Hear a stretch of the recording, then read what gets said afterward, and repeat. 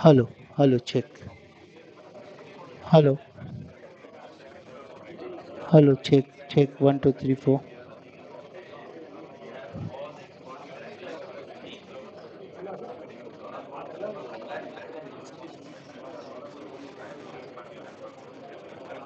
Hello, hello, check.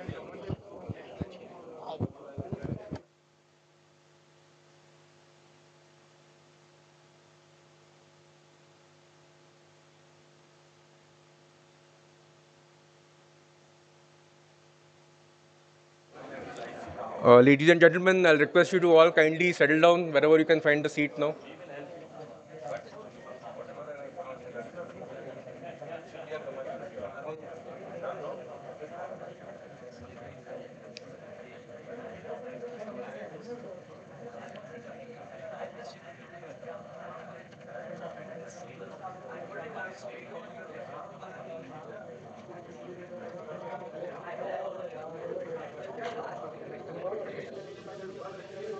Kindly settle down, please.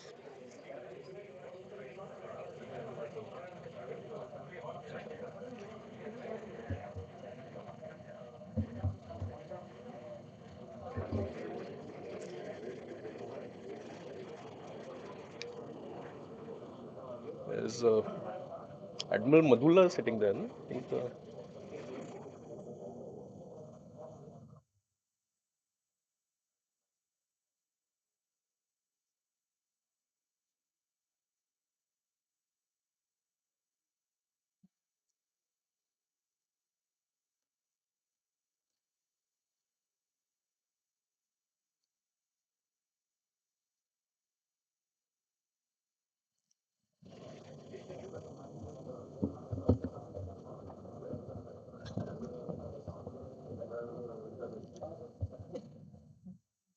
good morning to everyone.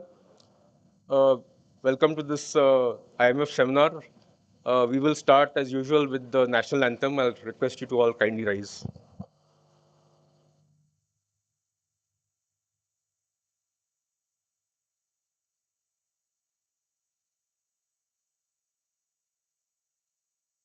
Punjab Sindh Gujarat Maratha Dravid Utkal बंगा विंध्य हिमाचल यमुना गंगा उच्छल जलधि तरंगा और जुबनावे जागे तब शुभ आशीष मांगे गाए तब जय गाथा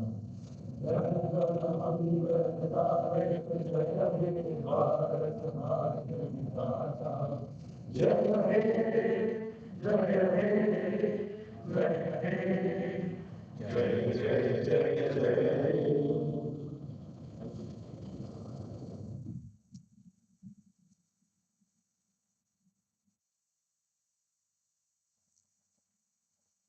Vice Admiral Krishna Swaminathan, AVSM, GSM, Flag Officer Commanding in Chief, Western Naval Command,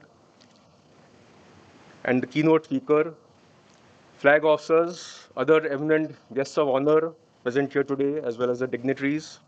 Ladies and gentlemen, a very good morning to all of you and welcome to this IMF Seminar 2025 on the theme Proactive Strategies to Enhance Maritime Safety.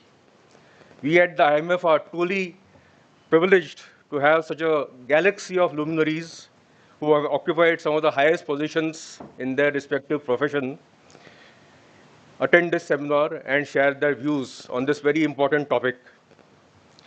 And this has gained even more importance following incidents which we have seen in the last few years, such as the grounding of MV Ever Given in the Suez Canal, the allision of MV Dali with the Francis Scott Key Bridge in Baltimore, and more recently off our coast, the sinking of MSC Elsa off the coast of Kerala.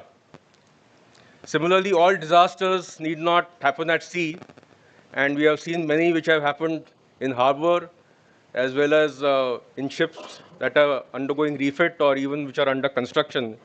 There is therefore a need to think very long and hard about more proactive strategies required to enhance the maritime safety as the topic of the seminar suggests. And we are very fortunate to have people who have dealt with this subject in detail and have been responsible for setting up mechanisms. In particular, I can mention Admiral Swaminathan is the one. When we were in the Sun Naval Command, he's the one actually who's responsible for setting up the Indian Naval Safety Team. Conducting a seminar of this magnitude is not an easy task for a relatively small and voluntary organization such as the Indian Maritime Foundation. And we are therefore extremely grateful to our three sponsors, that is Messrs. Wakefield Foods, Messrs. Masgon Docks Limited, and Messrs. L&T Shipbuilding, for having contributed very generously in terms of sponsorship to help us conduct this seminar. An overview of the presentation is now flashed on the screen. I think most of you have got this program already, so this is just to sort of reiterate the same. There will be 3 sessions post tea, which will each be of about 90 minutes, and they will have 3 speakers who will speak for about 20 minutes each.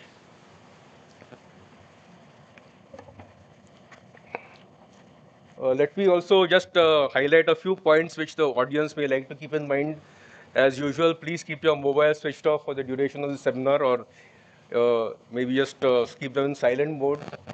When you have the Q&A session, please raise your hand to ask for the mic, and when you ask a question, please state your name and designation and which particular panelist or speaker you wish to answer that question. And in the interest of time, as I have already mentioned to some of you, the moderator requested not to highlight the full biodata of the speakers, since all of you will already have the seminar brochure, and the full biodata is contained in that brochure. With that, we move on to the first item of the seminar, which is a welcome address by Captain Anand Dixit, President IMF and Master Mariner. So may I request him to take the podium, please.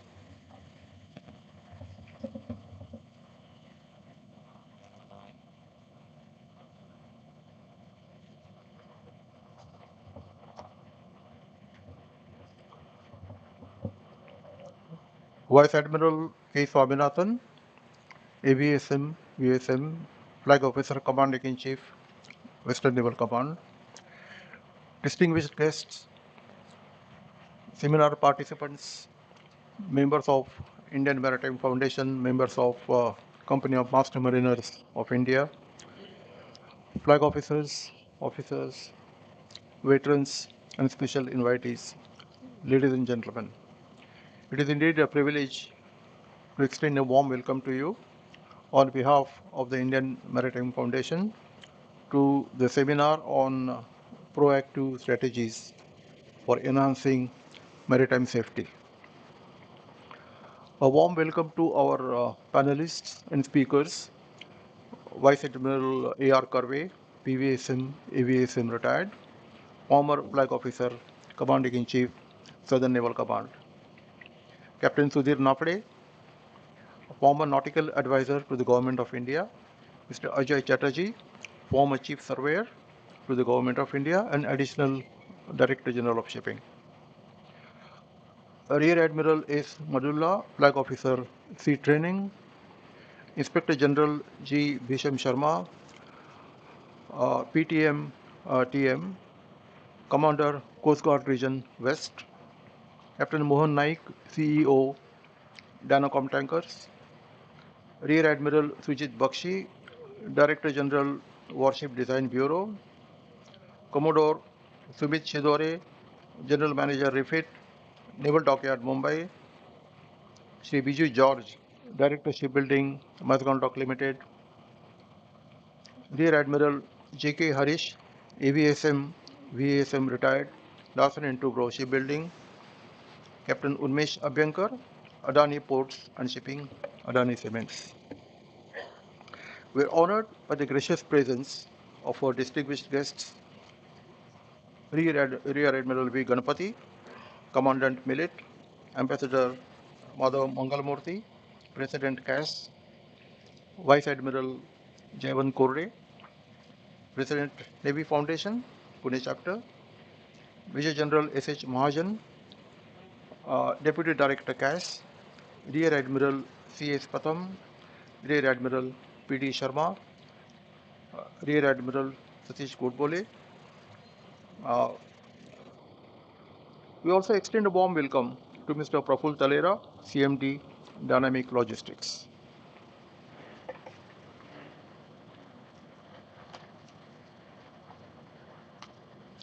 Welcome to the members of the core study group of IMF who provided valuable guidance in the planning and preparation of this seminar. Vice Admiral Vinod Pasricha, Vice Admiral Ashok Subedar, Vice Admiral DSP Verma, and Vice Admiral MS Pawar. Thank you, sir. In case I have failed to mention any names due to oversight, please accept my apologies. And I have a feeling I have missed a few names. We're thankful to all those who are present here.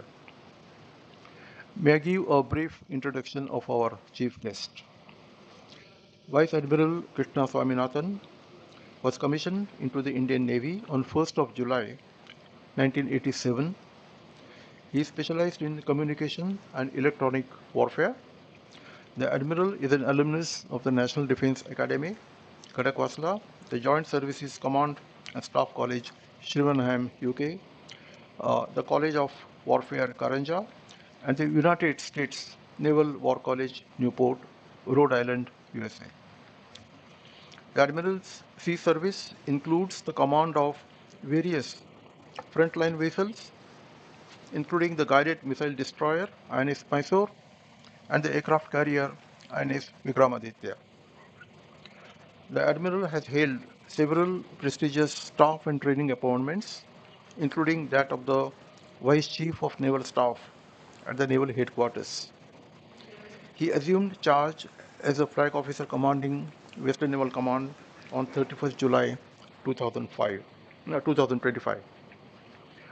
A warm welcome to you, sir, and thank you for giving your valuable time to be here.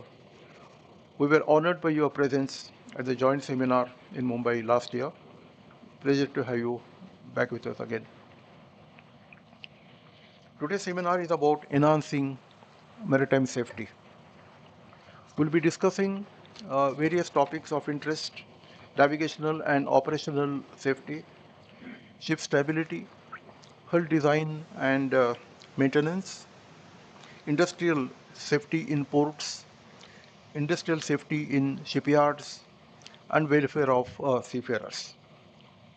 Our speakers and moderators representing the Indian Navy, the shipyard industry, the shipping industry, classification society, port operators will all enlighten us with their views on these diverse aspects of maritime world.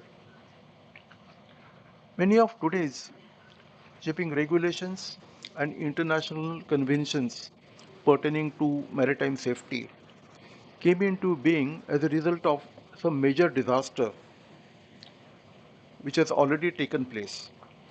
I think it would not be out of place to mention some of them. The first that naturally comes to mind is the sinking of the Titanic in April 2012, which led to the first international conference on safety of life at sea in 1914. New regulations were introduced with regard to the number of lifeboats, life-saving appliances, uh, radio watchkeeping, and recommendations pertaining to structural integrity, uh, watertight subdivisions, etc. The current version of SOLAS 1974 has been amended several times, new chapters have been added, and the process continues. 44 years after the Titanic disaster, in July 1956, there was a major collision between the Swedish passenger liner Stockholm and the Italian luxury liner Andrea Doria in the approaches to New York. It resulted in the sinking of the Andrea Doria with loss of 51 lives. Both ships had operational radars. The collision came to be described as the world's first major radar-assisted collision at sea. It led to changes in Colrick's 1960 introduction of the mandatory radar observers course, and eventually, some years later, ARPA, the automatic radar plotting aid, which is in use today. On 18th March 1967, oil tanker Torrey Canyon ran aground on a reef off the southwest coast of England, spilling about 100,000 tons of crude oil. It caused devastating damage to the sea and the shores of England and France. The disaster was a major factor in the development of MARPOL 1973, the International Convention for the Prevention of Pollution from Ships. And finally, in September 1980, British registered Obo Derbyshire, foundered in South China Sea, in severe typhoon. No distress signal was sent and there were no survivors. Forensic investigation was carried out much later, a few years after the incident, when the wreck was found. And the conclusion was that the ship had sunk due to structural failure. This was not an isolated incident. Approximately 170 bulk carriers sank between 1980 and 2000. Majority of them due to structural issues and some due to various other causes. These casualties led to new design standards for bulk carriers. In course of time, the installation of voyage data recorder, the so-called black box, cameras on the deck, etc., were introduced. But in spite of these technological advancements, maritime accidents, incidents, and near misses continue to occur. Human error still continues to be a major factor in marine casualties. It may seem a paradox, but technology appears to be creating new risks while in the process of mitigating old ones. The fact that there have been cases of ECDIS assisted grounding would suggest that we have not fully mastered the technology that we are using.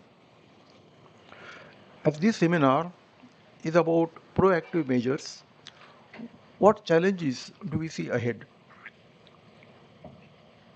Number one, cyber security, geopolitical conflicts and their impact on shipping, targeting of commercial vessels as in the Red Sea, climate change and its impact on maritime operations, challenges associated with evolving technology like e-navigation, remotely operated vessels, autonomous vessels, etc. I think our speakers and moderators are better qualified to speak on these issues than I am. So let us hear what they have to say. Thank you all once again for being here and good day.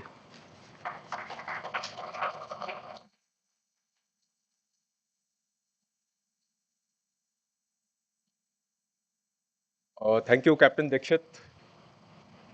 We now move on to the inaugural address, which will be delivered by Vice Admiral Vinod Pasricha, though I won't recite his full biodata. Just a few highlights. He is one of our oldest naval aviators whom we have in the service. And notably, he flew from the deck of Vikrant during the 1971 Indo-Pak War. He's also had the privilege of commissioning our second aircraft carrier, INS Virat, in the United Kingdom and sailing her back to India. And thereafter, he's one of the few flag officers who's had the privilege of being the CNC of both our operational commands. That is firstly the Eastern Naval Command and then the Western Naval Command. And in the latter capacity, he was a CNC when we had Op Parakram, which was a time when India and Pakistan almost came to war. So with that, may I invite Admiral Pasricha to the podium, sir.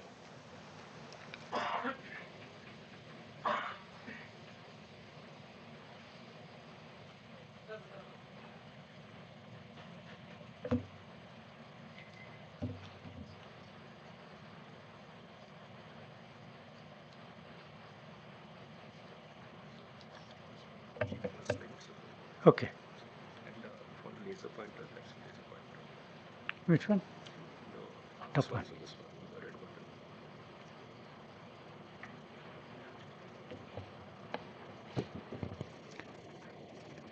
Honorable Vishwanath, it's a pleasure to see you again, and particularly for you to chair this seminar for us, particularly since I know how busy you are and you were going to be traveling up and down. In fact, we had to change the dates 2 or 3 times by just a day or two, just so that he could attend. And we are very grateful that you not only come, but your knowledge about the subject is something that we all look forward to. And I'm sure that will go. Other flag officers, senior people, it is a real pleasure to be here. I, as a person to talk on this subject, have very little knowledge, particularly of the merchant navy and the ports. And since the Indian Navy is going to be covered by a lot of people, I would only pass through my slides and mention to you that these are the main topics that we need to discuss. The one point that I do want to mention before we start is the importance of the Indian Ocean. I know there was a talk about 20 years ago of changing the name from Indian Ocean to something else because they didn't like the idea of an ocean being named after a country. Fortunately, that did not happen. But the Indian Ocean to India, I can't think of a more active requirement and the necessity for something so important. We, I think, as you will see from one of the slides, control the entire traffic that is in the ocean. And besides controlling this traffic, we are at the center of 37 nations. And it has been our endeavor, despite our fights with some of our neighbors, which keep happening every now and then, to ensure that all these countries are our friends. And wherever we can help them in whichever way, we've gone out of the way to help them. With these words, I will just go through my slides because there's not much that I will say, but wherever there is a need for me to talk about the slides, I will do so.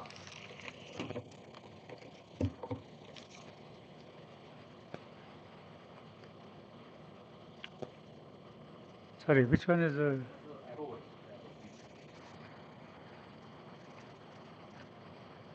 this has already been covered and who all are speaking, so I will not spend time on these three slides because they are the experts and they would be talking about these three slides. This is the slide that I spoke about and which is very important. As you can see, the Indian Ocean and the amount of traffic that passes next to India. Other than the odd bit of traffic which goes, I can't get through the pointer. I'm sorry, I haven't quite understood. Which one? Pointer. Pointer. Just go back.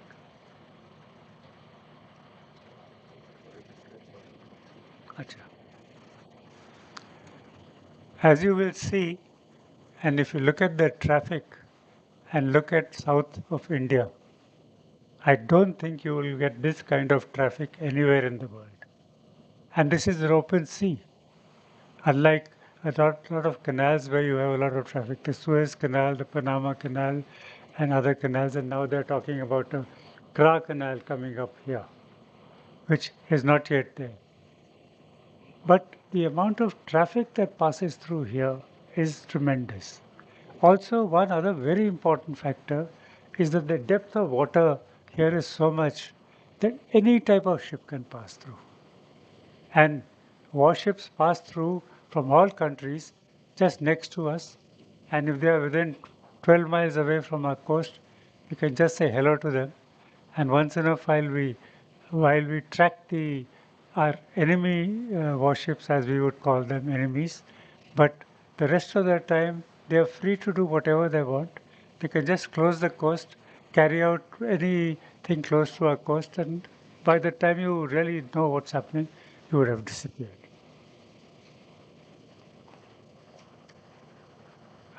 This has been covered in detail, but we've got 7,500 miles of coastline.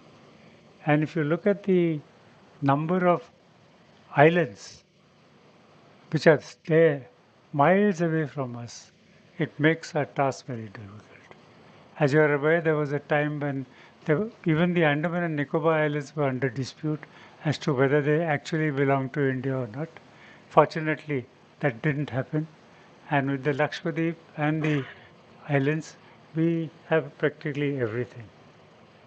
And as I've already mentioned, the Indian Ocean is the busiest ocean in the world. This is again a very small slide to give you an indication of the major ports that we have in India. 12 of them, and they're all very good.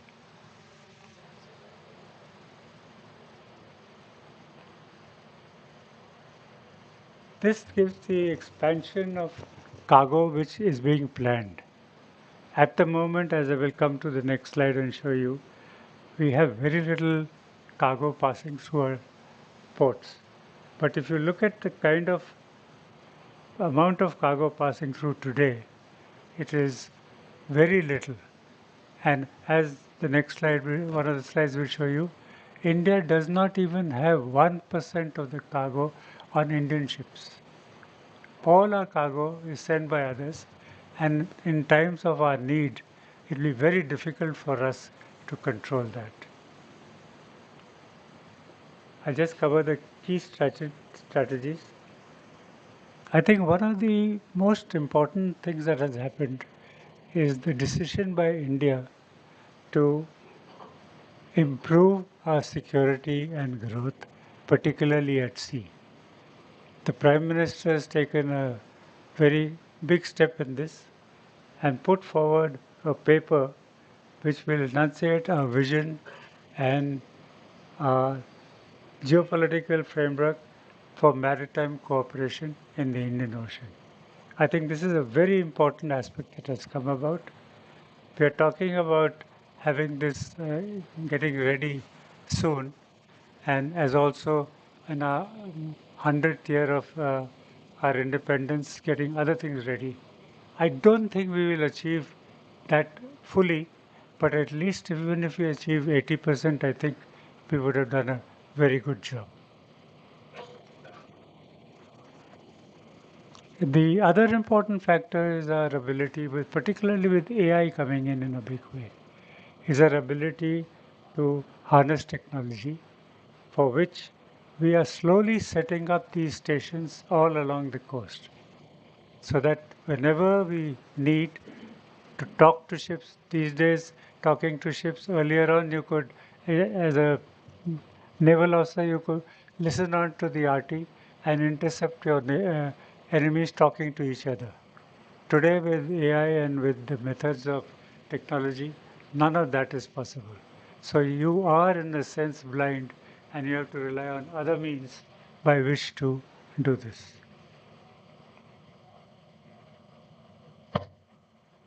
Some of the measures that have been planned out in the new MIT is that 80% of maritime accidents are happening due to human errors.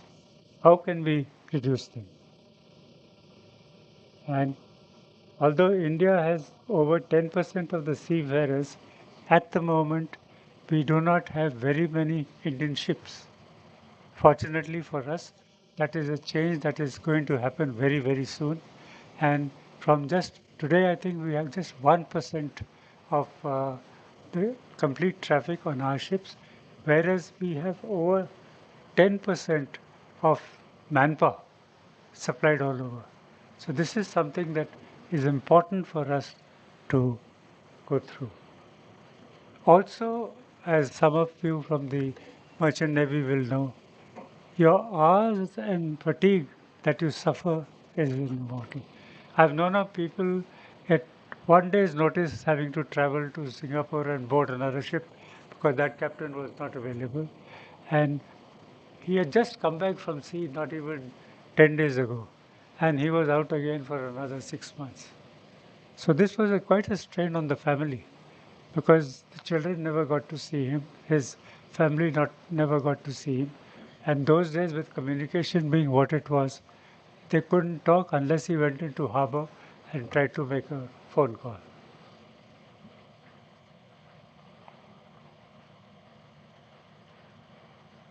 This Marpol convention which I talked about, these are some of the intentions that they want to do. Stricter penalties for non-compliance, safety audits, and incentives for safety practices.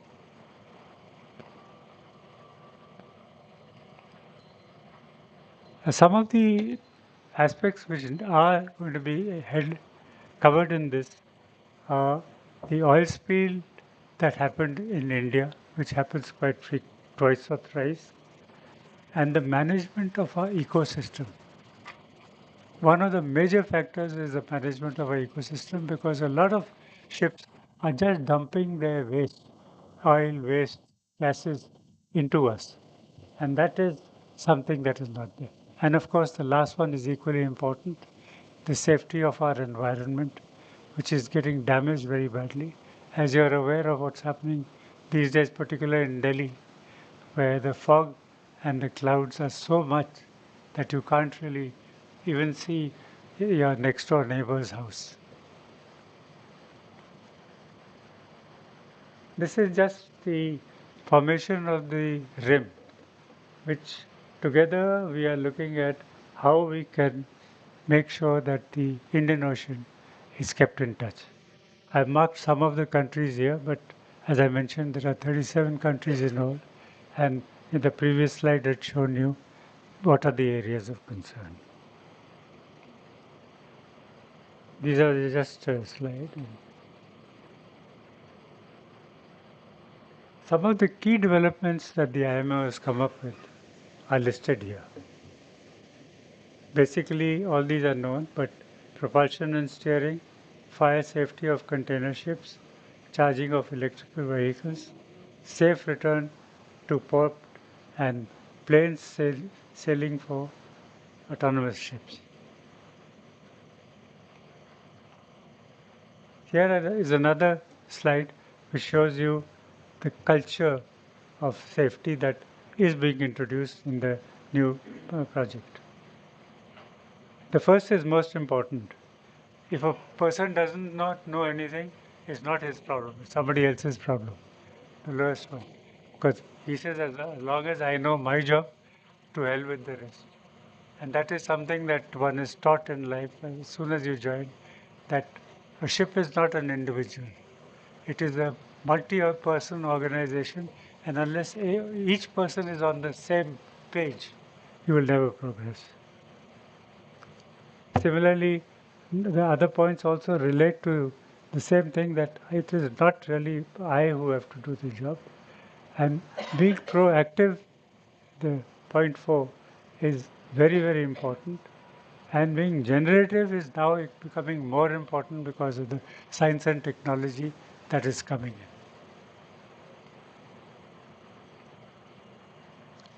These are some of the safety principles. I won't go through them, but I'll keep the slide on for just 10 seconds. You can read through them of how we can improve the safety of the various people. The last is the most important. Strengthen your organization, and that can only come from the top. No one down the line can work on this. It has to be from the top to make sure that the organization is what it should be. This was a slide I spoke of earlier.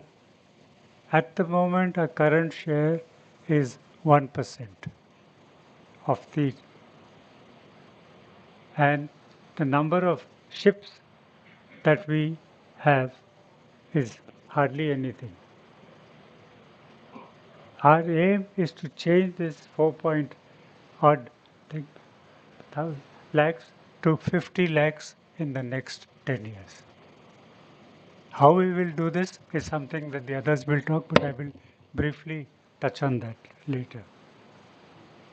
And the number of inland waterways of which we hardly use any.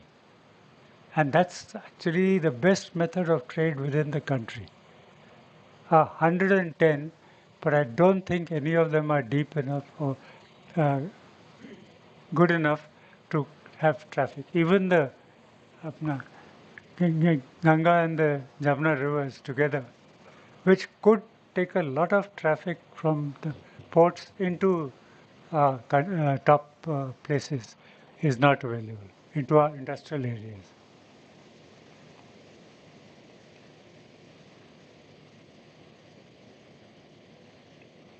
These are some of the initiatives which are being introduced now in this proposal. And for this, the shipping ministry has been enhanced. In fact, 3/4 of the time, the Prime Minister himself is present at these meetings so that he can tell the shipping minister what to do and how to do it. And I think these are some of the really great essentials, and how we can make sure that foreign berthing and traffic of foreign ships is enhanced so that India becomes capable of handling these. I know that recently I've read, and particularly last night, people told me that the amount of work that is going on in ports, and particularly for shipbuilding, is tremendous. They've all said that by 2047 we will have achieved all, but making a harbor and making a ship is not something that happens overnight.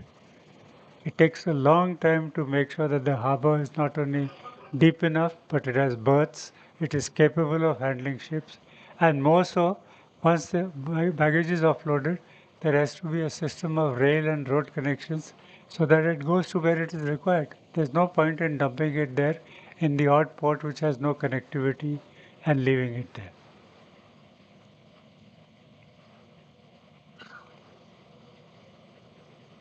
The last slide is that we in the Indian Ocean and the Navy have started doing a lot of exercises with foreign navies. And this is something that we must follow and make sure that all the navies are friendly to us. The recent exercise which happened just, I think, last week has proved this point of how important it is for all, at least our neighboring and even China and USA joining in and Britain joining in to make sure that our maritime industry stays strong. Another thing that has come about, and I think is very important, is the Information Fusion Center, which I think the Coast Guard will give a lot more inputs on this, have started, and this is what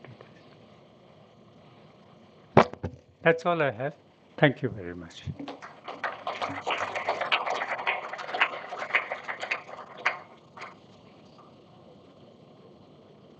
Thank you, Admiral Pasticha, for that overview of India's maritime landscape, as well as some of the strategies which you have mentioned to enhance our maritime safety. May I request the President IMF to kindly present a small book memento to the Admiral.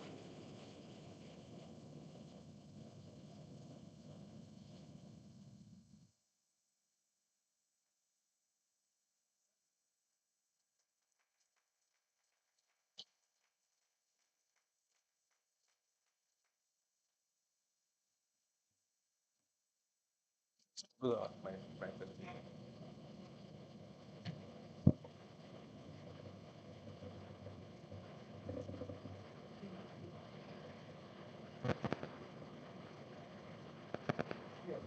We now have the main event, that is a keynote address by Vice Admiral Swaminathan, the Flag Officer Commanding in Chief.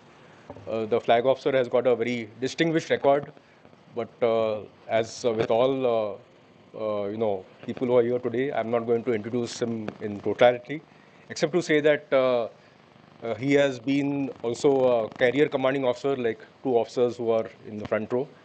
He has commanded our third aircraft carrier, INS Vikramaditya, which we had acquired from Russia, and had the good fortune of being in Karwar when he was in command.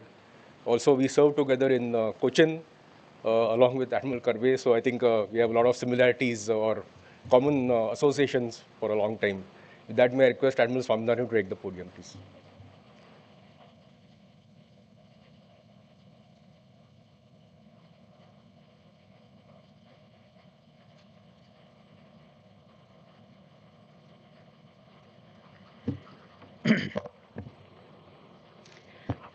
Good morning, ladies and gentlemen. With such a galaxy of senior naval officers here, I feel somewhat like a school student who's been pulled out from the back benches and taken to the staff room to face a number of principals and teachers and made to speak to them about what they know a lot better than I do.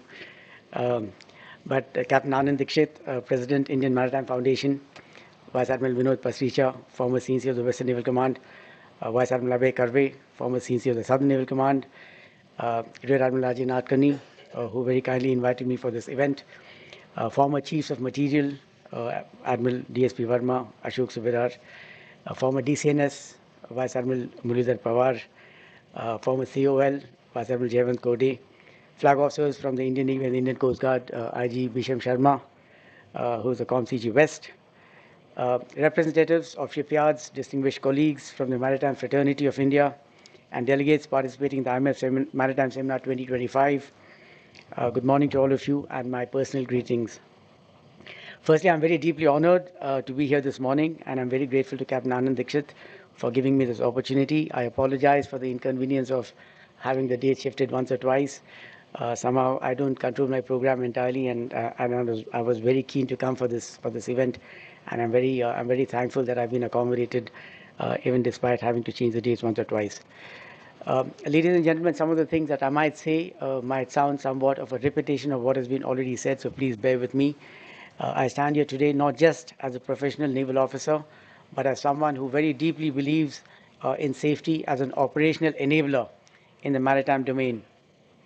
For me, therefore, the theme, proactive strategies to enhance maritime safety, is a strong reflection of our shared need to preserve life, protect assets, and keep the global commons unimpeded by accidents, incidents, and unsafe acts. I am very glad that we have a wide representation at this event from several stakeholders that contribute to maritime safety. Of course, the armed forces, the Indian Navy and the Indian Coast Guard, the merchant marine, shipyards, representatives from the maritime industry and the maritime education system, and veterans that have been at sea for several years, for several decades, in fact.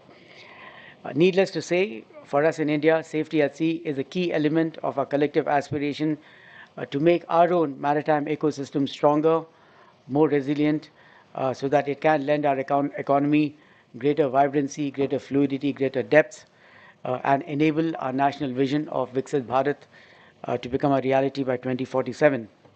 I'm therefore very happy to participate in this event and make a small contribution to its proceedings.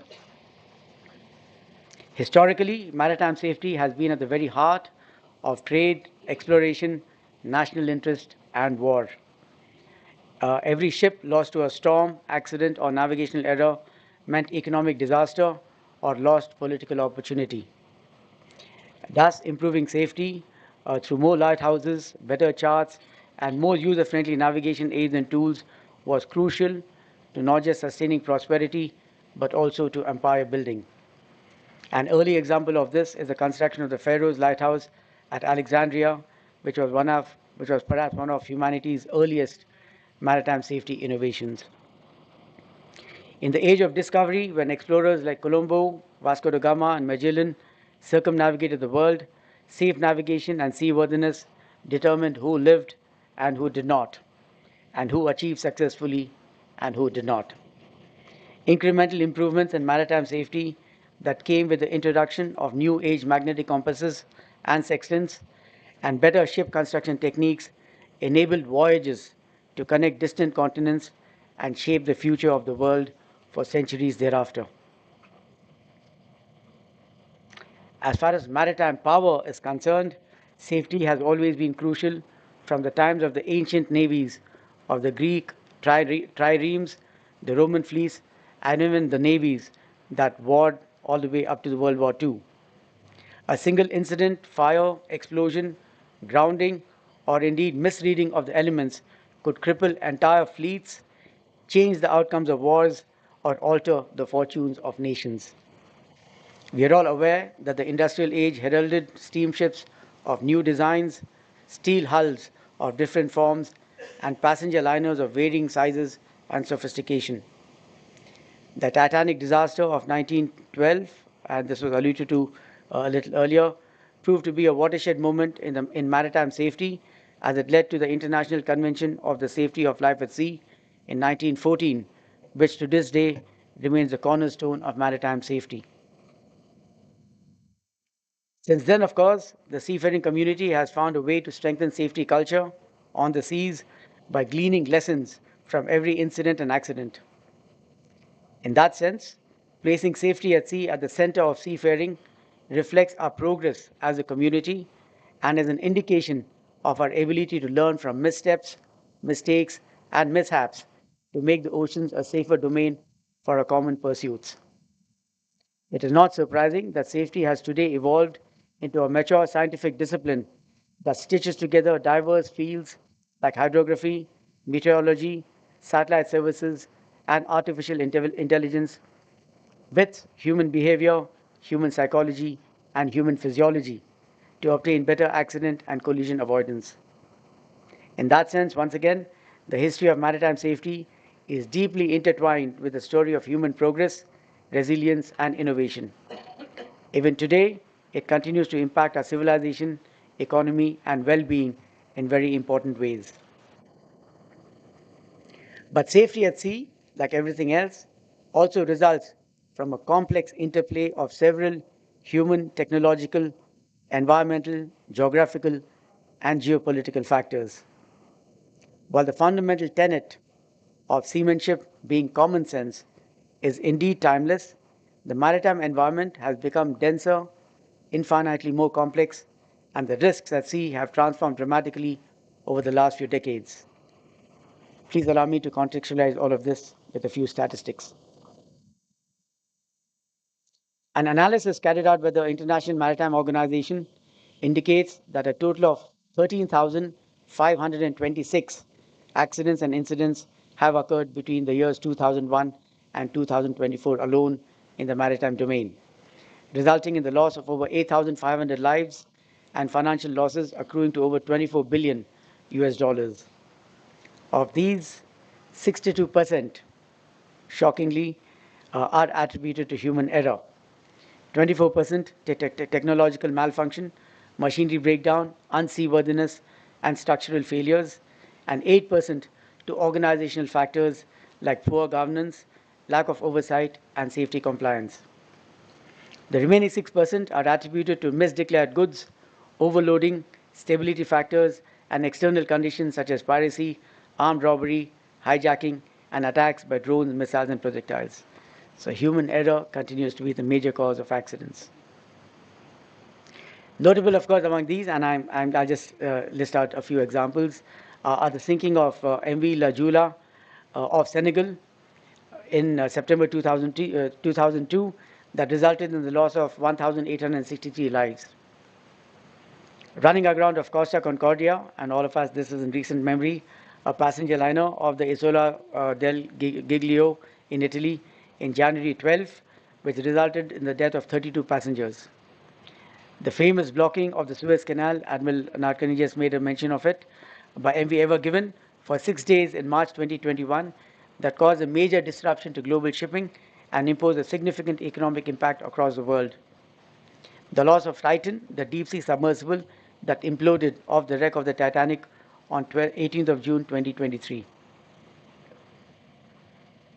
One of the most disastrous accidents, and Admiral Natkani alluded to this a little while before, in recent memory has been the collapse of the 47-year-old Francis Scott Key Bridge in Baltimore on 24th of March 2024 after it was struck by Dali, a container ship. The accident, of course, as all of you know, resulted in the loss of 6 lives and the plunging into the sea of several cars and people. It also caused the stoppage of all inbound and outbound traffic in the port of Baltimore for 11 weeks, loss of revenue of approximately 15 million US dollars every day, and the loss of about 8,000 port jobs for the local population. While preliminary investigation by the FBI revealed that the accident was caused by total power failure, that of course in turn could have been attributed to the use of some contaminated fuel. Subsequent investigations brought to light latent conditions, several of them that pre-existed, such as faulty circuit breakers while changing over the switchboard configuration the previous day, loose electrical cables in the transformer and braking system, and design safety compliance in the bridge itself, which was owed to aging of the ship. Some key lessons for maritime safety from this incident include the critical need to be honest in reporting, robust power systems, emergency response and communication protocols in restricted waters, and training of crews in operational risk management for timely identification of hazards before they manifest into risks. Closer home, of course, accidents, incidents, and safety violations continue to be rampant in Indian waters even up to this day. The sinking of a passenger barge off the Mumbai offshore development area when Cyclone Taute struck in May 2021 revealed several serious lacunae, weaknesses, and safety violations in the Indian maritime ecosystem. It turned out that I was a part of the inquiry that happened after that when I was in Bombay, and we were shocked to know that the entire system worked on a system of faith, belief, and paperwork, where real robust systems were not in place. It worked on a whole complex web of contracts and subcontracts with no real supervision. Everything was assumed, nothing was ensured, nothing was checked, but safety was just assumed to happen on its own simply because contracts were signed. It is interesting, of course, that an analysis of all safety infringements across the world from 2019 to 2024, just in the 5-year period, indicates that 46% of accidents or incidents at sea, 46% at sea, and 90% of the incidents in harbor have occurred when vessels and crews were not involved in any important task or evolution. It just happened at rest. 80% of these occurred during broad daylight. This is stunning statistics. This indicates clearly, of course, that even with new policies, procedures, and processes making seafarers more safety conscious, they collectively continue to remain very, very vulnerable to accidents and incidents. At this juncture, therefore, please allow me to highlight to you 4 factors that all of us could consider to improve our safety record and safety consciousness.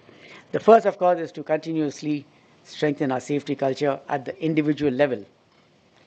Obvious as it sounds, there is no getting away from the fact that we still have a lot of ground to cover in this direction, and I speak from experience in the Navy. Developing a safety culture is not only about knowledge, it is certainly about attitude and leadership. It is very, very important.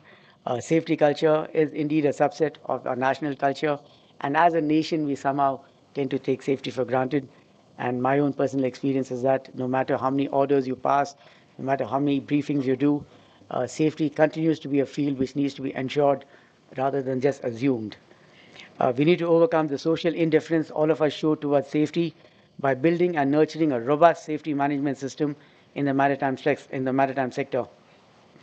The Indian Navy has been trying to do this from 27 when we set up the Indian Naval Safety Team, and the Indian Naval Safety Team has been trying to do this on a mission mode since.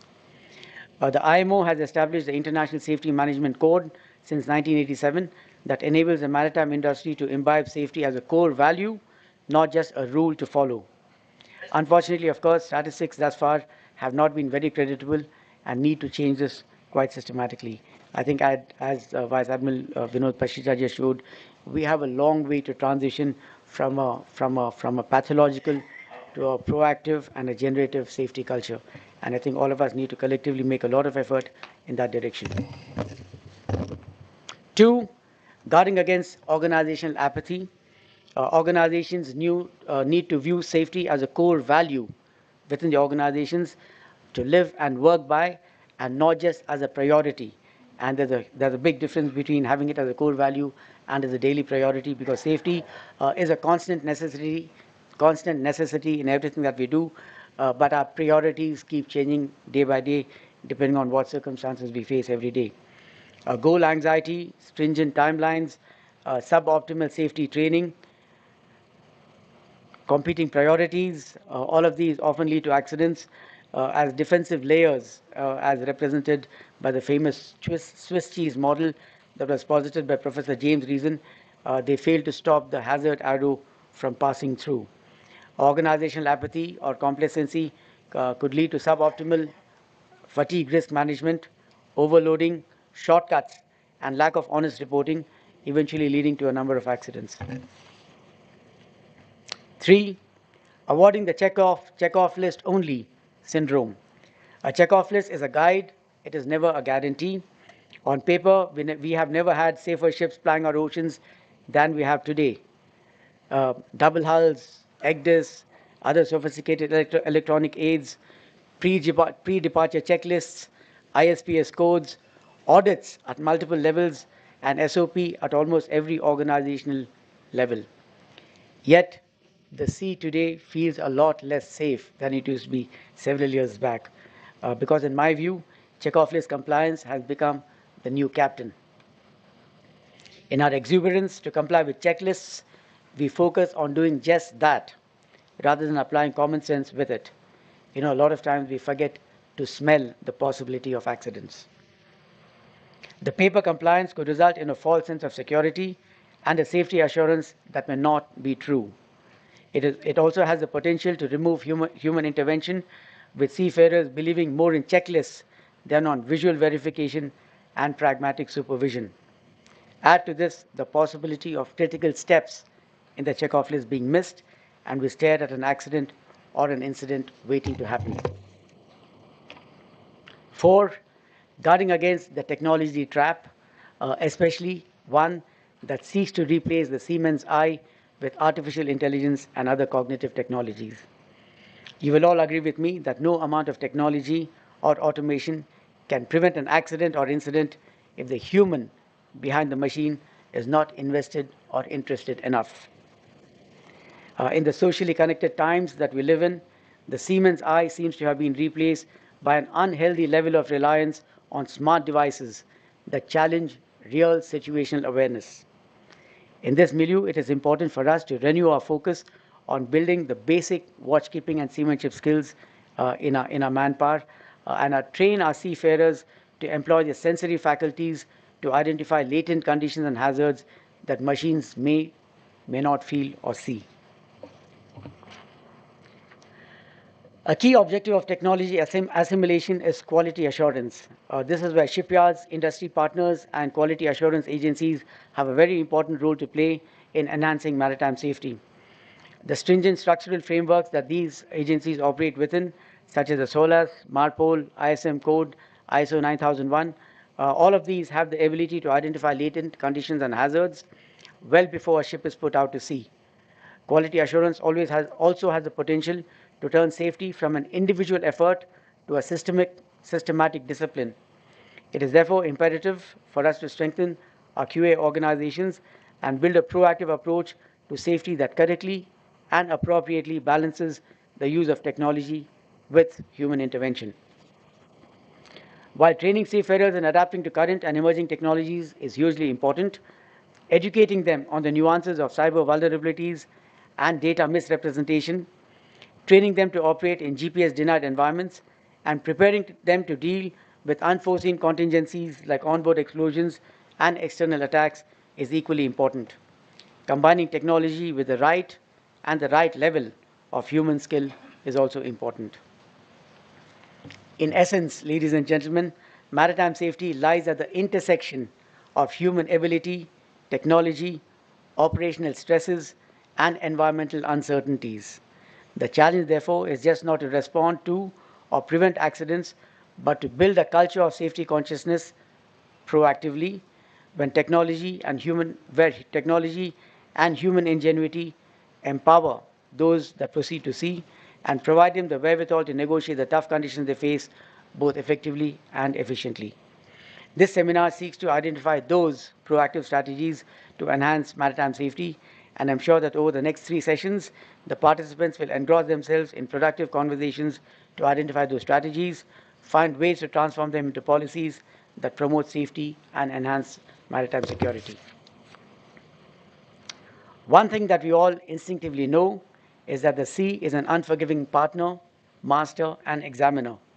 As a community that operates in it every day of our lives, we must be professionally strong, organizationally resilient, and collectively engaged in bracing the storms, tiding over all the challenges that we face, and promoting the nation's maritime rejuvenation quite deftly through a robust maritime safety culture.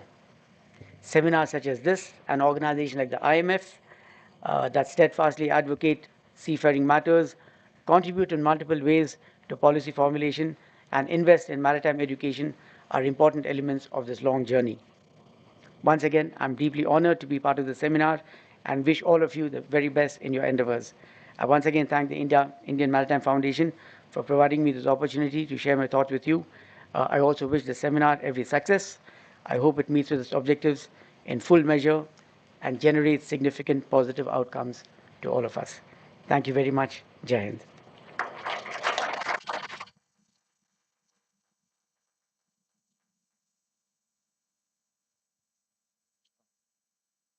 May I just take the opportunity of presenting a crest of mine to the president of the IMF, please.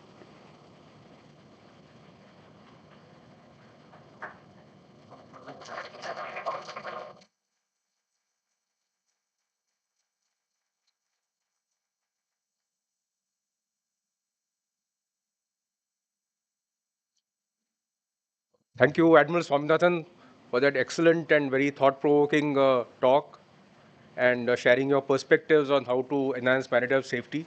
And that has certainly set the tone for the next 3 sessions which are to follow. Thank you very much. And also thank you for taking time off your, no doubt, very busy schedule to be here with us and sharing your thoughts. May I request the President of IMF to also reciprocate by presenting a book memento to the chief guest.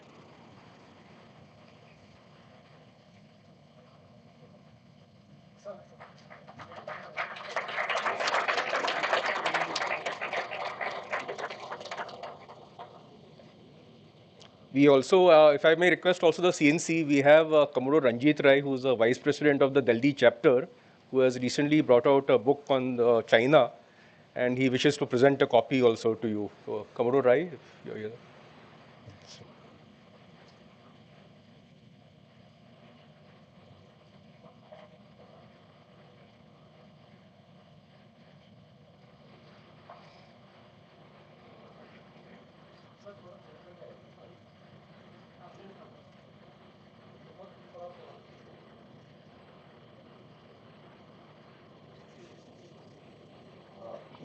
I'll just say 2 words.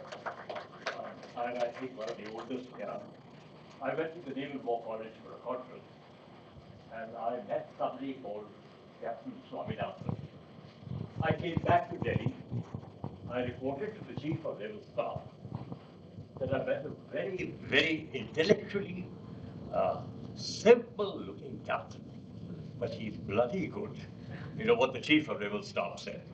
He's coming as my naval assistant. So keep your thoughts. So it's a privilege for me from those days to today. Please open the book. I'll call it a launch. The theme of this book is India holds the port and the key to the Indian Ocean.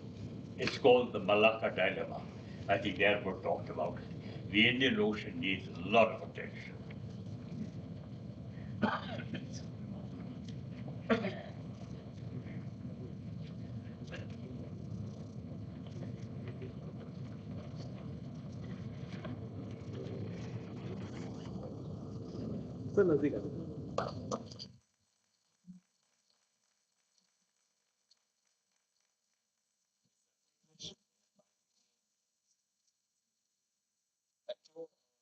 We come to the end of the inaugural session. We'll now break for tea.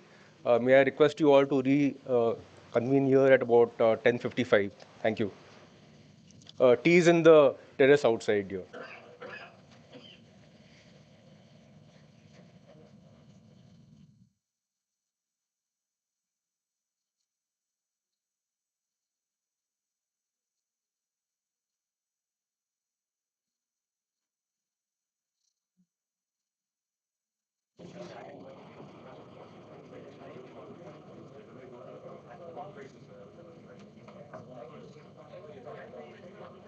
Hello, sir.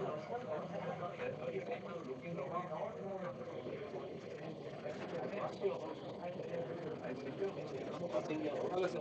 Thank you. Thank you.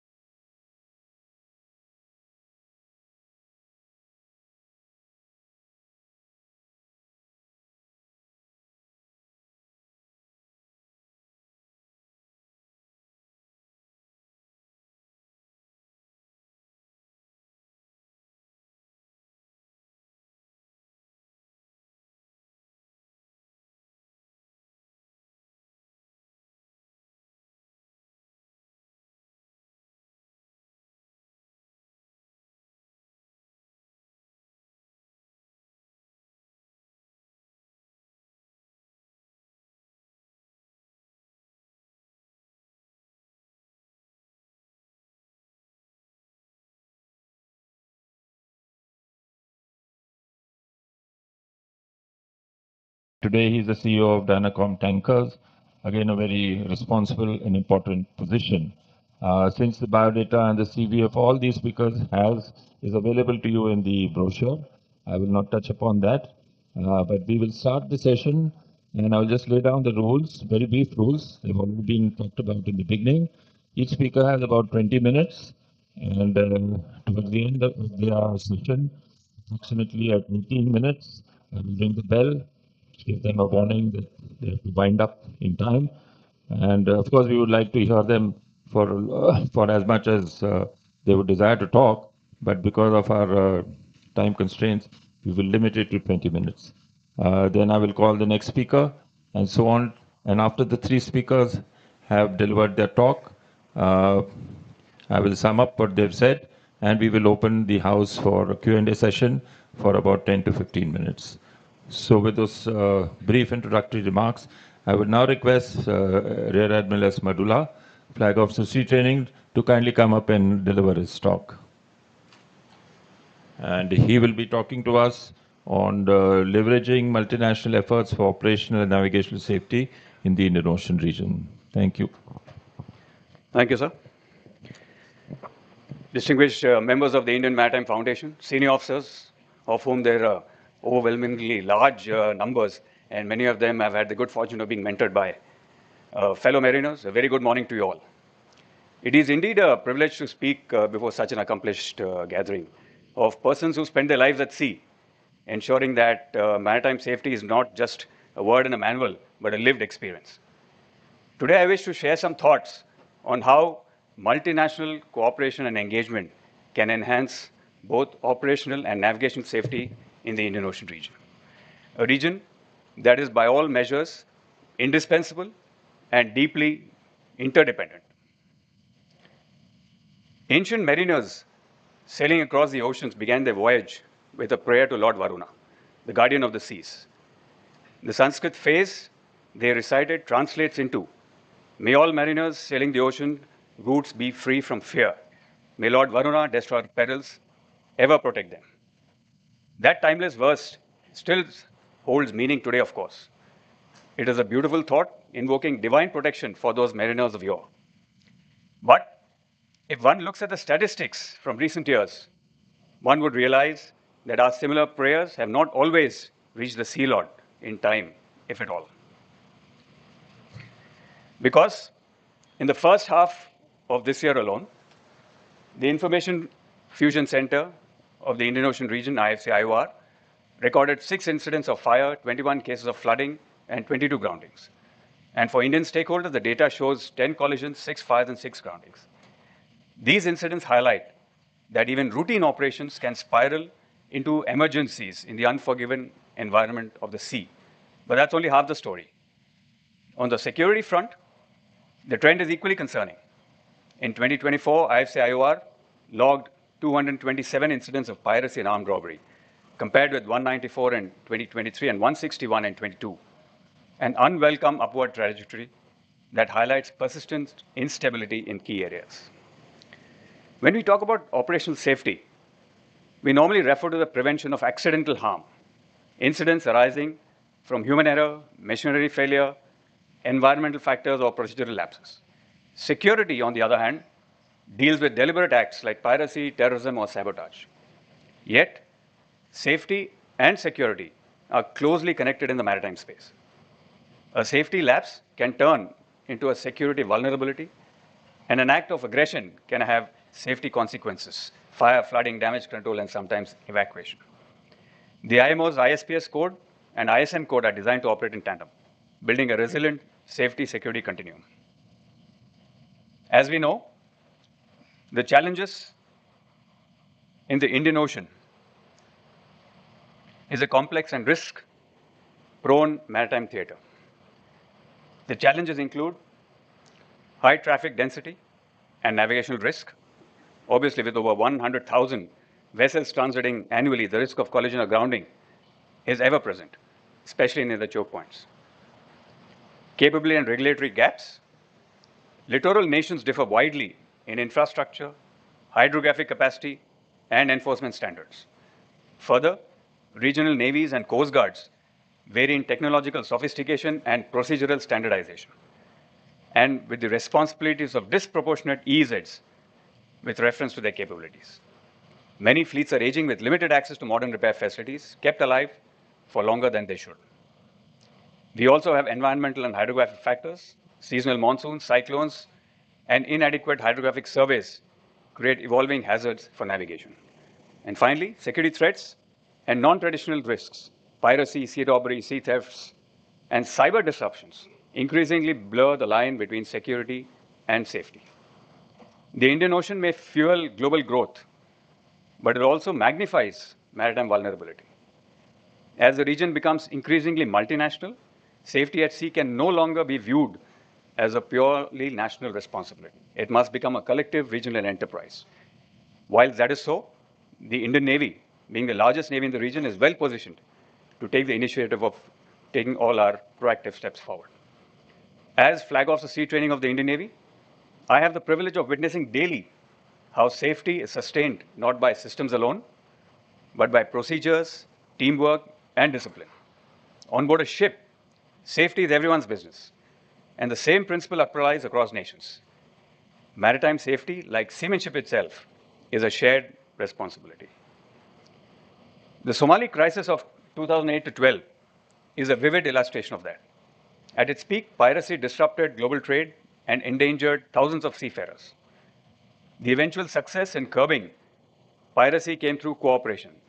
The Combined Maritime Forces, the UNAV-4, the Indian Navy, and several others, supported by shipping industry initiatives such as the best management practices voluntarily adopted by the shipping companies. Recent incidents offer further lessons. The MV Express Pearl fire off Colombo in 2021, the grounding of MV Wakashio in 2020, even the hazardous cargo explosion on the MV Vanhai of the Kerala coast in 2024, all demonstrated how multi-agency collaboration, from firefighting to salvage to pollution control, can mitigate disaster. And the swift coordination by the Indian Navy, the IFC-IOR, with other stakeholders shows that effective partnerships can make the critical difference between loss and recovery. To translate shared responsibility into practical action, three enablers are essential: domain awareness, shared operational capability, and policy support. Maritime domain awareness underpins operational safety at sea, and the Indian Ocean's vastness makes this particularly vital, demanding information sharing across boundaries and necessary to respond to incidents. The creation of the Indian Navy's Integrated Information Management and Analysis Center, or the IMAC, and the Information Fusion Center, Indian Ocean Region, or the IFC-IOR, at Gurugram has been transformative. Together, they combine radar and satellite inputs, AIS feeds, white shipping data from over 50 partner nations, fusing them all into a single maritime picture. And the efficacy of the IFC-IOR is enhanced by the presence of a large number of international liaison officers who add varied experiences and professional capabilities to the center. A powerful demonstration of the center's value came last year when a Sri Lankan trawler was hijacked nearly 1,000 nautical miles east of Mogadishu. Real-time coordination between the IFC-IOR, the Regional Coordination Center in Seychelles, the navies of India, Sri Lanka, and Seychelles led to the safe rescue of the crew and arrest of the pirates. Such success stories underscore how shared awareness and trust can yield swift results. IFC-IOR's recent designation as a voluntary reporting center by the IMO marks a major milestone. Beyond security incidents, an anonymized database of safety-related events, collisions, near misses, equipment failures could foster learning across the region. This would help identify trends in human error and improve procedures for prevention, backed by coordination and trust between partner nations. The upcoming National Maritime Domain Awareness Project will further integrate information from every maritime agency in India, while the Indo-Pacific MD, or the IPMD initiative, will provide real-time data and analytics to littoral partners. This fusion of national and regional data will enhance anticipatory capability, an essential shift in ensuring safety proactively. Each fusion center in the Indian Ocean, whether the IFC-IOR, the RCOC, the RMIFC, amongst others, plays a part. But to truly make a difference, they must be more tightly connected, both within and across borders. As a coherent maritime situation picture aggregator and maritime security information sharing hub for friendly partner countries, the IFC-IOR can be used as the linchpin of these diverse data centers. India's recent initiative to establish National Maritime Information Sharing Centers, or the NMISCs, in East African and Western Indian Ocean nations is another key step. Once operational, they will enhance local capacity and tie in seamlessly into the wider regional safety network. That will also aid the NAV area coordinators to issue timely warnings. Awareness without the ability to act has limited value. Shared operational capability enables partners to respond collectively to maritime crises. The CMF, UNAFOR, and the Indian Navy, amongst others, have cooperated for over 2 decades to secure the sea lanes and respond to incidents in the Arabian Sea and the Gulf of Aden. The recent initiative of the Indian Ocean ship Sagar embodies this spirit of shared operational capability. Officers and crew from 9 littoral nations embarked on a single vessel, an Indian naval ship, but fulfilling the role of the ship of the Indian Ocean region. That was deployed to the Southwest IOR, showing a presence in the EZs and the ports of littorals for over a month in April this year. The success of IOR Sagar underlines the possibility of operational feasibility of such joint undertakings under India's leadership. Prior to embarking on the sortie, the combined crew trained together at Kochi and at sea. Taking the IOR Sagar concept further, the vision of a Mahasagar task force or a multinational coalition on the lines of existing CMF in the Gulf, dedicated to addressing operational and navigation safety challenges in the IOR, seems timely and meriting consideration. India could lead the creation of the Mahasagar task force, pooling available assets from partner nations for coordinated patrols and surveillance. The IOS Sagar initiative was complemented by the maiden Africa-India Key Maritime Engagement exercise at Dar es Salaam, joined by 10 African nations. The exercise featured anti-piracy and SAR operations under realistic conditions, enhancing interoperability and regional readiness. Such exercises, as well as those such as Malabar, Kakadu, IMEX, and so on, build a common vocabulary for the language of safety. We need to broaden these multinational exercises to include fire and flooding responses, grounding recovery, and many others. While many joint exercises rightly emphasize war-fighting interoperability, the same coordination is vital in peacetime emergencies. At the heart of operational and navigational safety lies the human element, the watchkeeper. India already serves as the regional training hub, hosting personnel from friendly foreign navies across professional institutions. For instance, emerging technologies present opportunities to enhance joint training further. Examples such as the use of virtual reality simulators connect trainees across nations through the internet and can ease multinational training. These training programs will further enhance professional standards, aiding accident prevention. By expanding these programs, we can move beyond skill transfer to build a shared culture of safety and trust. The third enabler is policy support. The IMO conventions, SOLAS, COLREGS, MARPOL, provide the foundation for maritime safety governance. Regionally, frameworks such as the Indian Ocean Rim Association or the IORA, the Indian Ocean Naval Symposium, the IONS, the Djibouti Code of Conduct, and many others give these global norms local traction. Together, they create a local policy ecosystem which is layered, where dialogue, coordination, and legal convergence reinforce operational collaboration. We could institutionalize our shared commitment through a multinational safety charter under the IONS. This living document would set common safety goals, reporting norms, and standards of professional conduct at sea. Looking ahead, we should aim to further institutionalize our cooperation through the establishment of an Indian Ocean Operational Safety Forum, which could be established under the broader umbrella of the IONS. Considering our capabilities in this field, India could steer this initiative initially. This body could coordinate safety policy and training initiatives, including focus on accident prevention, such as addressing gaps in hydrographic coverage, TSS promulgation and NAVAIDs, and so on. The forum could also maintain a regional database of incidents and near misses, publish reports and guidelines on operational safety trends, and develop e-learning platforms. At the same time, we must integrate safety objectives into all regional frameworks, such as the BIMSTEC and others, so that every cooperative activity has a safety dividend. Next, we should bring the navies and the maritime industry to the same table. Policy roundtables involving shipping companies, classification societies, naval coast guard representatives can bridge the civil-military gap in safety awareness. Industry provides insight into emerging technologies and maritime traffic. Navies contribute operational and crisis management expertise.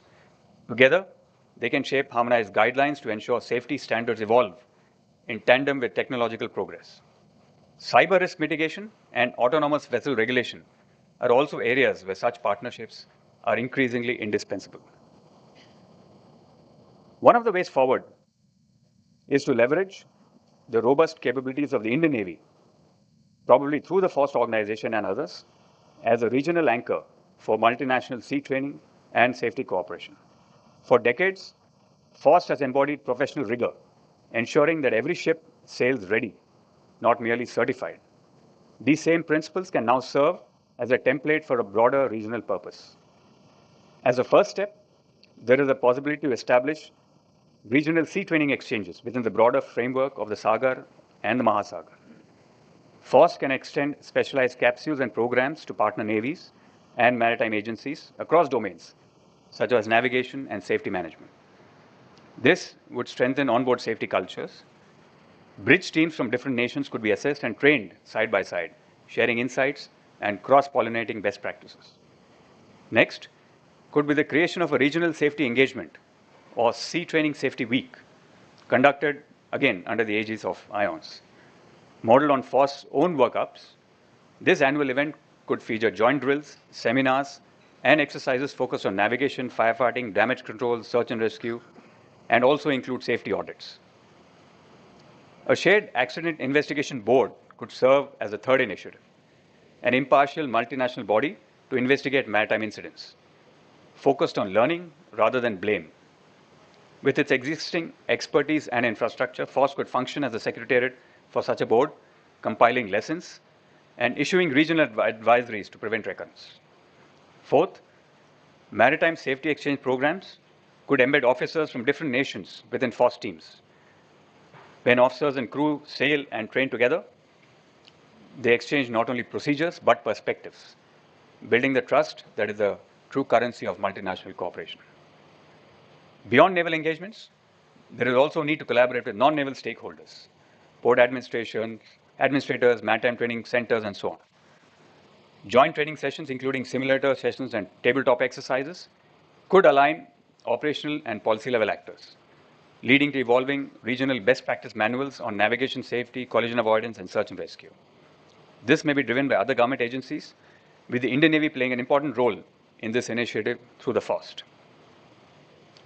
In conclusion, operational navigation safety of maritime traffic is vital to the seamless flow of trade, environmental well-being of the littorals, and, of course, protection of human lives. Effective multinational, multi-agency cooperation through bodies such as the CMF, IFC, IOR, RECAP, IONS, IORA, etc., and through visionary concepts such as Sagar and Mahasagar, illustrate scalable models. But persistent coordination remains essential. The framework for multinational operational and navigation safety in the Indian Ocean is already taking shape. The real challenge now lies in advancing from coordination to collaboration and from collaboration to collective ownership. The way forward lies not in creating new institutions, but in linking existing ones intelligently. A safety charter steered by an operational safety forum offers a vision. An expanded IFC IOR provides information. Training exchanges build capability. Tabletop exercises strengthen readiness. And industry-Navy dialogue ensures inclusivity. Together, these 5 strands can weave a robust, resilient, and truly multinational fabric of navigational and operational safety. Thank you. Jai Hind, Shanovaran.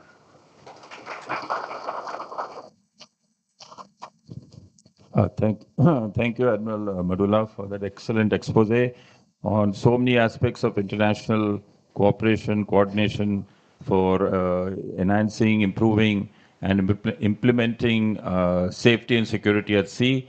He talked about the piracy incidents and how the navies of the world collaborated, and he gave a recommendation for what FOST as an organization can do going forward to further strengthen the Sagar and Mahasagar initiative of the Government of India and the Indian Navy. So more about that later, once all the speakers have delivered their talks. And now may I request IG Sharma to please take the podium and deliver his talk. He will basically talk about the role and responsibilities of the Coast Guard. It is a vast charter which covers a very vast canvas. So over to you, IG Sharma. Thank you, sir. Captain Anand Dixit, President IMF, Vice Admiral Pashricha, former CNC, Admiral Karve, Admiral Pawar, Rear Admiral Nadkarni, former flag officers, members of Maritime Fraternity, brother officers in uniform, distinguished audience, ladies and gentlemen, very good morning to all of you. First of all, it's a proud privilege for me to be here and unfolding what's the role of the Coast Guard in enhancing maritime safety and security. But having heard Captain Anand, Vice Admiral Pashricha, and also the CNC, what comes to my mind is maritime safety is a journey, not a destination. What I mean to say is that the methods and the efforts to ensure maritime safety demand constant revision and evolution to keep pace with the evolving exploitation of the maritime domain. Measures that hold good today may not be relevant tomorrow. With this, I intend to steer my presentation through the waypoints as flashed on the screen. Oceans as global highways serve as primary conduit for the transmission of political, social, economic, and environmental dynamics across the nations. In today's age of increasing globalization, safety in the Indian Ocean region has become more challenging and complex given the morphing and emerging threats to smooth flow of trade and commerce. In India, India's location is not only strategic, but also vulnerable. Therefore, the Indian Coast Guard plays a pivotal role and acts as an enabler of maritime safety. A perspective about Indian Coast Guard. India's evolving maritime needs during the 70s and our nation's advance in trade, energy exploration, and maritime activity, coupled with need of dedicated maritime security and law enforcement force, led to the emergence of Indian Coast Guard. The story of Indian Coast Guard is not just about the creation of a force. It's about a vision of a secure seas, responsible maritime stewardship, and a nation determined to safeguard its maritime destiny. Interim Coast Guard was constituted as an armed force for executing multiple missions, capable of acting as a first responder to any maritime emergency, and versatile to address emerging maritime challenges, albeit with a humble beginning of 7 ships. We have a unique character which is very distinct from any other armed force. The motto Vayam Rakshamaha, translated in English, we protect, aptly sums up the benevolent character converging on maritime safety. Centered on the broad pillars of maritime safety, security, maritime law enforcement, and marine environment protection, ICG undertakes its mandate based upon national duties and international obligations. Our area of responsibility extends to 11,098 kilometers of the coastline, 2.1 million square kilometers of the EEZ, and 4.6 million square kilometers of Indian search and rescue region. The duties entrusted upon the Indian Coast Guard are taking measures to preserve and protect marine environment, ensuring safety and protection of artificial islands, offshore terminal installation and other structures, providing protection to fishermen, including assistance to them at sea while in distress, prevention and control of marine pollution, assisting customs and other authorities in anti-smuggling operations, measures for the safety of life and property at sea and collection of scientific data, and enforcing the provisions of such enactments in the maritime zones. Since its constitution in 1978, ICG has been entrusted with multiple additional responsibilities as shown on the screen. The area of operations undertaken by the ICG are as shown on the screen. Concurrent operations have been the norm for the Indian Coast Guard due to ever-increasing responsibilities. In performance of our charters, the Coast Guard deploys almost around 50 to 55 ships per day, including and 10 to 12 aircraft for the aerial surveillance, so as to respond to dynamic maritime scenarios. In fulfillment of our responsibilities under international obligations, National Maritime Search and Rescue Board, with the Director General of the Indian Coast Guard as its chairman, and 32 national stakeholder and resource agencies as its board members, has been constituted. ICG is responsible for developing, establishing, maintaining, and operating search and rescue facilities for the maritime operations. Coordination of these operations is achieved through 3 Maritime Rescue Coordination Centers called MRCCs and 28 Maritime Rescue Sub-Centers called MRSCs, located across the coastal states and union territories of India. The MRCCs and the MRSCs are equipped with the state-of-the-art GMDSS equipment for coordination of SAR. This slide depicts the distribution and control of vast search and rescue region of 4.6 million square kilometers. The distribution of search and rescue alerts is controlled at the Indian Mission Control Center at Bengaluru, based upon set geographical boundaries depicted in the previous slide. ICG, along with a consortium of agencies which include Airport Authority of India, Directorate General of Shipping, the Army, the Navy, and the Air Force, funds for the operation of Mission Control Center and local user terminal. ICG contributes to the tune of rupees 15 lakhs annually for the purpose. ICG, in coordination with the IMCC, Bengaluru, also conducts periodic beacon exercises aimed to test and validate maritime search and rescue response mechanism, specifically using satellite-based distress beacons. Beacon exercise is meant for validation of systems, interagency cooperation and coordination, operational readiness methods to evolve coverage improvement, and check responses in the Indian search and rescue region. Accordingly, ICG has promulgated National Maritime Search and Rescue Manual, introduced initially in 2002 and revised as recently in 2020. This manual provides a detailed overview of maritime search and rescue structure in India, outlining specific responsibilities of the relevant stakeholders. Additionally, NMSAR plan, initially introduced in 2013, has been revised in 2022. It outlines India's search and rescue construct and associated responsibilities. Both these documents undergo periodic revision to ensure alignment with international procedures. Furthermore, a biannual newsletter named Sea Waters is also published, featuring SAR and MEDVAC incidents, trend analysis, and essential circulars to guidelines for the benefit of maritime community. To improve situational awareness within its area of responsibility and monitor vessel traversing in the Indian search and rescue region, INTSAR system, a voluntary ship reporting system, was implemented starting from 1st February 2003. Technologies like long-range identification and tracking and automatic identification systems are effectively utilized to reinforce search and rescue framework. To improve safety of fishermen, ICG has collaborated with the ISRO to develop distress alert transmitter, which helps in locating distress boats at sea.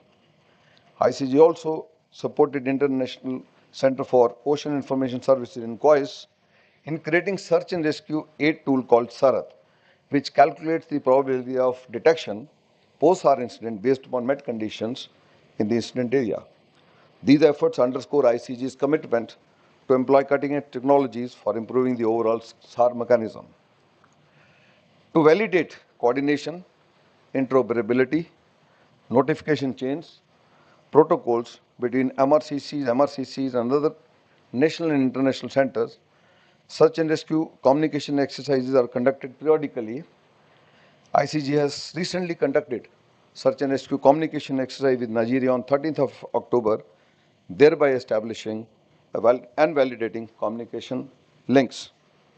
The Indian Coast Guard saves approximately one life every second day as per the statistics shown on the slide. I am glad to inform this gathering that India underwent the maiden IMO member state audit in February last year under the framework of IMO Instrument Implementation Code. SAR mechanism implemented by ICG through MRCCs was well appreciated and acknowledged by IMO auditors for the initiatives towards overall safety in Indian search and rescue region. Similarly, towards marine pollution preparedness and response, ICG has formulated National Oil Spill Disaster Contingency Plan and trained stakeholders at our pollution response teams. Till date, we have responded to 99 oil spills, with 3 of them being in the foreign waters. With a view to develop regional response capacity, Regional Marine Pollution Response Center, RMPRC at Chennai, has been established last year.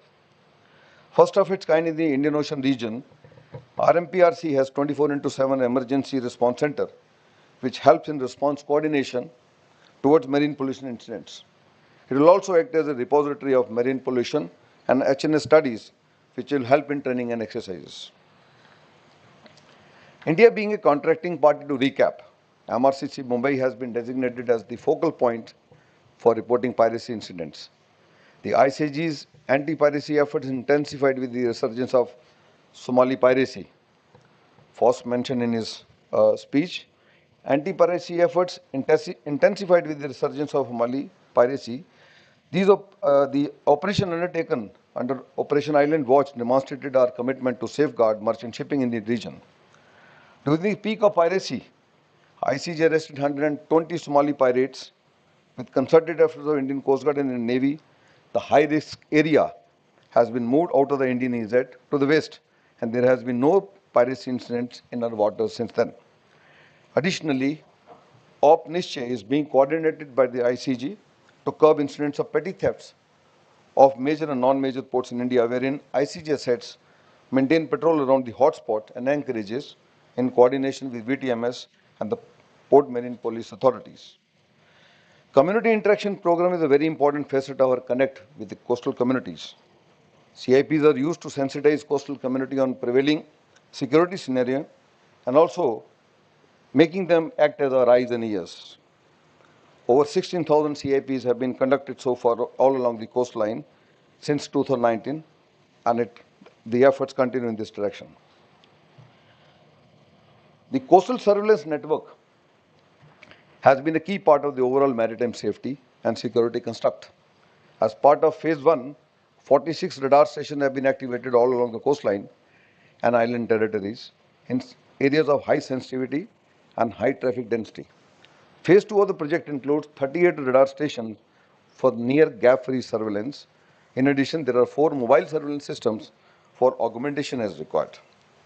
Harnessing the potential of CSN and other sources, vessels of interest are generated as shown on the screen. Use of advanced technology and AI for vessel behavior analysis are now deployed to detect anomalies.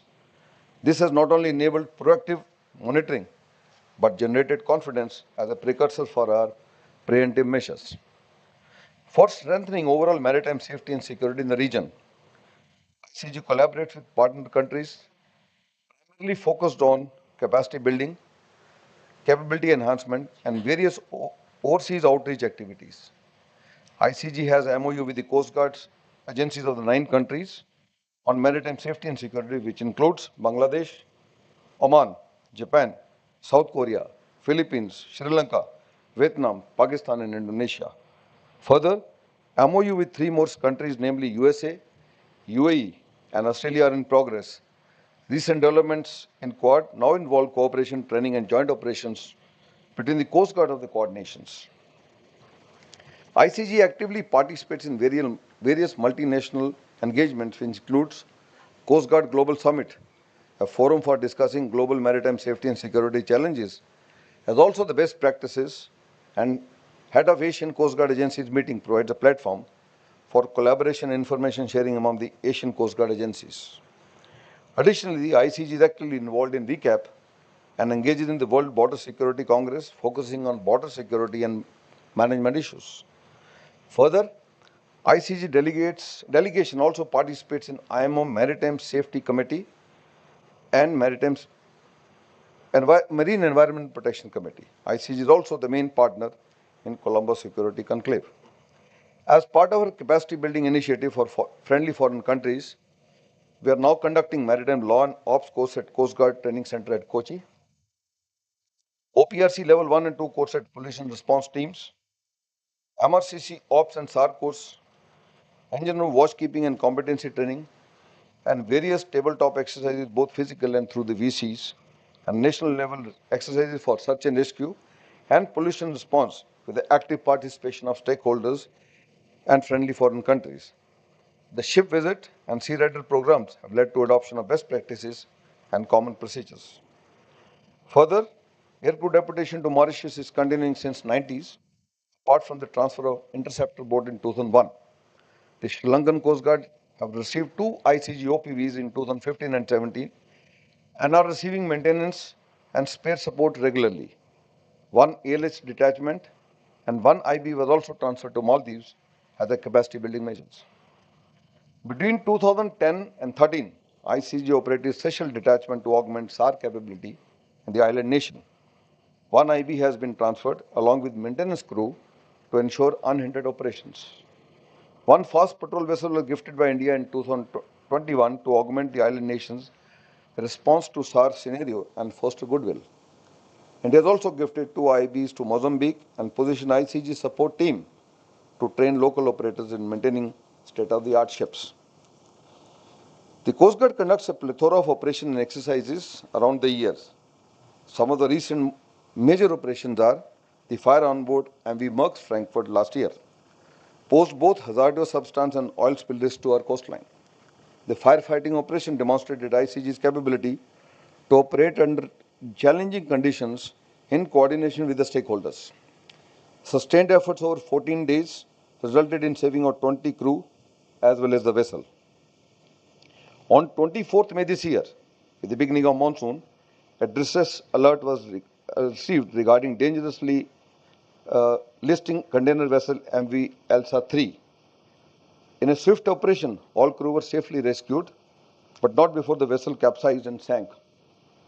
What followed was a massive effort to contain pollution threat of HNS cargo and oil losing from the wreck. ICG responded to dissipate the oil spill and ensured that no oil reached the shores.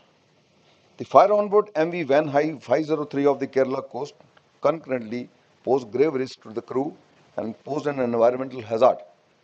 The firefighting operation, conducted in coordination with stakeholders in the Navy, Indian Air Force, and not only saved 18 out of the 22 crew, but also managed to keep the vessel afloat whilst ensuring her movement away from our coast. In continuation of our efforts, ICG conducted 11th National Search and Rescue Exercise of Kochi last year. The event witnessed one of the largest participation of 38 foreign observers from 28 countries, besides over 60 national stakeholders. Similarly, ICG also conducted 10th National Level Pollution Response Exercise of Chennai last month, with participation of 39 foreign observers from 29 countries, wherein the capabilities towards pollution response were showcased. These dedicated efforts have fostered international and stakeholder relationship for overall maritime safety and environmental protection in the region. Maritime Amrit Kal Vision 2047 lays down India's commitment to implement IMO's strategic directions as a growing maritime nation. One of the strategic directions relates to ensuring regulatory effectiveness. ICG is collaborating with the Maritime Administrator to achieve the set key performance indicators, also engaging in ocean governance, which includes meeting UN Sustainable Development Goals. In this regard, ICG has been in the process of inducting next-generation multi-role assets like HNS and oil pollution response vessels in its inventory. The Coast Guard is rendering a yeoman service to the nation, and this fact sheet of achievements bears testimony to our efforts. Our Honorable Prime Minister Shri Narendra Modi, has stated, and I quote, "Our ability to reap economic benefits from the oceans rests on our capacity to respond to the challenges in the maritime domain," unquote. Before I conclude, I would like to reiterate that Coast Guard is well poised to fulfill the mandate and be an effective instrument for leveraging India's maritime potential, realizing the vision of blue economy, meeting national obligations under IMO treaties and the laws of the seas. Jai Hind. Thank you so much. Thank you, IG Sharma, that in a very short and crisp manner you covered the very broad canvas of all the roles, responsibilities of the Coast Guard. As you've seen, it's a very important organization in the maritime domain for safety, security, firefighting, environmental protection, and whatnot, including anti-piracy. And we will talk more about this later.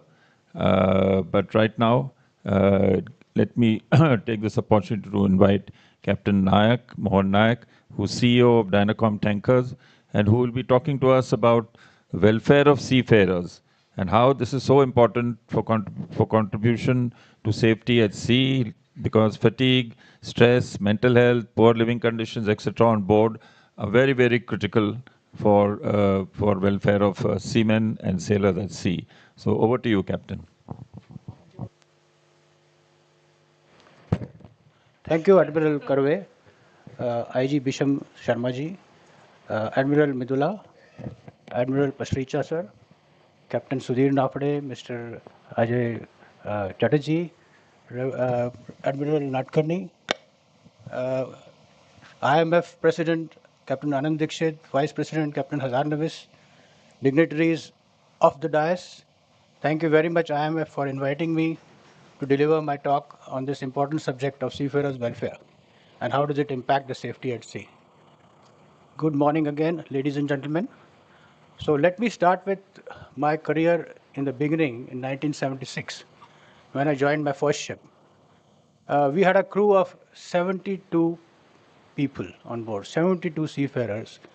The ship was 125,000 deadweight.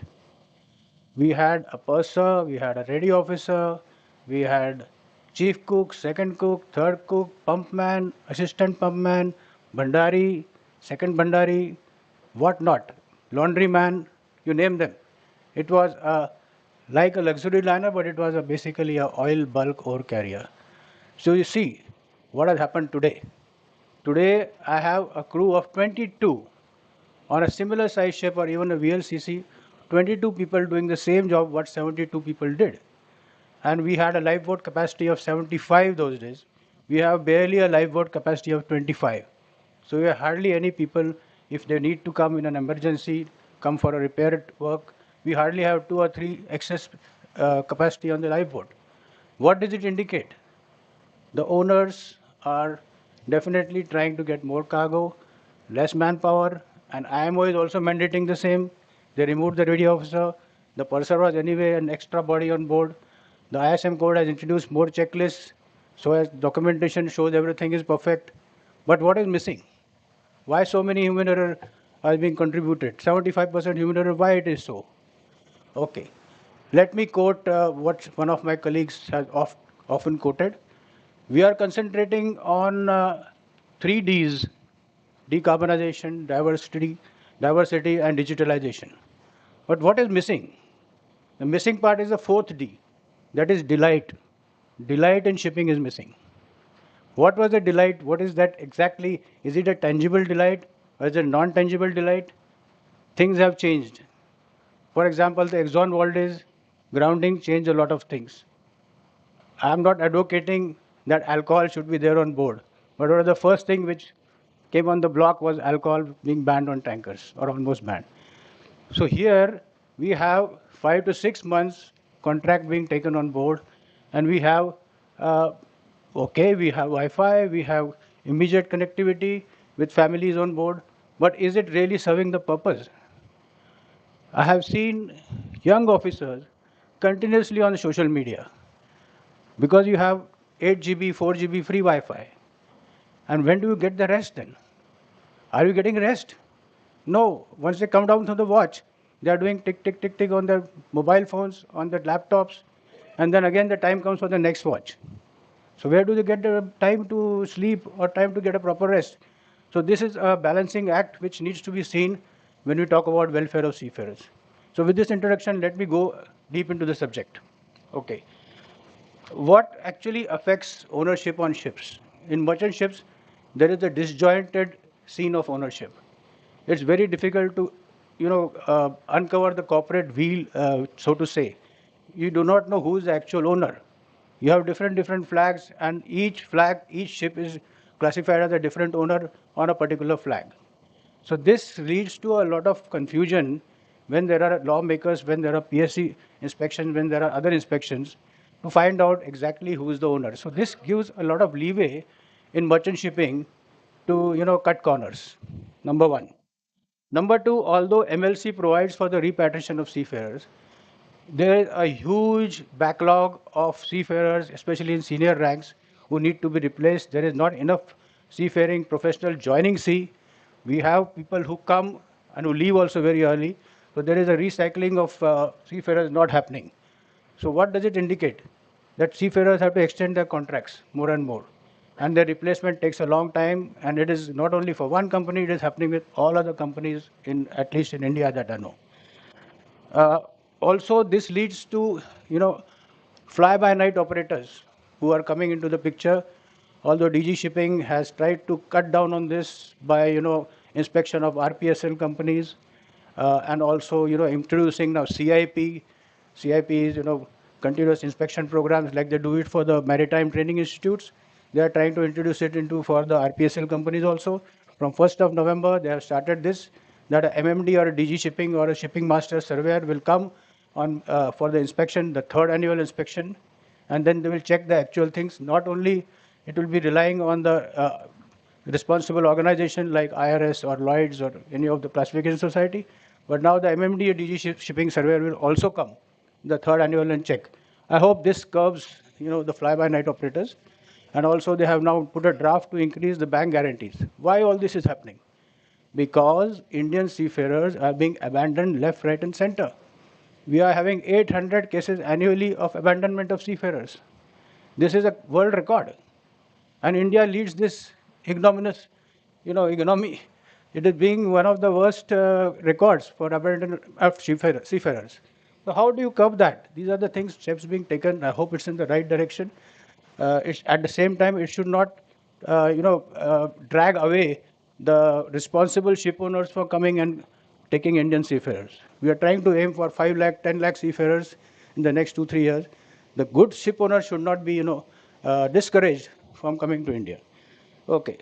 Number three, there has been also incidents of seafarers going for on ships which are some different flags. I don't want to name the flags. There has been DG Shipping themselves have said that certain flags, COCs will not be accepted, certificates of competency. Why? Because they don't pass an exam for those COCs. They just buy the COC. There are flags like that. So this is a very, very big safety hazard. You have a bosun who was sailing on one ship, and the very next ship he becomes chief officer. Forget about third mate, second mate. Straight away chief officer. From pumpman he can become captain. Flag has given a certificate, and that certificate is sailing. So isn't this a recipe for disaster? There has been an incident of an asphalt carrier sinking in Arabian Sea about 3 years back. And they saw the certificate. The flag was some, I don't want to name it again, some Belize something. And they found that the chief mate had no knowledge of stability, and asphalt carriers have a big problem with stability. And the center of gravity went haywire, and the ship capsized. Luckily, there was no loss of life. Again, thanks to Indian Coast Guard, they had saved in that particular incident. So, these cases are increasing. We have to see what we can do. So the curbing these fly-by-night operators and these flags, which are giving certificates for a payment, this should be stopped. Now, coming back to other aspects of welfare of seafarers is shore leave. In our own country, Indian citizens are denied shore leave. Isn't that a paradox? And in some cities, some ports, they are asked to come back by 10 p.m. all in the name of ISPS code. अरे भाई ISPS code इतना हुआ है कि वो लोग Indian citizens को भी आप छोड़ रहे हो उनको वापस आने के लिए. So you have, this has to be, looked at it. So recently there was an Indian National Maritime Board meeting where these topic of shore leave were taken up, and they decided, the Home Ministry, the External Affairs Ministry, all stakeholders were representing. So this was one point which was taken up, and we were promised that a shore leave factor will be taken into account. So one good thing is they are looking at seafarers from a different perspective than what it was being done a few years ago. Even in the immigration now, at least in Mumbai airport, you have a separate queue for seafarers and COC holders. Step in the right direction. It's one other point that they have spelled seafarers with an extra E. So, so you have to correct them. Okay. Okay, let's come to human error. Much has been touted about human error. Human error has been a significant factor in maritime accidents, contributing to 70 to 90%. So a crew which is fatigued, stressed, or unhappy is more likely to operate a ship in an unsafe or dangerous manner. And this has to be looked at how the seafarer's welfare will be taken care of. So my next topic on this particular subject will be fatigue and insufficient rest. But apart from that, we also have stress and mental health issues, poor onboard living conditions, harassment, bullying and isolation, occupational accidents and health problems, lack of access to proper medical care, especially during long voyages, and things like that. Connectivity with the shore also. So here, before I come to the main heart of the topic is about fatigue and mental health, fatigue and insufficient rest. I would like to talk about this Wakasho incident also, about which Coast Guard has also said about it. So in this case, this was a ship which was maneuvering close, long voyage, China to Brazil, I think it was. And there was a party going on board, and they wanted to have a signal of for the mobile. So the master ordered the second mate to come close to the coast of Mauritius. And they came very close, and finally they ran aground. Even without proper charts, they went close. And the ship was mostly manned with Indians. Master was Indian, and the second mate who was on watch was a Sri Lankan. So now the final report has come out, and with the videos and the recording, it was shown that there was no proper lookout, there was no proper watch keeping done, and that's how she ran aground. She broke in two, and there was a spillage of bunkers because it was an ore carrier, so there was no much oil, but it was spillage of bunker. So this was a very, very unfortunate incident. Again, why? What was the main aspect? Root cause, looking for a mobile signal. If you had provided proper Wi-Fi at that time, this welfare aspect would have avoided such a huge, big accident. Luckily, there was no loss of life. On the other hand, you have the Dali incident where paperwork, you're putting checklist, tuck, tuck, tuck, tuck, tuck. ISM code says this much paperwork has to be completed, everything is being shown, and they very well knew, the ex-crew knew that there was a problem with the electrical circuitry, there was a problem with the power generation. The blackouts had happened very often there, and what is that, Murphy's law or something? Something has to go wrong, will go wrong, and that's how the ship collided with the bridge, huge disaster. 6 people who were working on the bridge, they lost their lives. Still the case is ongoing. Again, who are the people who are manning the ship? Indians, all 22 Indians. So we have to be careful about this. What are we doing about it? Sometimes we are just, pushing under the carpet these things. We have to look at it in the eyes and try to see what is the solution for this. Okay, let's come to the main topic of mental fatigue. So there is an alarming indication. 69% of seafarers report symptoms of mental fatigue and burnout. This particular subject was researched by ISWAN, the International Seafarers Welfare Association. ISWAN did this research in as nearby as 2023, and they attributed 45% due to poor sleep, and 25% admit making mistakes due to tiredness. So there is something here.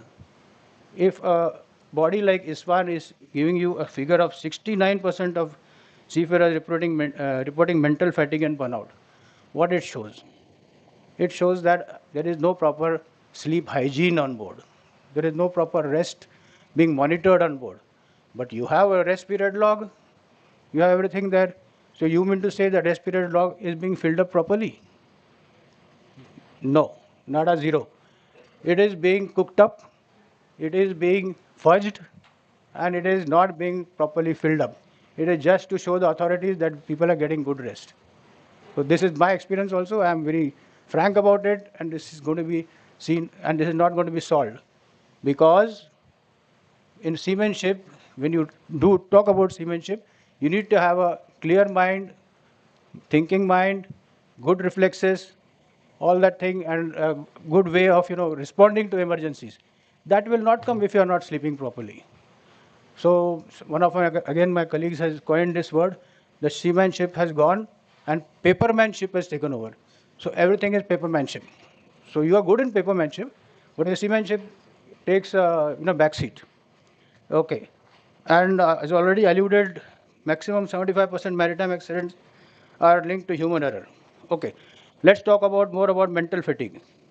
Long hours and irregular shifts, isolation from family and friends, monotonous routines and confined spaces, high stress work environments, interrupted or poor quality sleep.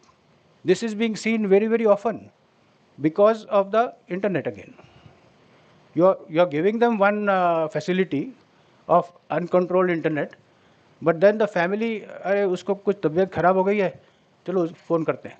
They realize that guy is just sleeping or he's just off watch, they'll call him. And then he gets disturbed, leads to mental disturbance, leads to lack of sleep. What watch is he going to keep? So it's a very fine-edged sword. You give some facility, but then this is misused also. So the person who is doing that should be taught about, and he should have a self-discipline also to, how to not misuse this facility to the detriment of not only his health, but of the health of the full crew and the cargo. So what is the consequences because of this mental fatigue? Cognitive impairment, which leads to diminished decision making and attention, emotional distress, irritability, anxiety, depression, and burnout. Next is reduced performance, slower response times, errors, and reduced productivity. Then we come to the most important one, which is being seen. These are chronic health issues, higher risk of heart disease, weakened immunity, and metabolic disorders. So some practical solutions for this is enforce MLC 2006 rest period, rest hours compliance strictly by our stakeholders. Easier said than done, but this is the most important thing, that you don't fudge rest period records. Use fatigue monitoring tools provided by the company. International Shipping Federation has given this in a book called Watchkeeper, ISF Watchkeeper. What are these fatigue management tools? Mental health access, raising awareness among seafarers and ship management about the causes and consequences of fatigue.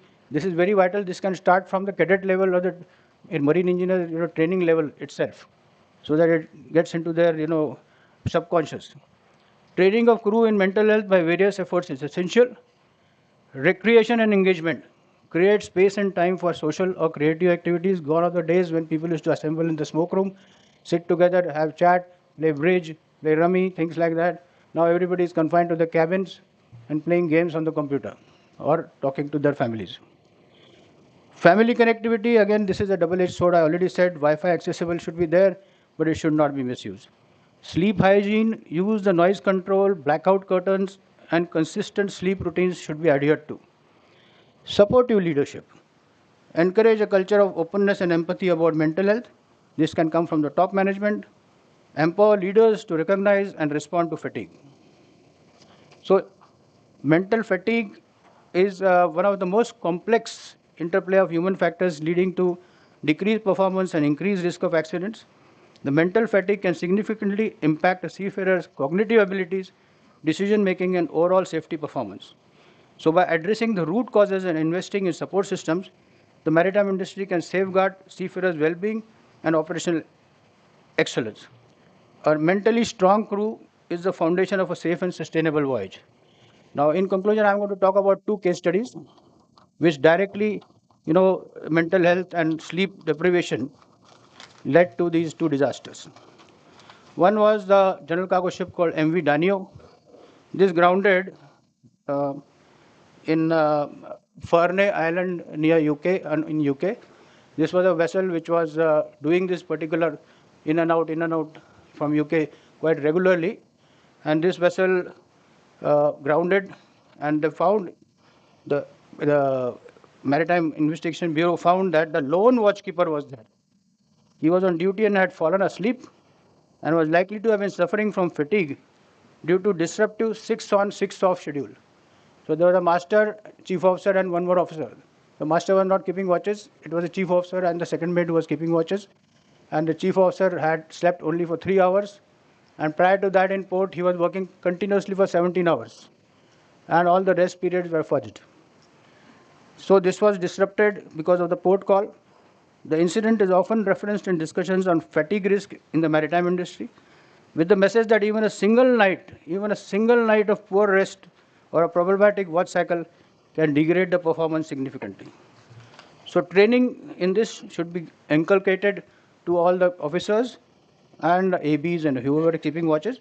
Watch schedules that do not allow adequate restorative sleep combined with interrupted rest significantly raise the risk of lapses, errors, and accidents.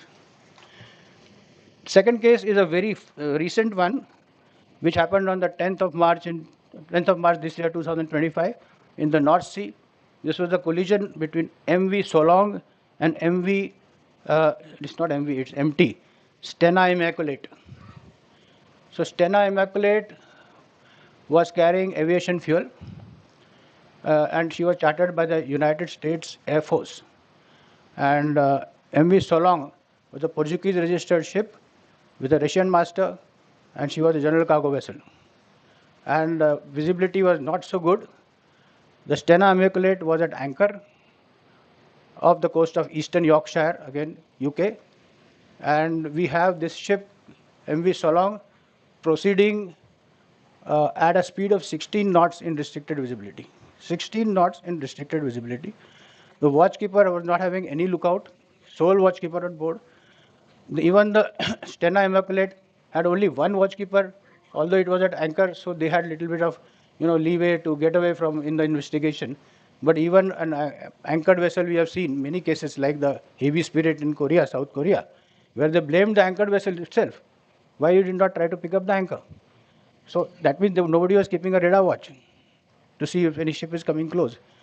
So this particular Sholong came and collided at 16 knot speed at a course of 150 on the port side of Immaculate, Stena Immaculate. And huge explosion because aviation fuel, and you had containers which were carrying alcohol on Sholong. And that also caught fire. This caught fire, explosion, loss of one life only, but that was also a miracle, only one person died. There were two ships were stuck together for many hours or so. After that, they came apart, and the investigation revealed that watchkeepers were not rested. They had been fatigued. There were some also theories about third party and sabotage and all, because there was a Russian master, but all that has not been proved. Okay, it was basically due to non-rest periods or rest periods not being adhered to properly. They even are the blame is also on the ship which is at anchor. It is not 100% not to be blamed. They will also be blamed. It is an ongoing process. So far the full investigation has not come out.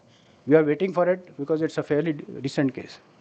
So with this, ladies and gentlemen, I'd like to rest my case about how fatigue can impact the safety out at sea. Thank you very much for giving me this opportunity. Thank you.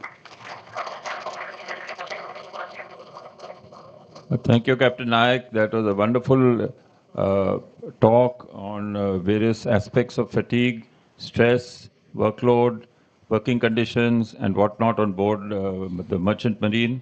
And these things are indeed very true. And unless we take care of the welfare of our men on board the ships, I think these kind of disasters cannot be averted. So that brings us to the end of the three very interesting talks by our speakers on the panel today. And I thank each one of them for having prepared so well and giving and delivering their talks on the subjects that they spoke about. So we do have some time, but before I open the house for question and answer sessions, let me just summarize very quickly in a nutshell what speakers have conveyed to this audience today. Our first speaker today, Rear Admiral Madula. He's a Flag Officer Sea Training. We are all aware.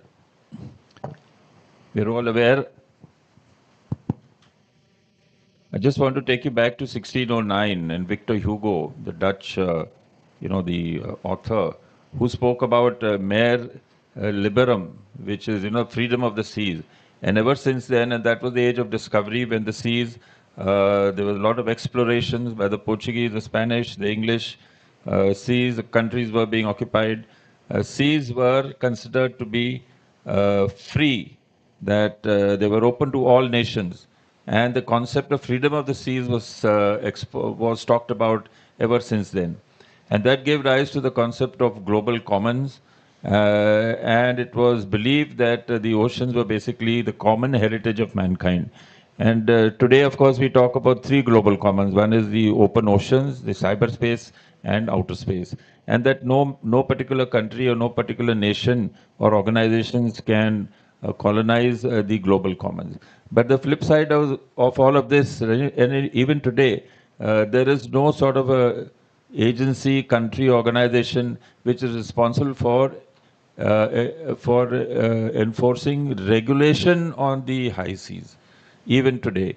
Yes, in the up to the EEZ, we do have the coastal nation, but beyond that, there is no particular agency, and that gives rise to various incidents of safety and security. You have anti-piracy, you have piracy incidents, you have safety incidents on the high seas. Of course, you do have it in the other parts of the ocean as well. But the fact that there is no regulation is one of the reasons. And therefore, it is very interesting and very important that we have talked about navigation and operational safety today, because despite all the automation, despite all the advances in technology, we continue to have, and we have, Captain Nayak alluded to specific instances of navigational instances where people have lost their lives and ships are also lost.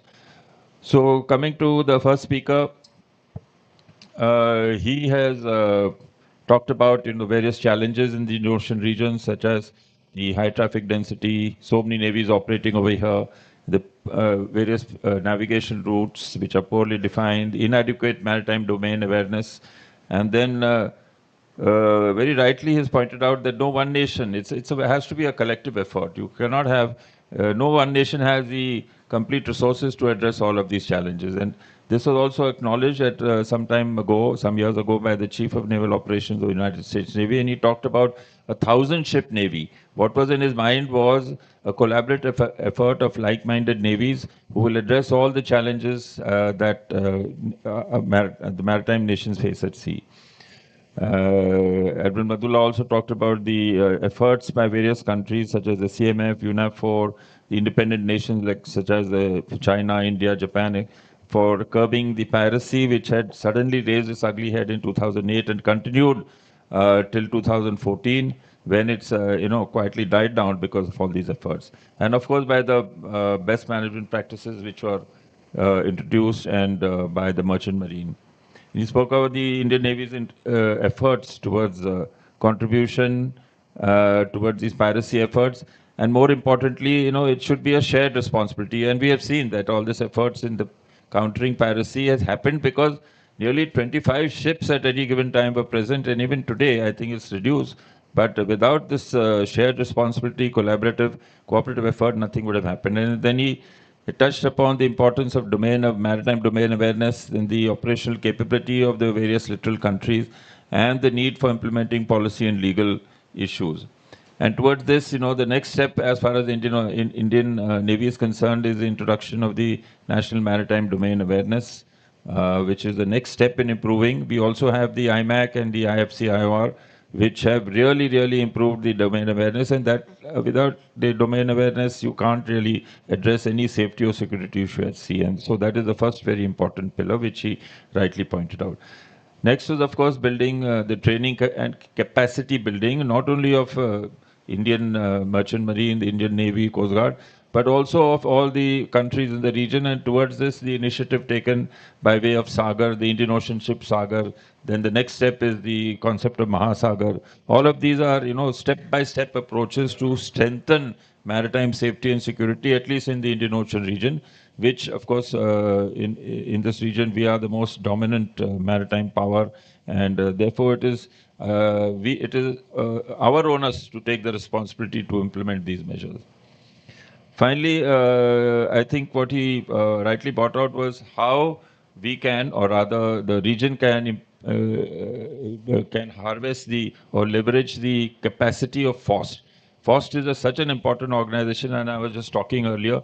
We have how was FOST set up in India? And we have Captain Pasricha, commanding officer of the commissioning commanding officer Virat, and Virat was the first Indian naval ship to undergo training by FOST UK, and I was part of the crew under him as a very young officer. He was our captain. And we underwent for the first time after independence the sea training at Plymouth and Portland. And I would say, and that was a 3-week workup by FOST UK. And in my entire naval career, I do not recall any kind of training that was as robust, that made you feel so confident at the end of that. It was trial by fire. We were put through such a hard regimen, but at the end of it, we still, till to date, I can get up in the middle of the night if somebody shakes me up and shouts fire, fire, fire. I can go blindfolded even today and do the right things. That is the level of training, safety training. And it was only safety training for 3 weeks, the full ship. Captain Prasicha is here, and it was a fantastic, wonderful experience. And that gave the impetus for setting up FOST India today. And FOST will agree with me. It is the most relevant organization today in the Indian Navy because of the safety standards. It has improved safety standards. In addition, we have the iron safety team, which has been subsequently set up. Also because we felt that there were far too many incidents of failure of safety in the Navy, and we felt that something more had to be done. So iron safety team has been set up in Kochi, and it is now doing its job, what it's supposed to do. The second speaker we have Coast Guard IG Sharma, and he spoke extensively about the excellent work being done by the Coast Guard. Initially, Coast Guard, when they were set up, had old second-hand ships from the Navy which were given to the Coast Guard, and a lot of officers from the Navy also joined. But over the years, they have matured. They have now very modern ships. He was talking of the pollution control vessels, which are going to be commissioned very shortly in the next 2 months. And capacity building of the Coast Guard, capability of the Coast Guard has improved dramatically over the years. And you've seen the incidents of fire and collision and grounding, etc., which they have addressed. Of course, these incidents which are happening close to our coast, but nonetheless, today we have the capacity to address that. We've not reached the desired level because of mainly, I would say, because of capacity constraint, not because of capability, but with the capacity of number of ships, aircraft, etc., which will increase in the coming years. I'm sure that this level of safety and response to pollution, etc., will further improve. But at the heart of it is the capability achieved due to training, and that is a very important thing. And Coast Guard, like the Navy, emphasizes a lot on training, and they have their own training institutions, and particularly for safety and SAR.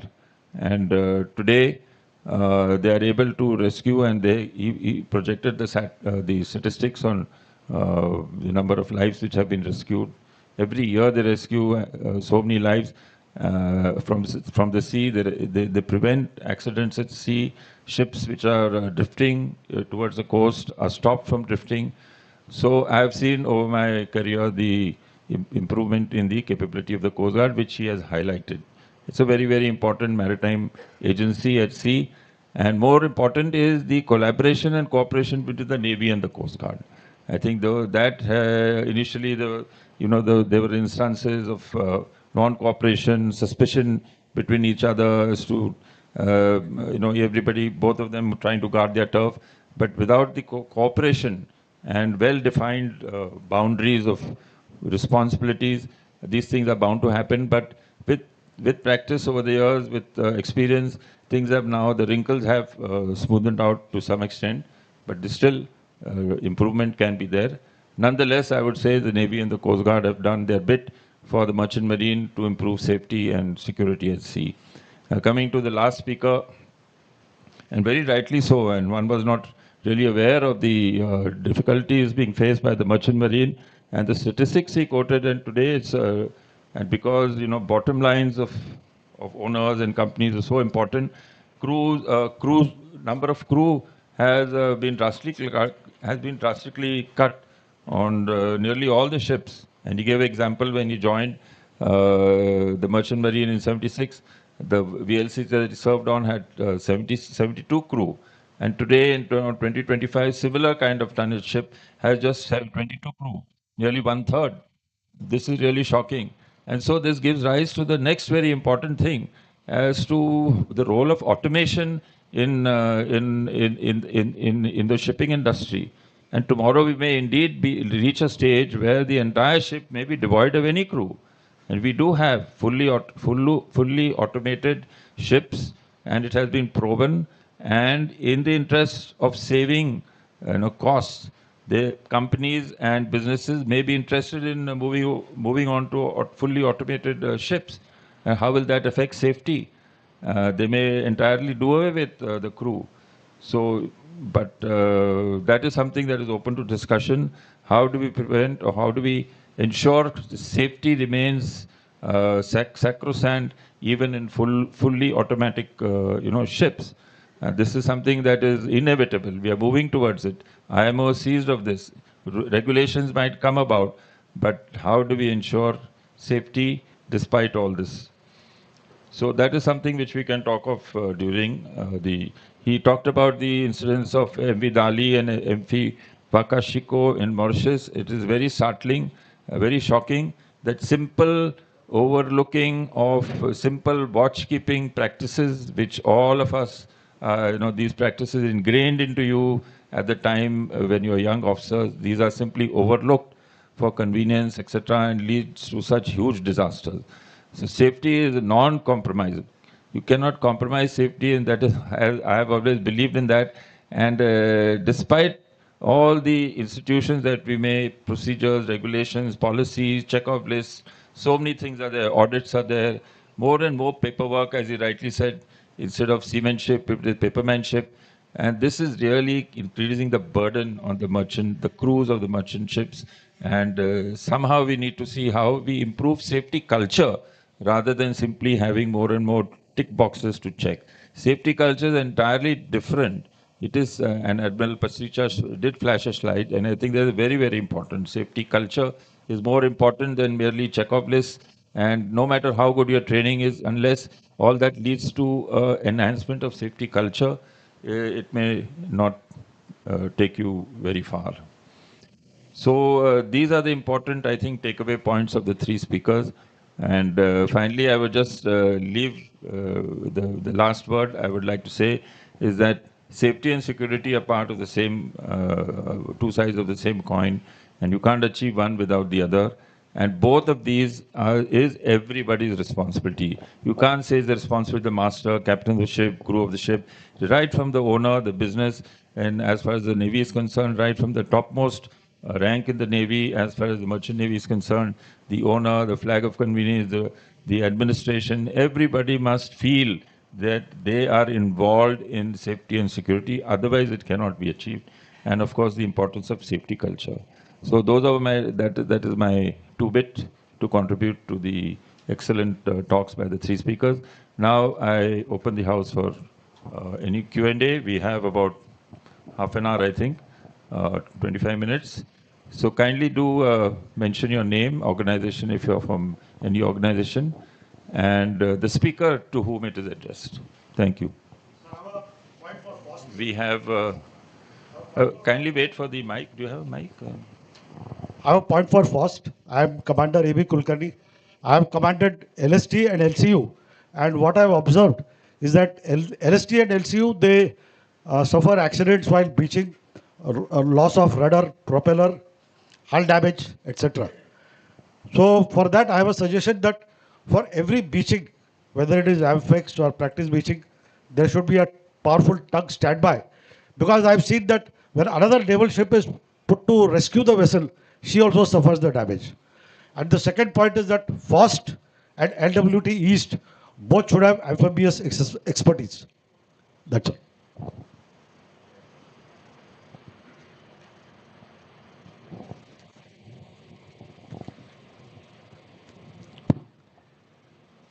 Yes, I think both these points are absolutely relevant. As you're aware, the one of the workup teams, LWT East, is now re-nomenclatured as the Warship Workup Team Vizag, sir. And they cover the amphibious workups at the ANC also. So from the lessons we've learned based on the incidents that have happened, in whichever beaching activity that we carry out at least during the FOST workups, as also otherwise also, tug is always kept standby. And we have had occasion to use it. So definitely it is part of the SOP now. And coming to the second point of having officers and crew from with amphibious background for the workups, that is again an SOP that we follow.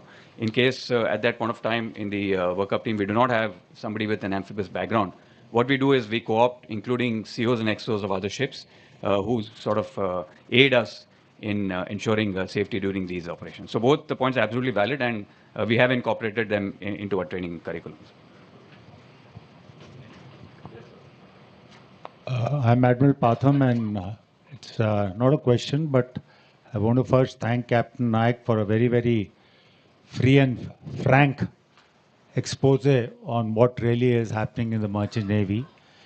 And it's indeed a matter of great concern because maximum amount of traffic at sea is the merchant marine. And so much depends on that. All our trade is through that. The Indian Navy, which is conducting this, is a very small minuscule of it.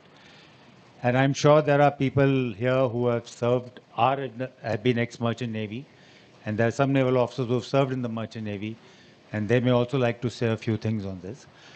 I speak now because my son is a chief officer on a CNG carrier, and of course he's in a foreign line ship. So I found a certain amount of between what you said and what I subject him to, because I question him every time he comes back. So he tells me that they are very stringent, control. First and foremost is that earlier, which used to be 6 months on and 6 months off, is now being cut down to just 3 months on and 3 months off, plus minus 1 month. And yes, as you rightly said, the number of crew on board is very restricted, and a lot of load comes on each and every one of them, especially the captain. So much so that officers, even though they may be qualified, do not want to serve as captains. Because the captain, invariably, master, is sitting down below and he is being given the full responsibility of not only being responsible for the entire ship, but also for ensuring that if every crew has to be repatriated to organize his visa, his travel, and stuff like that. So it is indeed a matter of great concern. But having said that, is it not something that has to be taken into account in the greater sense that this is addressed properly?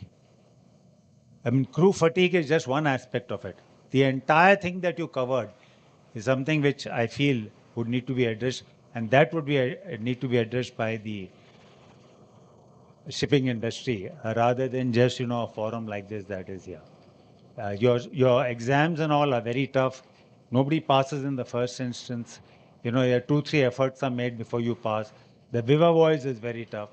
And he tells me about, ex-Navy officers who go and join up and sail as masters or undergo the various refresher courses and how tough these courses are. So I just found that, I got the impression after talking to him that the standards were very, very stringent. And to be told that, it is really not all that and, there's a lot of leeway and that's how a lot of accidents are taking place is indeed a matter of grave concern. But thank you very much for, being very free and frank about it. Thank you. Thanks, Admiral, for those candid points which your son has told you. As I said in my talk, that there are different kinds of owners. You have fly-by-night owners, and you have owners who are responsible, who will take decision of even stopping the ship so that the people get proper rest hours. There are some owners like that, but they are in a minority.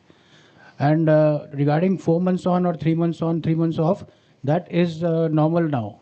But the thing is that these periods get extended because the relievers are not there. Whatever anybody may say, it takes time, especially because the merchant shipping is expanding exponentially. Each big company is having so many ships on order. So we have various various owners and various flags, and they have their different standards. So there's all stakeholders are not on the same page, so to say. Okay, thank you, Captain Naik, for providing that clarification. I think we have a question here. If you could kindly limit your question to a question. And Mike, please, Mike.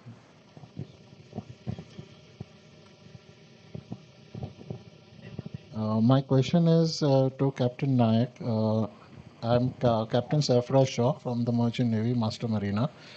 The main issue about manning the ship is the ship's safety manning certificate. Now, all the violations take place because of that. Because you have a master, two watchkeeping officers, chief engineer, two engineers, one viper, one boiler, two ABs, and many times ships are forced, sometimes due to, like you're saying, constraints. We are sailing on this safe manning thing. So, do you think this safe manning certificate should be amended to be concurrent with the actual manning?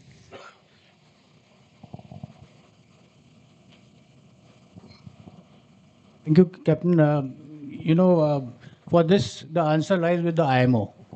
They were the people, all the governments put together, they decided that we don't need so many people. And India is a party to IMO. So we have to follow the same, what they dictate.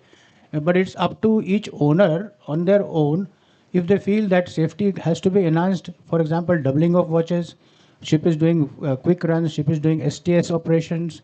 For that, you need extra officer. You have to put. So that is again the responsible owner, the responsible DPA, designated person ashore, should take that decision. But IMO is the lowest common multiple. You have to go higher than what they are saying. So it depends on what flag is going to tell you, what your port is going to, PSC is going to tell you, and what your decision is going to take. So I think we have a retired former nautical advisor with us and the chief surveyor to the government of India, again retired. Maybe they can throw some light on this. Thank you. Commodore Malhotra here. So,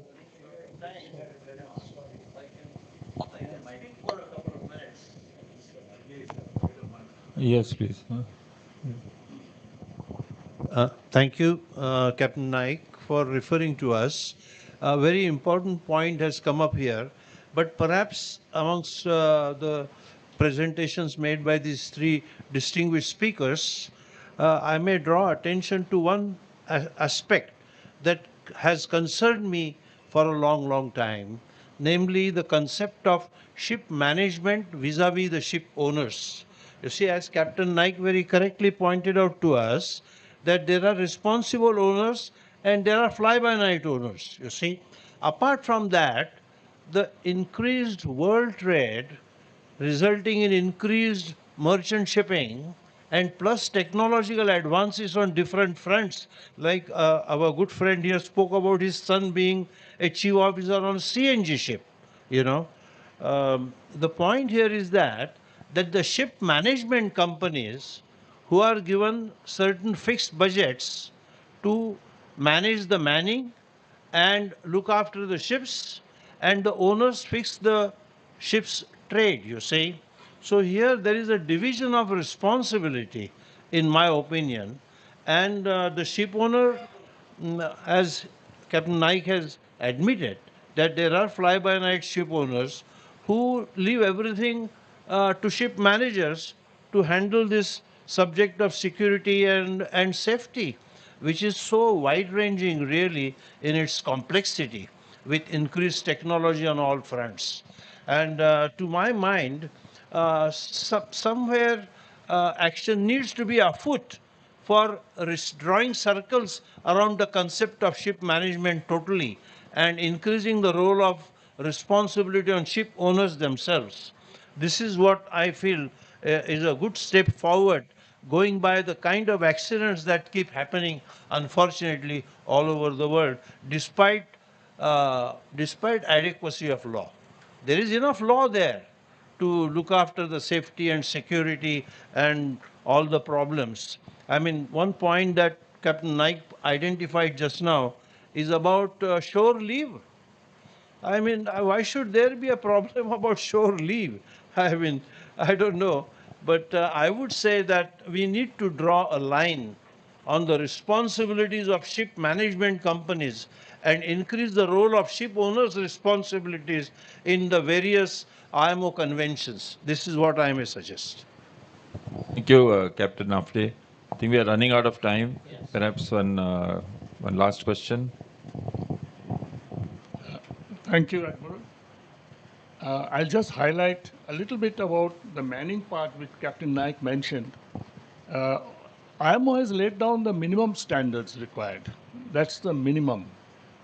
But they have not said that you can increase your manning. That's up to the owner, as he rightly said, owner and operator. One concept is you have safe operational manning. Safe operational manning means two ships, let's say two similar ships, one on long voyage and one on short voyage, a tanker. Actually, the one on a short voyage, the officers and crew, they get much less time for rest because by the time they finish discharging or loading, it's time to sail, and within 2 days he's in another port. And again, discharging, loading. So the solution was you have a separate crew, shore-based crew, who take over the loading, discharging operations so that the officers are not stressed physically and they have time to rest. I have seen this in a large container shipping company where all the container loading, discharging is done by a couple of experts from shore. They come and more or less take over the entire operation.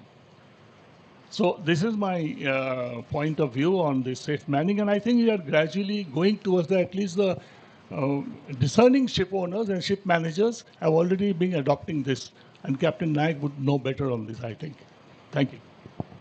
Thank you. I think we don't have time for any further questions, but before I close, I would just like to invite Captain Kiran Joshi, who's in the audience, and he would want to convey special thanks to FOST, Rear Admiral Madula, because Captain Kiran Joshi was commanding the SCI VLCC Desh Vaibhav in 2019, and during his voyage through the Straits of Hormuz, Admiral Madula was CEO of Trikhand, who escorted him in Op Sankalp, and he would just like to quickly say something to Admiral Madula. Captain Naik, are you there somewhere?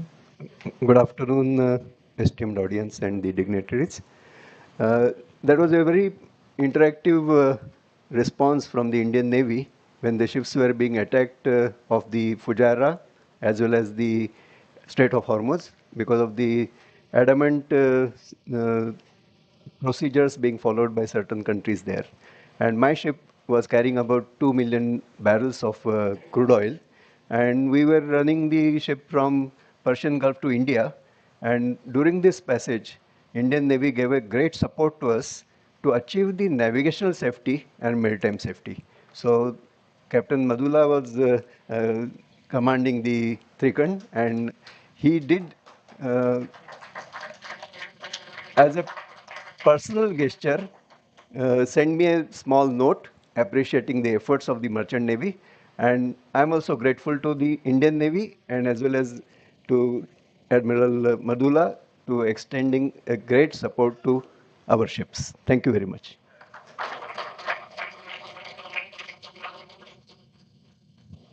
So I think with those, with that excellent example of cooperation between the security forces, and I would also include in that our good friends of the Coast Guard, we have been at the forefront of ensuring safety and security for our brothers, our brother mariners, seafarers. We are all seafarers. And I think without this kind of cooperation, it is not possible. And I think the message to be taken home today is that all mariners must unite together and solve each other's problems.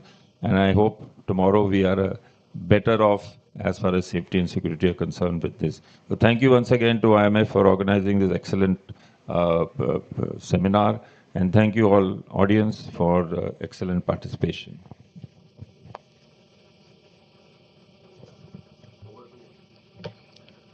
With that, we come to the end of session one. I would like to thank the moderator, Admiral Karve, as well as all the speakers, Admiral Madula, IG Sharma, and Captain Naik, for having given their respective perspectives, that is Navy, Coast Guard, as well as the Mercantile Marine. And I'm sure that all of you must have found it to be a very interesting and educative session. May I request the President IMF to kindly give the mementos to the speakers and the moderator.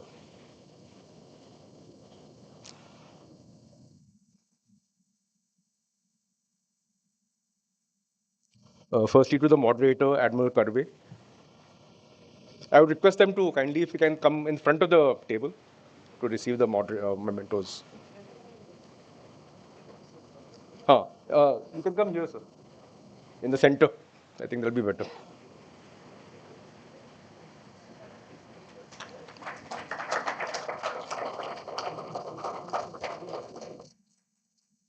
Admiral Madula.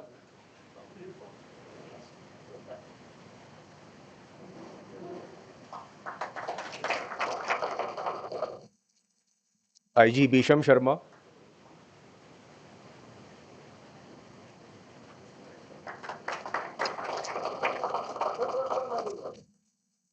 And finally, Captain Mohan Naik.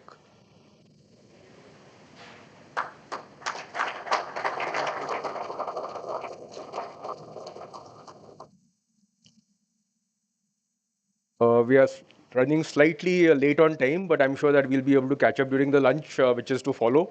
So we'll adjourn now for lunch and we'll reassemble here at 1:25 p.m. Thank you.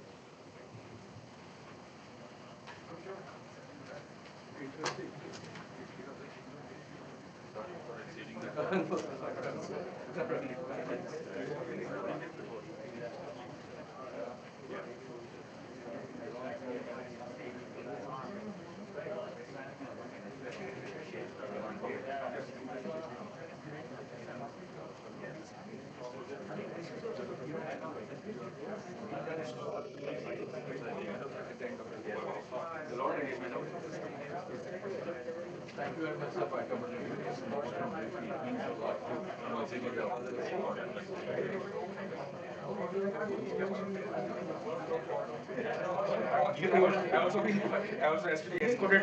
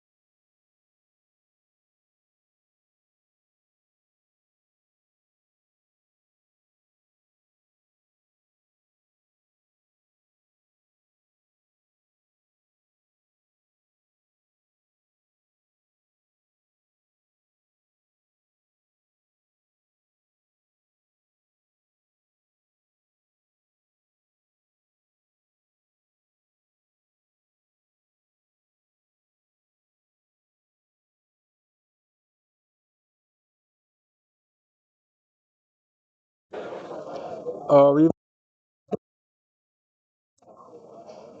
and that covers the topic ship stability and hull design stroke maintenance. For that, the moderator is Captain Sudhir Nafde, who has been the former nautical advisor to the government of India. May I invite him to the table, please? And the three speakers for the session will be Rear Admiral Sujit Bakshi, who's the Director General of the Warship Design Bureau. Along with him, we have Commodore Sumit Chidore, who's the General Manager of Refits in the Naval Dockyard, Mumbai.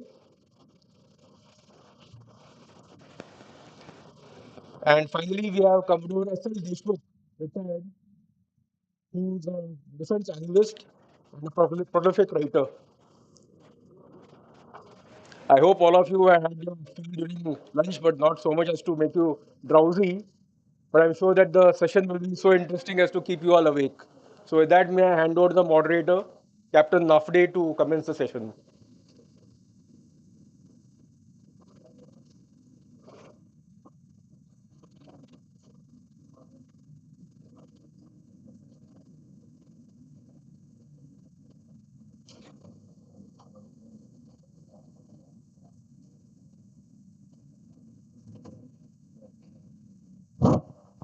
Good afternoon, ladies and gentlemen. I don't see ladies around, but that's all right. Uh, I understand that the post-lunch sessions are somewhat easy to moderate, and the menu of the lunch has been excellent. So my task hopefully has become a little easier. And my colleagues here have made it further easy because I come from the hardcore insiders of the Merchant Navy, and Rear Admiral Nadkarni has allotted hardcore insiders of Indian Navy. So, so that has made matters hopefully simpler for me. Actually, I am on a learning mission by being the moderator, and at the outset, I would like to congratulate because I have been given only 5 minutes to sort of make preliminary remarks. And having made my preliminary remarks about my colleagues, I would like to congratulate Admiral Nadkarni, my friend Captain Anand Dixit, for the excellent arrangements for this seminar. The pains that they have taken in bringing out the booklets and the meticulous care that they have exerted in all directions, I like to congratulate them. It's the model of a seminar, really. I happen to be associated with CMMI, and I'm also associated with Institute of Marine Engineers to some extent. And of course, I'm with IMF ever since IMF was founded by my late friend Rajan Veer. So I'm very happily placed, Admiral Nadkarni, today. Having said that, we don't want to misfire on timings. I have been allotted 1 hour. I have 3 officers from Indian Navy. I have no doubt that they will observe the time frame, and we can start with the very first speaker. Um I'll go by the subjects. Warship design, I think, Rear Admiral Bakshi. May I request you to take the floor?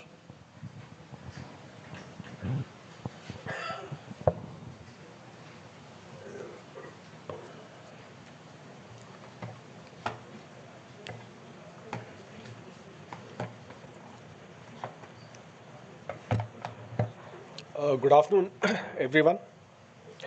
Before I begin my today's talk, I must say that I am filled with sense of gratitude, pride, and eagerness.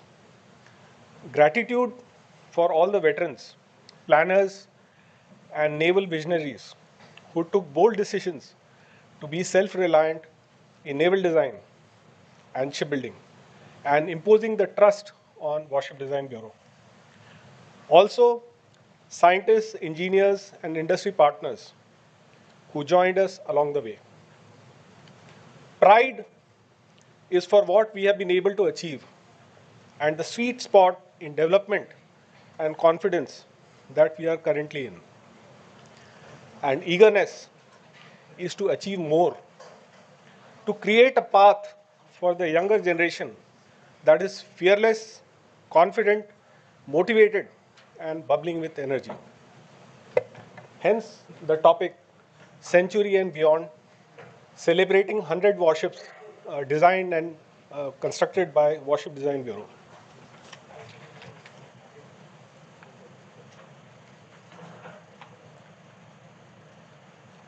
Captain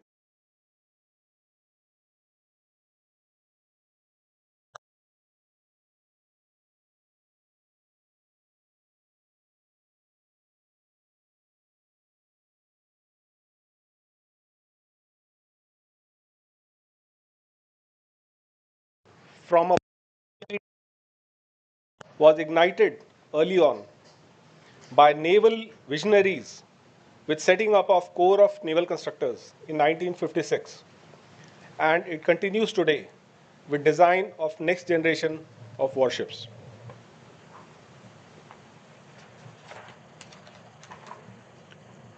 Our journey started very early with design of INS Ajay and INS Darshak.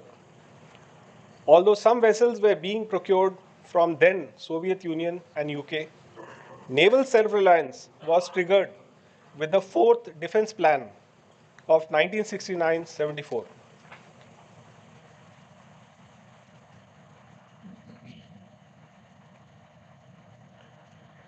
With more than 20 indigenous warship designs and 102 vessels delivered, from small craft to weapon-intensive platforms and aircraft carrier, the Bureau stands as the beating heart of India's naval innovation and sovereignty. Even as India's commercial shipbuilding industry was battling headwinds, our naval shipbuilding efforts have kept our will alive, our skills honed, and our confidence unwavering. Each warship embodies India's relentless innovation, unwavering sovereignty, and growing national pride as the story of self-reliance sails forward.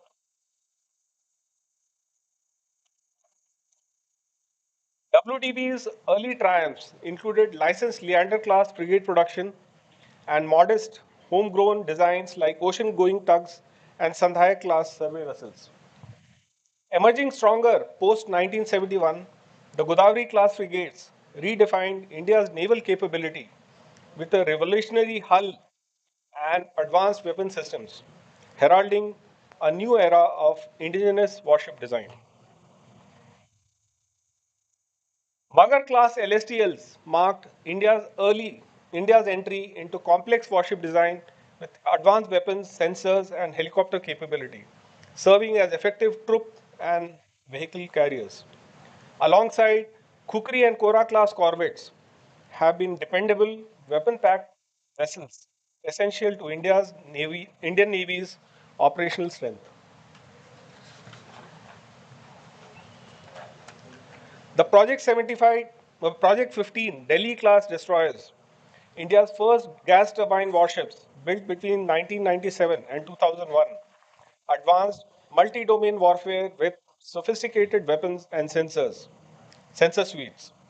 Following them, the Brahmaputra class introduced indigenous combat data systems, and the Shivalik class frigates pioneered stealth, automation, and integrated fleet command capabilities, marking key technological milestones.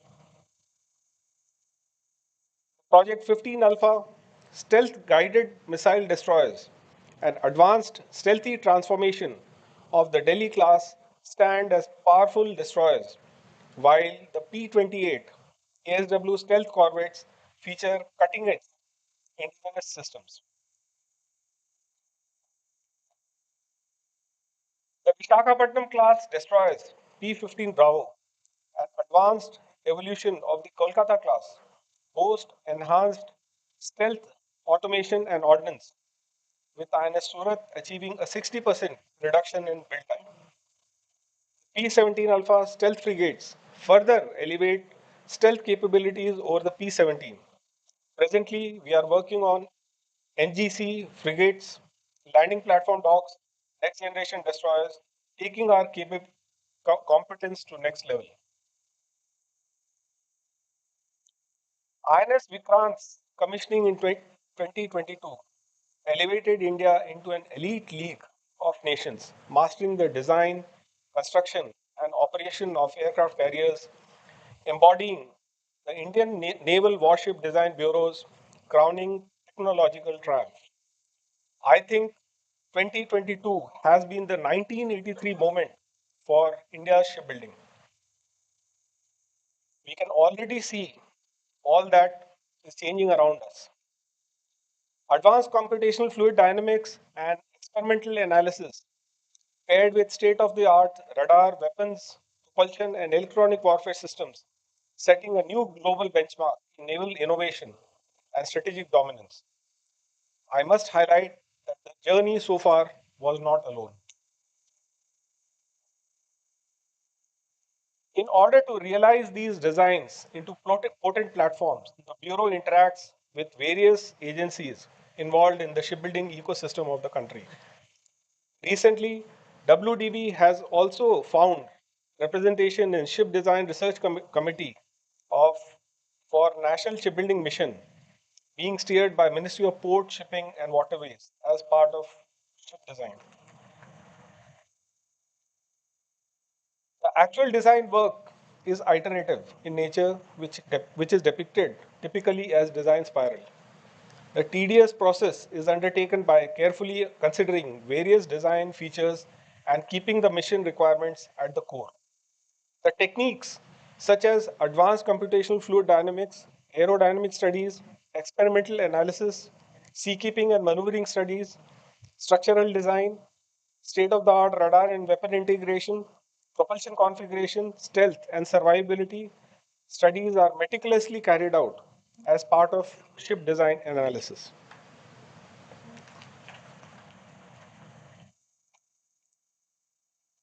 Our core ethos of self-reliance drives the relentless pursuit of surpassing existing capabilities by maximizing indigenous content and deepening technological expertise.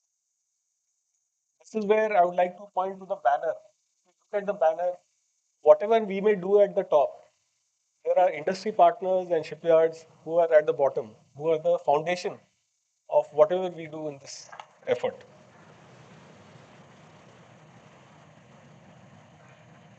The Bureau is pioneering the integration of manned, unmanned naval operations, integrating autonomous platforms such as unmanned surface, underwater, and aerial vehicles for multifaceted roles, including surveillance, anti-submarine warfare, and technical reconnaissance.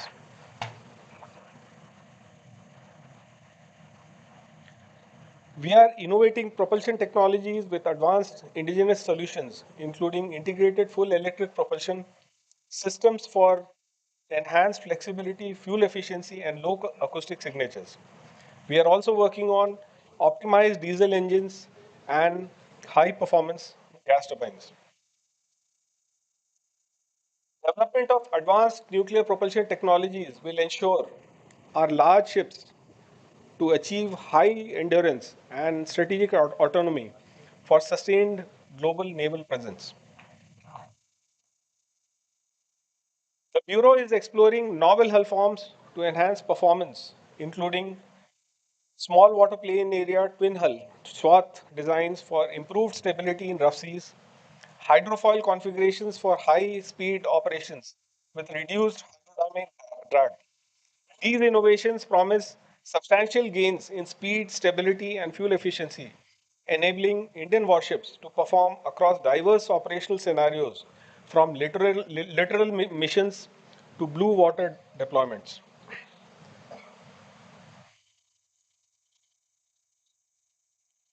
The Bureau is driving total design sovereignty, extending its expertise beyond hull design to include propulsion systems, advanced sensors, and integrated combat systems. Embracing the mantra of Make in India, evolving to Design in India, the Bureau is future proofing naval platforms through cutting edge technological innovations. Indigenous warship building transcends defense, serving as a key driver for national economic growth with a powerful multiplier effect across diverse domestic industries. For every rupee invested, an estimated rupees 1.82 recirculates into the Indian economy, fueling sectors like steel, electronics, and heavy engineering, thereby reinforcing the Atmanirbhar Bharat mission by linking strategic security needs directly to economic expansion.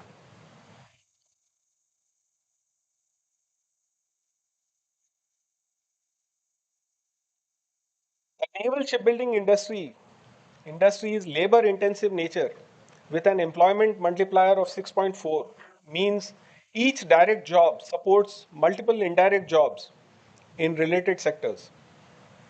Major projects generate over 20,000 jobs and drive skill enhancement in naval architecture, metallurgy, and advanced manufacturing, while strengthening local supply chains and uplifting India's MSME network and industrial technology. In light of government's impetus to boost shipbuilding, Maritime Amritkal Vision 2047, Warship Design Bureau is strategically extending its expertise beyond defense to bolster India's blue economy. We are offering support for institutions like Ministry of Ports, Shipping, Waterways, DG Shipping, IWI, Classification Society, private design houses, etc. By extending technical assistance to these emerging commercial sectors, we aim to enhance national maritime prosperity and unlock new avenues of growth by sharing experience and knowledge gained over last 70 years.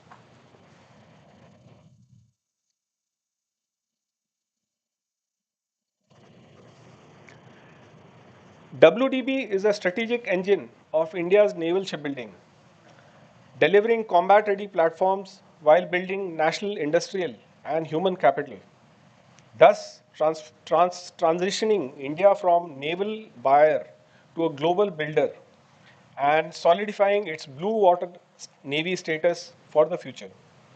While naval ship design and innovation is its core functions, WDB also plays vital role in uplifting overall maritime environment.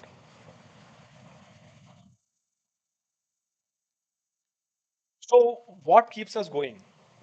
These are not just slogans, but our source of motivation to continue our efforts towards nation building.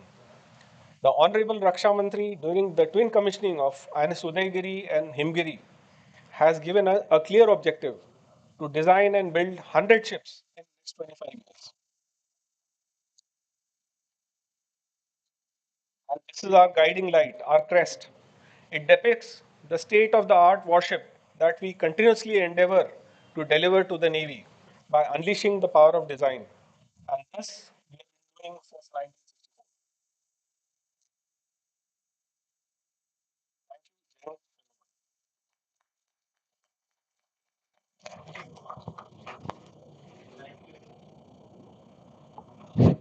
Thank you so much, Rear Admiral Sujit Bakshi. Well, within time, you have presented your talk, and it has covered quite a wide-ranging activities of your bureau. Thank you so much. May I invite now Commodore Sumit Shidore on the field of refits, which I assume is an extension of warship design. I don't know whether I'm right there or not. So you're absolutely right, sir. What they don't design, we repair.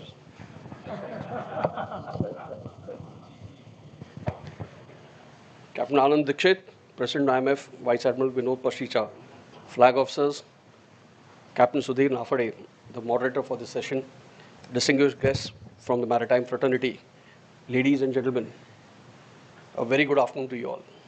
As General Manager refits of the Naval Dockyard Mumbai, the theme for today's seminar is both a professional doctrine and personal conviction. In the next 20 minutes, I will give a brief insight on the contemporary and futuristic technologies and organizational framework for safe and reliable repairs at Naval Dockyard Mumbai.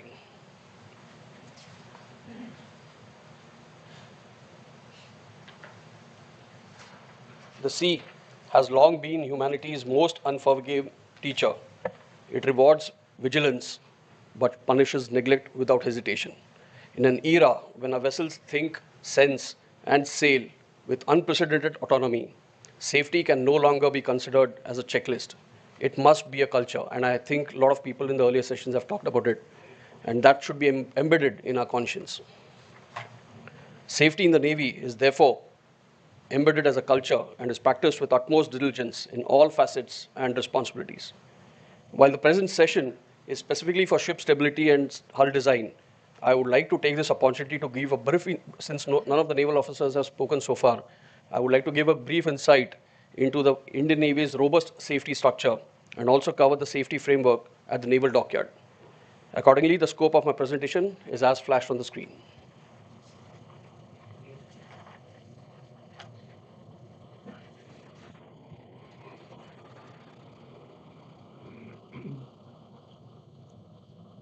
Behind every stable and mission-ready ship lies a meticulous organizational framework, one that integrates design, refit, quality assurance, and operational feedback into a seamless cycle. At the apex level, the Vice Chief of Naval Staff heads the Safety Committee and is supported by the Directorate of Naval Operations for formulating various policy decisions. Traditionally, the safety class authorities, that is, the Flag Officer Sea Training and Flag Officer Submarines, have been auditing safety compliance on board ships and submarines. In order to accord enhanced impetus and focus approach to safety aspects, Indian Navy Safety Team was established in Kochi in 2017, which functions in consultation with the safety class authorities. Safety in the field and ashore units is monitored by the commands, area headquarters, and fleet formations.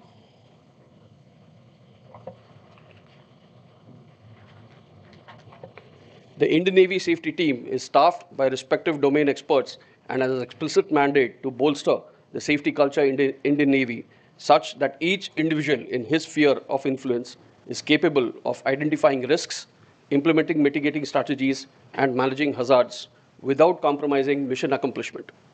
INST accordingly analyzes operational and safety aspects and infringements pan-Navy with the principal objective to reduce their recurrence. In doing so, it leverages advanced tools such as the in-house safety trending analysis tool. Further, the Indian Navy has also a pool of officers qualified in human factor analysis and classification system and accident mapping who are appointed across the Navy at various units towards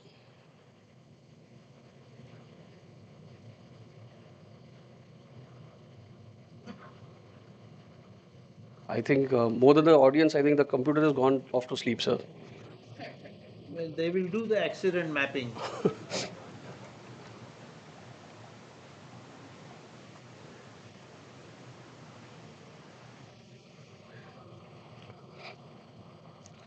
So these officers are appointed across the Navy at various units towards identifying active and latent unsafe operations. The overarching objective undeniably remains to implement safety to the T.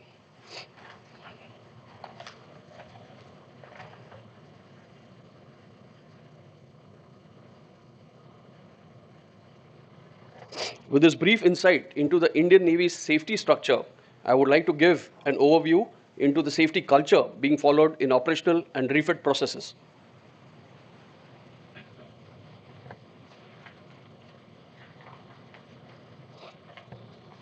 Indian Navy ships deploy extensively and for extended durations across the IOR and even beyond, often under hazardous and demanding conditions, and therefore prolonged sustenance underpinned by safe practices and standard operating procedures in every sphere of operations and maintenance is a pivotal factor.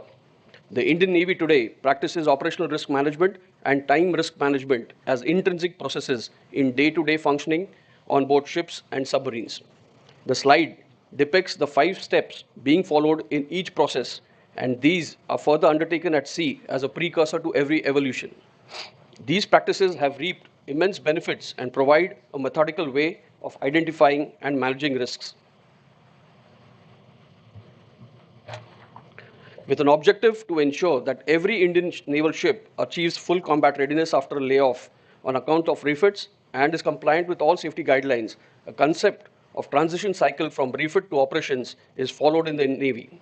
This transition cycle is divided into 4 phases, and each phase is marked by safety audits and performance trials by various agencies. It is also juxtaposed with intensive crew training. Phase 1 is a pre-refit phase wherein extensive trials and safety audits are undertaken to assess material shortfalls with respect to operational and functional safety. These form the basis for a refit package. Phase 2 is the refit phase, which witnesses quarterly safe audits by external agencies to ensure that adequate safety measures are in place, including enhanced emphasis on hot work organization. A concept of refit pause has also been recently introduced, where a complete day is given off in a quarter for a ship to entirely focus towards assessing the materials and crew readiness and to tackle any emergency. While a refit ship is highly vulnerable to fire incidents, all refit ships are equipped with additional fire detection systems installed in plug and play mode. Phase 3 is the most critical phase and commences in the terminal stage of the refit. It extends beyond refit completion and encompasses pre-refit completion safety audits to assess the ship's material readiness and intensive crew training to build crew competence to undertake operations in a safe manner. Phase 4 is the deployment of the ship after being certified for combat readiness. This methodology ensures that ships attain requisite standards of combat readiness and are safe compliant in all respects. I must also highlight that warships are a complex amalgamation of a wide array of machineries, electrical equipment, and weapons and sensors integrated in a dense environment. While maintenance requirements and challenges are diverse, with advances in digitization, the Indian Navy is progressively transitioning towards data-driven maintenance by leveraging its comprehensive maintenance management system. Going forward, a common data framework and ERP solution is also under development, which aims to integrate all databases under one umbrella. The underlying objective is to optimize maintenance processes and resource allocation, thereby enhancing the overall safety quotient.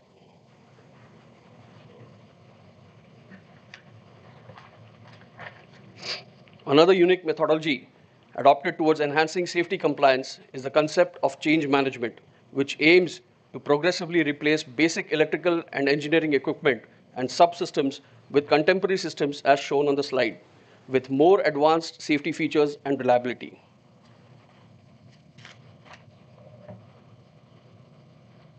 On similar lines, in the domain of engineering systems, the focus has been towards implementing a zero leak policy in letter and spirit and improve firefighting and damage control capabilities.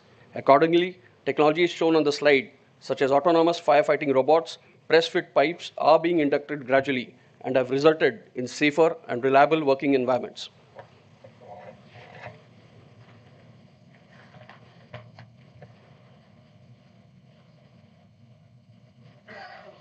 Having alluded to the policy and organizational aspects of safety and maintenance in the Indian Navy, I would now like to move on to the aspects pertaining to hull design and stability. Ladies and gentlemen, as our platforms venture out in open seas, steel quality is the core consideration towards constructing robust platforms capable of withstanding harsh marine environments. DMR 249 Alpha steel, developed in conjunction with NMRL, offers high tensile strength, corrosion resistant properties, and extensive durability, and is now the backbone for indigenous warship construction and repairs. The Navy has also collaborated with NMRL for development of a long-lasting paint scheme which has a durability of 15 years. For the machinery spaces and hazardous areas, fire-resistant paints are being applied as a policy. Nano paints are also being steadily inducted owing to their special properties. ICCP and Cathalco systems, characteristics of warships, and with advancement in technologies, diver replacement anodes have been inducted which obviate dry docking.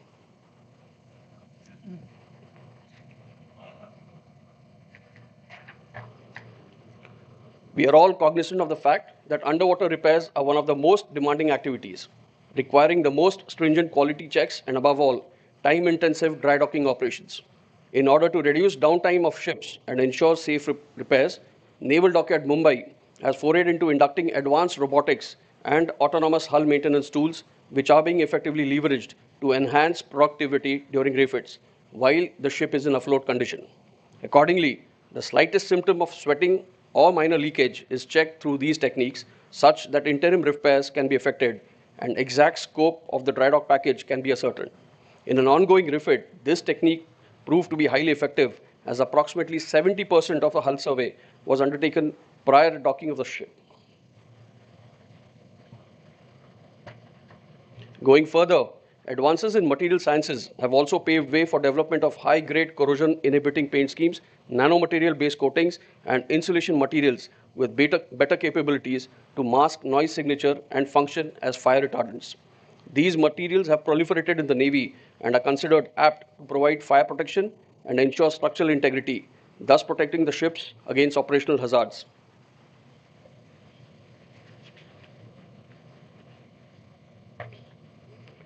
Safety as a culture is being followed not only in operations, but right from design stage, which we had heard from the earlier speaker.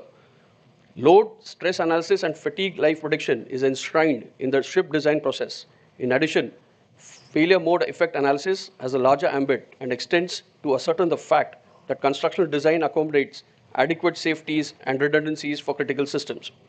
In order to incorporate these elements and thus construct safer and durable platforms, advanced technology such as 3D digital twin, which depict lifelike realization through simulated 3D constructed structures and models, are now being utilized effectively. I now move on to the very crucial aspect of weight management and stability, which underpins safe maneuverability and dry dock operations.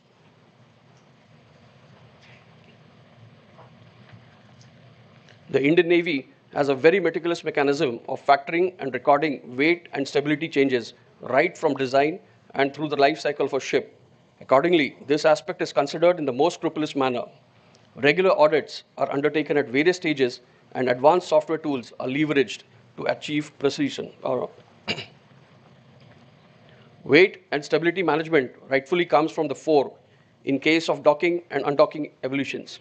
The Indian Navy follows stringent procedures and check-off lists in this regard, and the activity is undertaken in a deliberate, controlled, and cohesive manner, factoring all safety precautions. Each docking and undocking operation is preceded by detailed calculations, minutely factoring every aspect of the ship's heel, trim, and metacentric height. The docking plan is simulated through a software which serves as a benchmark for on-site dock block arrangement and alignment and actual conduct of the evolution. Further, compliance with SOPs encompassing calibrated liquid loading, complete defueling, de-energizing of all major machinery is stringently ensured.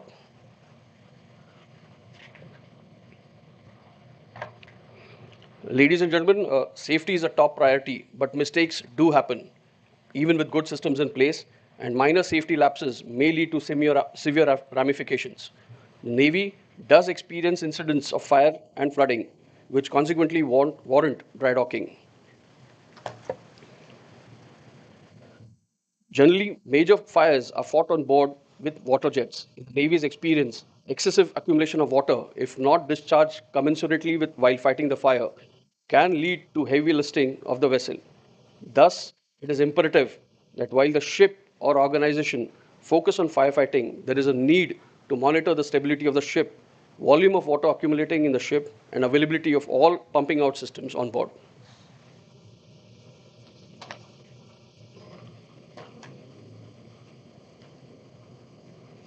Docking forms one of the most critical aspects in any refit, where ship weight to the tune of 7 to 8,000 tons rests on 40 to 50 square meters of wood.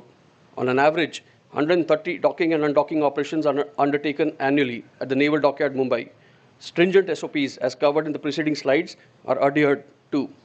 There have been instances in the recent past where the Navy has had to dock ships with excessive variance in weight distribution, which mandated additional precautions over and above the standard checkoff list.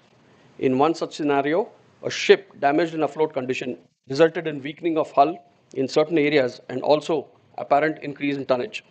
Docking of this vessel was undertaken in a special version of dock block arrangement where the dock blocks were adequately supplemented at strong points of the hull.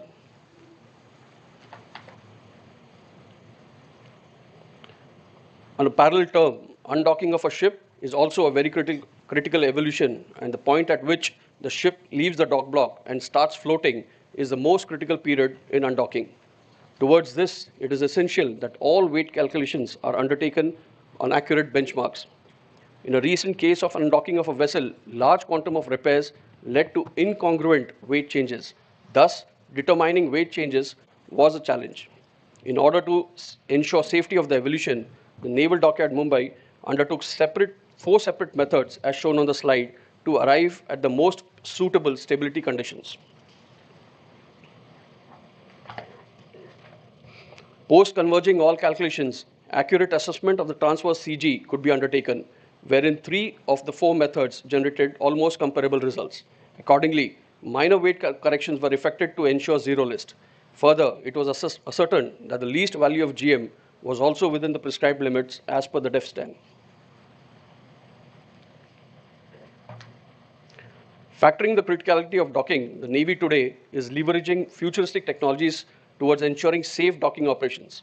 While the hydraulic retractable shape side blocks obviates dependence on tide for docking in Mumbai Harbour, automatic dock block positioning system ensures precise arrangement of blocks through laser technology. Further, hydraulic blocks ensure safe operation of dock blocks whilst providing access to inaccessible areas of ship's hull and obviating the necessity of another version of docking. Strain gauges are a technological aid which facilitate safer undocking by exactly determining stresses on the load blocks and thus arrive at a more accurate weight corrections.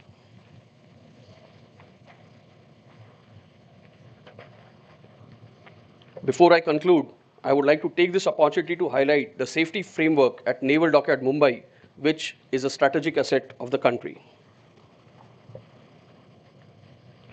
Naval Dockyard Mumbai is an IMF accredited unit and is one of the first units in the Indian Navy to become compliant with ISO occupational health safety standards and is certified for quality and environmental management standards. The yard has a dedicated safety and environment division which is headed by an officer of the rank of Commodore as the General Manager Quality Assurance. A multi-layered hierarchical setup comprising of a team of dedicated safety committee members and Central Labour Institute trained safety officers meticulously audit safety aspects in a methodical manner. The yard follows a multi-pronged strategy towards conduct of yearly internal safety audits, on-site classroom training, and mock drills on various facets of industrial safety is undertaken regularly by safety officers, external agencies, and the Indian Navy safety team. Safety stand-downs and golden safety hours are embedded in the work schedule and have proven to be effective practices. Efforts to strengthen the safety culture are sustained, and safety violation notes, along with a financial penalty, has proven to be a deterrent. There is continued emphasis to ingrain safety as second nature through strict quality control, use of PPE, safety audits of all shop floors, and evaluation of safety processes.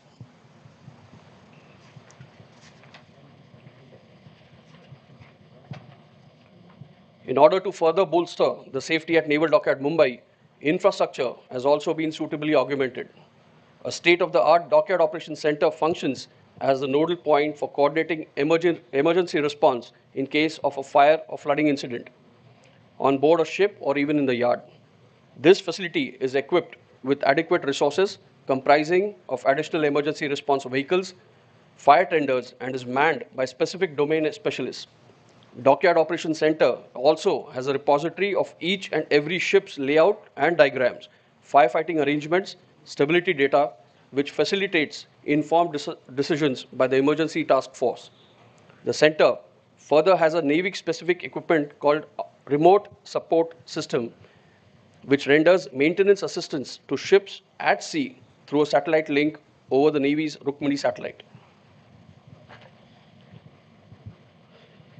In the end, I would say that we in the Indian Navy are not only inducting state-of-the-art contemporary technologies towards making our ships and submarines safer, but are also consistently revamping our processes and standard operating procedures to be in consonance with evolving global standards. Thank you. Jai Hind, Shanavaru. Thank you very much, Commodore Shidore.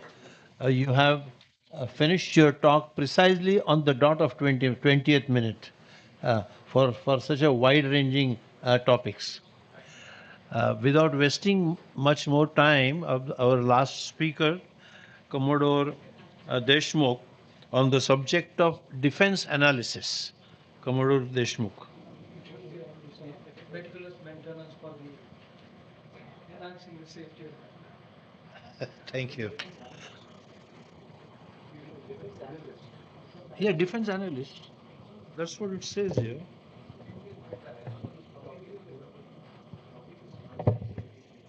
senior officers, I don't know. I went by this. colleagues, What is written here? ladies and gentlemen. My apology if I have made a mistake. No problem, sir.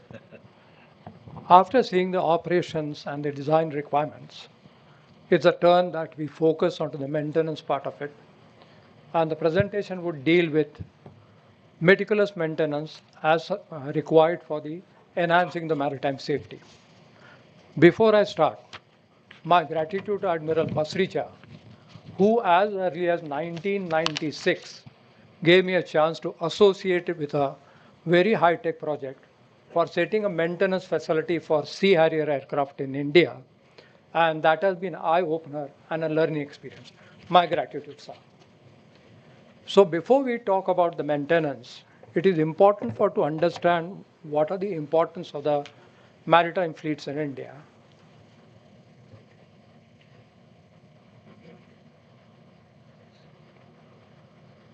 As a maritime fleet, we can say that whosoever commands the ships, command the trade, and ultimately it leads to the conquering the world itself. That's the importance of the merchant fleet wherever we go into the world. It is very important for us to understand why the meticulous maintenance is applicable to the merchant fleet. If we see that merchant fleets are important for us because 80% of the trade of the whole world transits to the sea lines of communications. Post COVID incident, if you see the graph,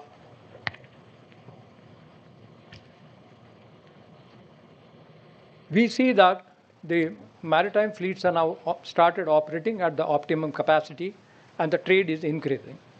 Today, almost 50,000 merchant ships are operating out at sea. And with such a great number of ships there, we have to be meticulous about the safety and the maintenance part of it. Nearly 2 million seafarers are working on them. Therefore, as pointed out by the Captain Naik, their safety also is equally important and it is based on the meticulous maintenance of the assets they operate. Once we deal with the merchant ships, protecting the sea lines of communication, our EEZ and the other assets, the armor navy comes into the play. That's a requirement. Now to the 50,000 ships for the merchant fleet, if we add the naval ships also, we can see the complex scenario wherein safety aspects are required to be taken care of. For the safe operations of so many ships operating around, it's very important for us to protect the human life, ships, cargo, and the environmental hazards into the sea. There are many regulations, including IMO and SOLAS, which deal with safety aspects, including the maintenance part of it. Despite this, the safety of the merchant fleet requires a combination of strong global maritime infrastructure and the skilled manpower.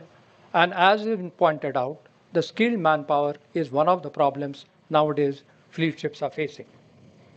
The criteria for the naval ships as such is entirely different, wherein we talk of the weapon safety, advanced technological capabilities, and personnel with specialized training. Here also, including Indian Navy, we face the manpower shortages.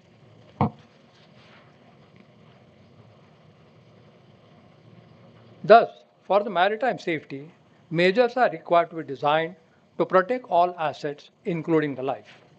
The core requirements which warrant are seagoing vessels have to be as per the specific safety standards and they need to meet the varied operating conditions.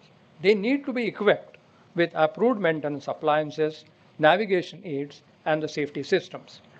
They also require to go regular inspections, maintenance to ensure the continued safety of the vessel and the crew on board.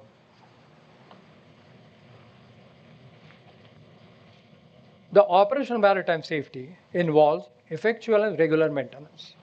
For cargo operations, cargo needs to be Particularly, the dangerous cargo needs to be secured properly and the handling equipment has to be properly maintained.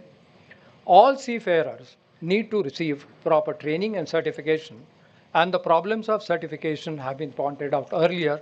The certification can be bought. The crew also need to be trained for managing the risks on board, following established procedure, and clearly understand collective responsibility. Individuals may do a job, but the weak link could be a danger. They also need to undergo periodic training for mastering the best of the practices. Despite all this, we see that the breaches do occur and the disaster accidents have happened. First of the case study deals with Dali. It has been already spoken about. So what I will speak here is the exact cause which has been pointed out by the original equipment manufacturer. There is a relay box which connects to the generator. When the relay box number 1 failed, the crew, when in the port, switched on to the relay box number 2. When the ship started sailing from the Baltimore harbor, the number 2 relay was in operation. However, crew failed to do the independent inspection and there was a loose connection wire in the number 2 relay box, which ultimately led to this disaster, which points out the clear-cut requirement for the meticulous maintenance as well as the independent inspection of the critical work which has been undertaken. This is what Dali incident tells us. The second study deals with an incident which was reported on July 24 when the ship ran aground in Greece. The MN Costas, it sank rearwards into the river and it blocked the river and the navigation hazards were created. When they did the investigation, it was pointed out that the equipment like depth measuring equipment and the other sonar equipment was unserviceable. These unserviceabilities were known to the crew into the port. Despite that, they chose to sail and ultimately landed with navigational error. But the real cause was the maintenance problem. Then we come to what we call cost cutting for the maintenance. Today, earning profits is the motto. Hell or heaven, safety is neglected. Therefore, as been pointed out earlier, the owners need to be held responsible for the neglect of the maintenance. One of the effect was when the maintenance was neglected was the TS Type I, which broke into two in 2016 and sank up to the door of the ship. The crew was somehow evacuated from there. The cause was clearly pointed out was the poor maintenance standards, and here is the lesson that meticulous maintenance is absolutely essential for the safety.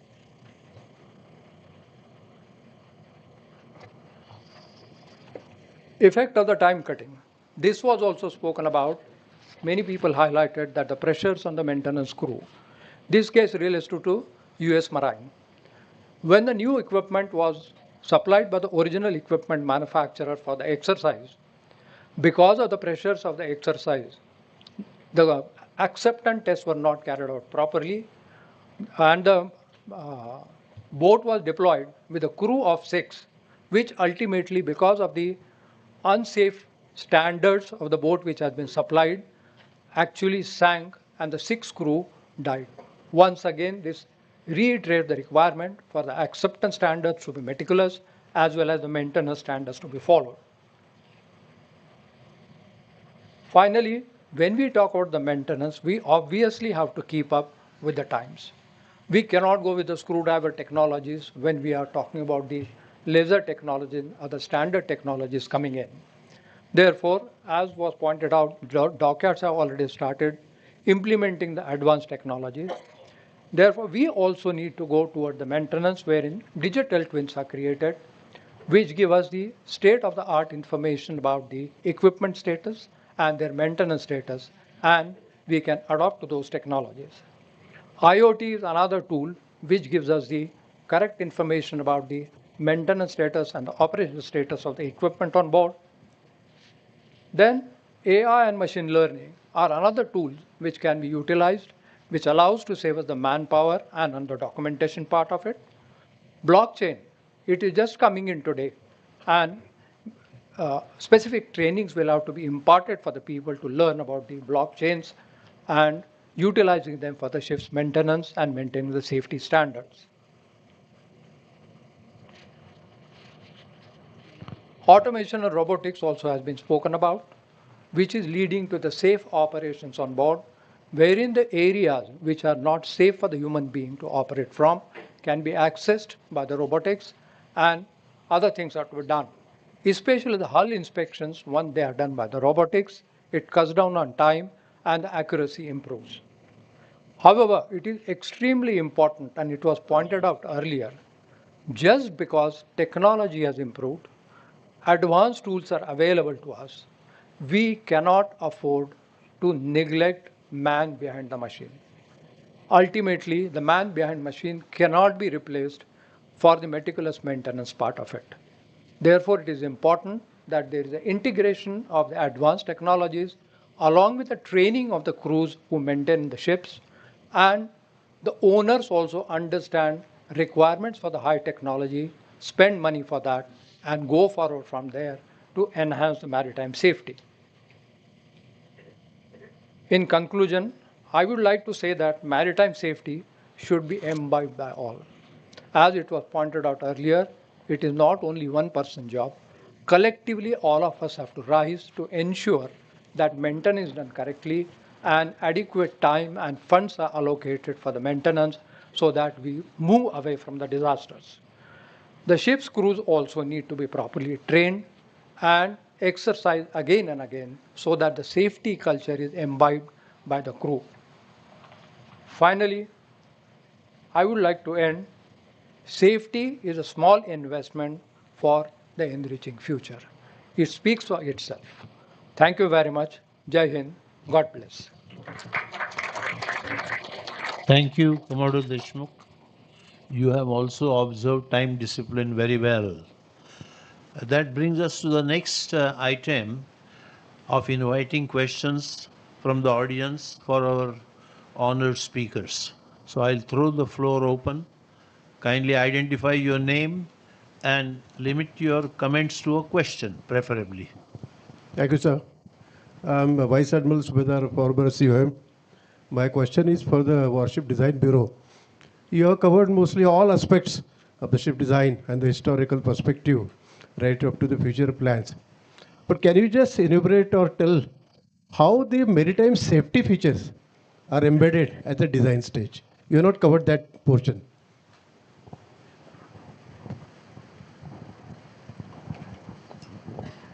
Sir, I showed the design spiral.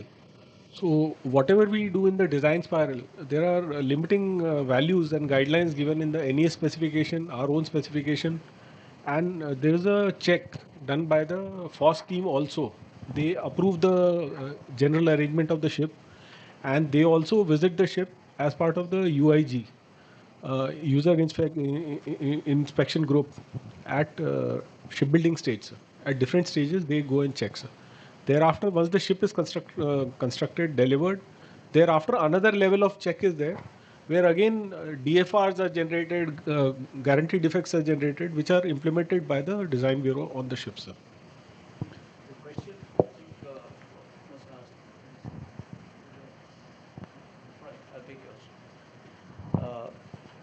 I'm Vice Admiral Verma, retired.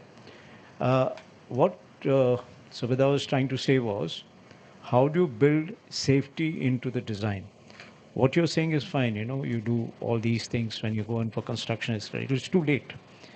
There has to be safety built into design, So how are we doing that? Because you are already designing so many issues. How are you doing that in terms of thing? Not the other things will be done in any case, but how do you know your design is safe? That's the question.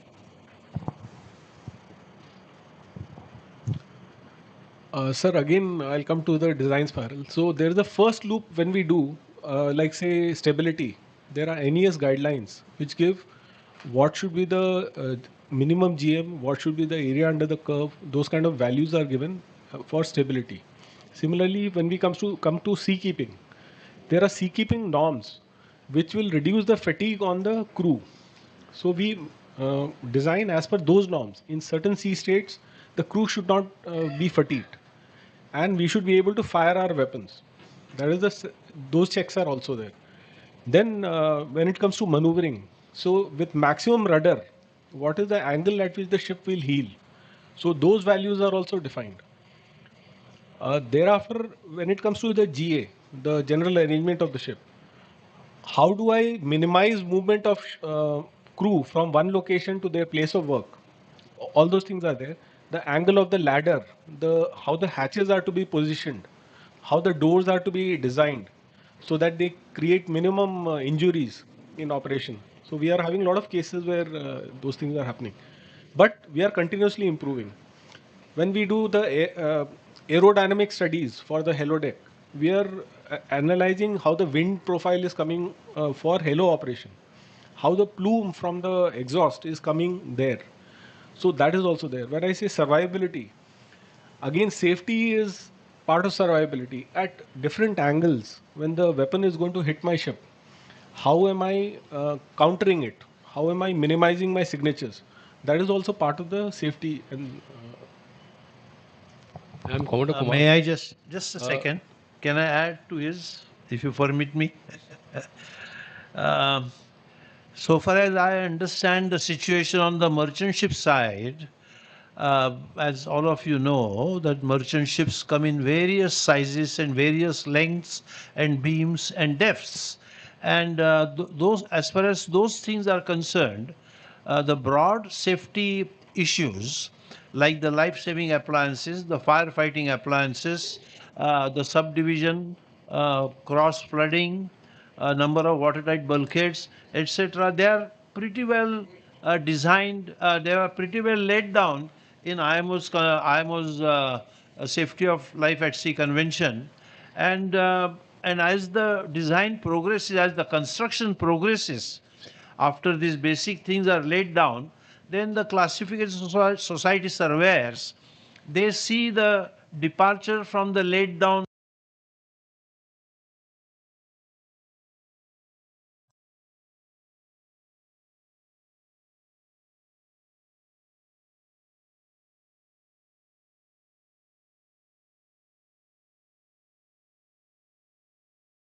Aspect of construction, we are building submarines also. Pardon? For the submarine design and building capability of the Indian Navy. Yeah, he had only 20 minutes. He has he No, dealt with tugs. And He secondly, dealt with survey vessels. Let me complete. He dealt with tugs. He dealt with survey vessels. He dealt with corvettes. He dealt with frigates. He dealt with destroyers. And he also spoke about aircraft carriers. But he left out submarines, And he including nuclear submarines. He wound up his speech by a pat on the design part of Prime Minister Modi. One of the slides presented by Rear Admiral Bakshi, it contained a pat on their back of Prime Minister Modi with regard to the new Vikrant. You see? So I think he has done a good job, and he had short time. And secondly, about the, you must be having a factor of unsinkability of each ship. Yeah. Thank you. Thank you. You wanted to ask, sir? Just want to mention that in the aviation and the airport, Oh, yes. we have a factor of safety. Oh, yes. Oh, yes. Oh, yes. We have a term called factor of safety. That's right, yeah. And if that is defined properly, Yeah. or it is audited properly, then the aircraft or the structure is always safe. All parts into a ship design and ship construction, they integrate a factor of safety. You see? Yes, of course, of course, of course. Everything gets audited every step of the way. But here I must say, a great departure I find in the Indian Navy vis-a-vis the ships that are constructed in merchant navy. You see, the ship owner who constructs a ship, merchant ship, in a private shipyard, he is assisted by intelligence database of classification societies. But here I find everything is in the house. See, that is where the scope and nature of responsibility that is shouldered by somewhat narrow shoulders of Rear Admiral Bakshi are quite heavy. You know, I mean, to take care of all this, the design aspect and then the construction aspect also. So I must salute you, sir, which is a departure from merchant ship practices. That's it. Yes, yes, sir. Take a mic. He said that they wanted to make 100 warships in 25 years. Don't you think that the infrastructure should be also upgraded, because in all these years it took 100 ships to make 50 years, and you're going to make 100 ships in 25 years. Don't you think that with the present infrastructure of the Navy, are you going to achieve that? Yeah, ships and submarines, yeah. Yes, sir. Sir, one is to take on the challenge and do it. So we have taken on the challenge. Secondly, if you generally see the shipyards, a lot of shipyards are there here. They have capability. Now they are going for a lot of MOUs. They are going for tie-ups with private shipyards. So that augmentation is happening because one is the demand which is coming from the warships. Also, they are expecting demand from the commercial side. So we have MDL reps here. They are making new shipyard in Tamil Nadu. CSL is also making one new shipyard in Tamil Nadu, sir. Already something is coming up in Gujarat. There's something, Andhra government is tying up with Hyundai and they are making something there. So things are happening. So next 5 years we'll see a lot of change. In fact, MDL is making a new dry dock. It's a roll-on, roll-off kind of arrangement in Navashava. So everybody is expanding. GRSC, when you go and ask them, they have capabilities. L&T, sir, is there. The L&T has got capability. Means capacity is there. So capacity is there. More the demand comes, I think that pull will happen. So more resources will go in, more engineering will happen in the country, more skilled people will get trained and move into that direction. If I may add to his comment, I may suggest perhaps you may take a visit to Karwar base, the Indian Navy base that has now undertaken a massive infrastructural expansion work, and it's worth visiting that place now. It's a complete departure from the Karwar that I had seen maybe 20, 25 years ago. Yes, sir. Let me begin by congratulating your Bureau for the wonderful work that you've done. And I can humbly and modestly say that I've been part of your success story. But what I'd like to ask you is, how much effort one of the problems that I faced on the other side, being a shipbuilder, was dealing with the specifications that Indian Navy used to put out to. It's very demanding. And then sometimes, they are at odds with one another. So what efforts have you made to rationalize specifications across the board for building ships? If you do that, I can tell you that the time that you're taking to build ships will come down significantly. So what actions is the Indian Navy taking to rationalize specifications? Sir, it's a continuous exercise. So we have already finished one exercise now. So we have revised our SOTRs. Now, what used to happen earlier was SOTRs used to be frozen after placement of order. Now we are giving SOTRs along with the RFP. So those SOTRs are frozen.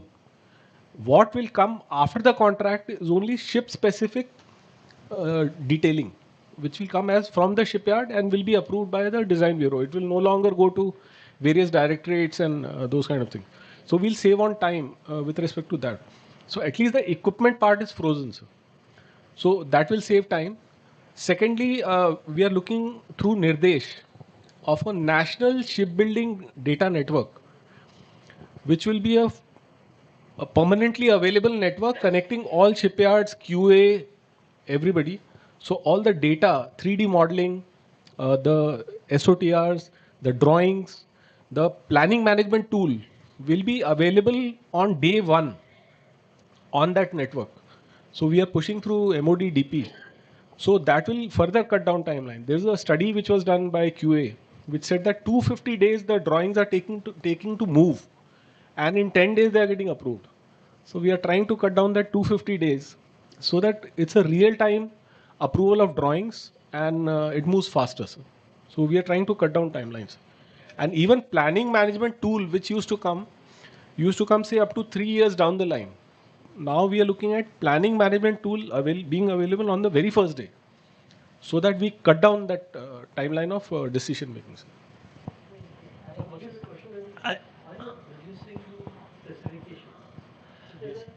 We have already done it. Let me tell you, my experience working on Kuwait origin ships,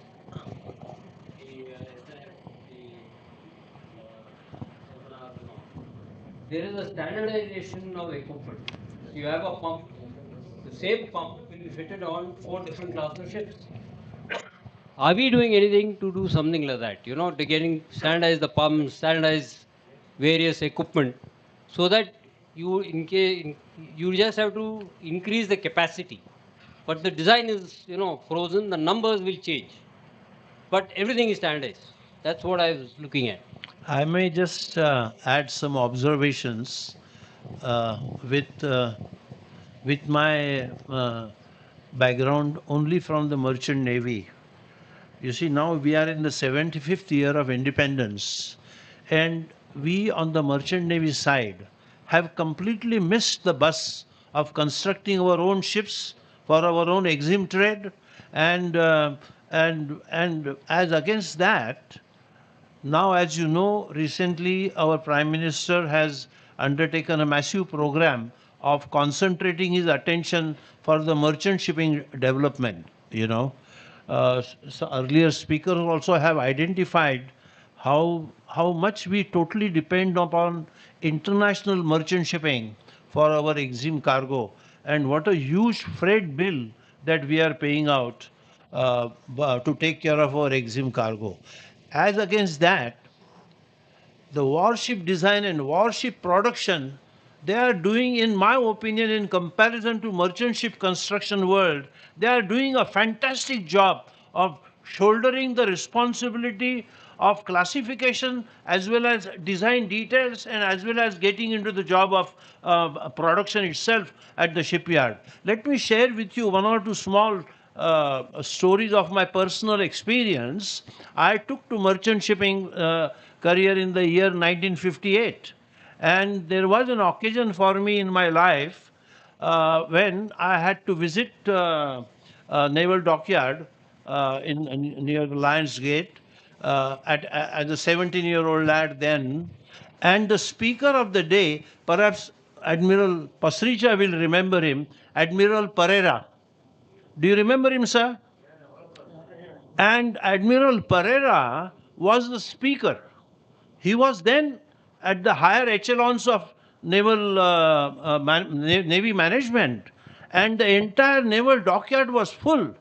And I'm, as a 17-year-old young merchant navy lad, listening to this Admiral Sequeira, and he took the entire audience. He kept the entire audience spellbound with whatever that was, taking place there in the naval dockyard those days.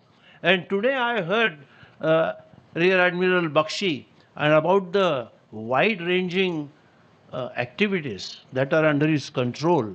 I mean, they are simply amazing. So, at least I personally stand greatly assured by the role of Indian Navy vis-a-vis the merchant navy. I may just add, the time has come for me to do my own, so to say, summation. So I shared with you one story about Admiral Sequeira. I heard him long back in the year 1960. Pereira, sorry, not Sequeira, Pereira. I was very happy to know right in the beginning that INS Vikrant I, which Admiral Pasricha was very closely involved. I made a mistake. I made a mistake in that name, Catholic name. INS Vikrant I, with which, sir, you had something to do very much. And one of the sad events that has happened in my life was to see the state of INS Vikrant lying in the naval dockyard, unattended and in debilitated and badly in bad state. You see, there was some problem with regard to disposing of the INS Vikrant or converting it into a museum, and it was a very sad story for we merchant navy men to go in and out of that Alexandra docks and see INS Vikrant lying there like that, corroding away and broken up. Anyway, that's another point.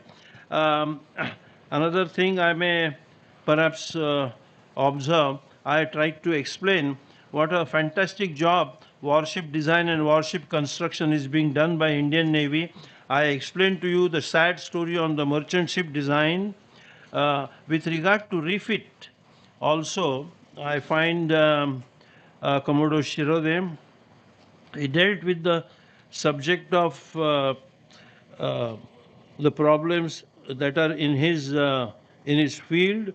Some of the things that I liked, which perhaps the new growing shipyards, small shipyards cropping up in India now, we already experimented with some of them, but they had to close down for various reasons. All of you perhaps know their stories very well. I don't want to go into detail, but I liked one particular practice that they undertake, namely operational risk management.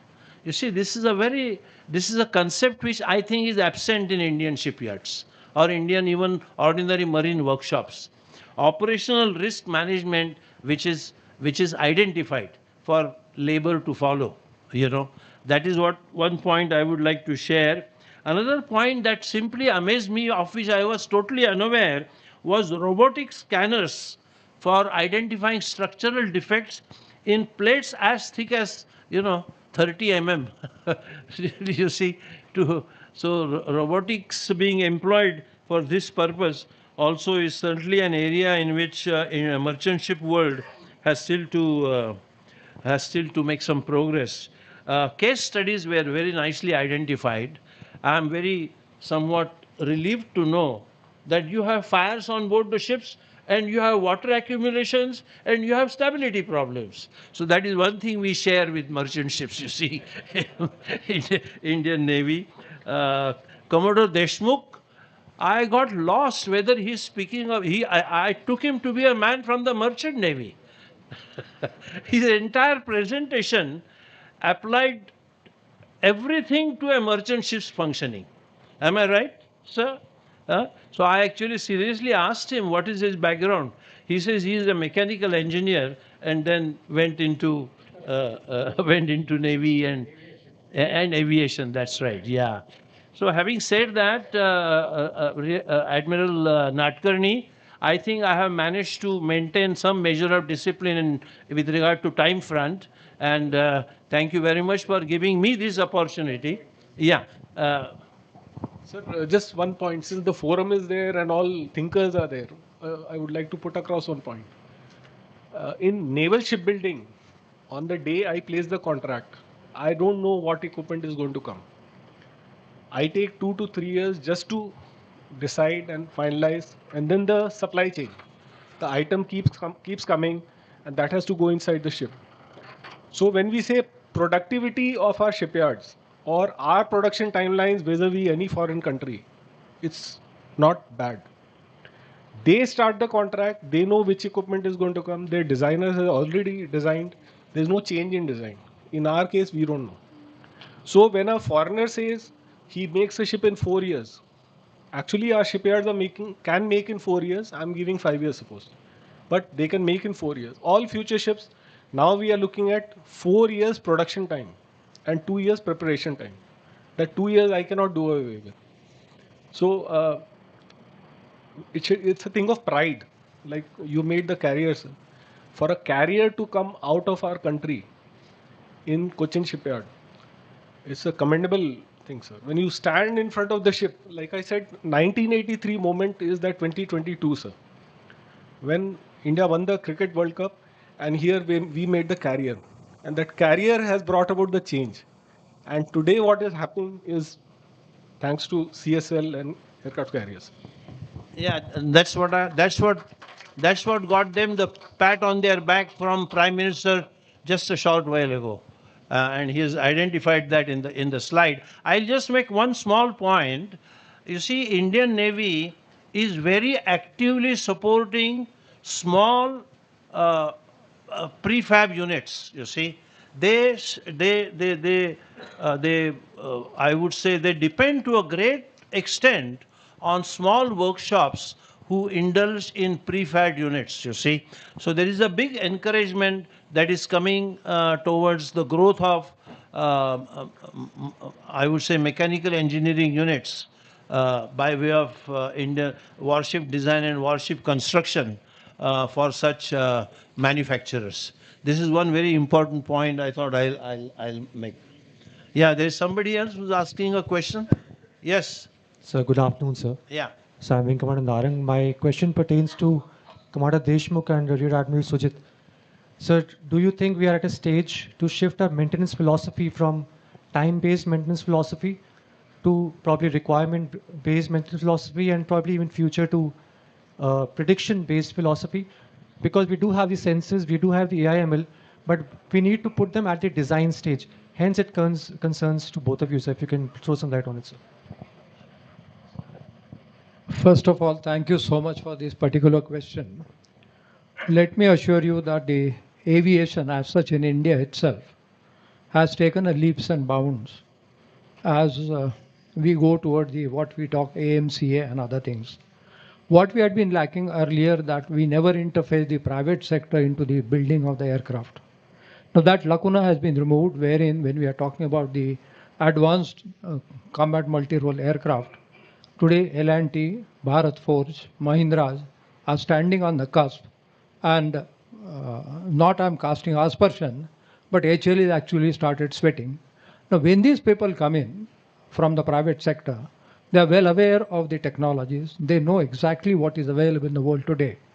And they would like to earn a name that they have made the safest of the aircraft with the best of the maintenance technologies to reduce the downtime and have an operational time.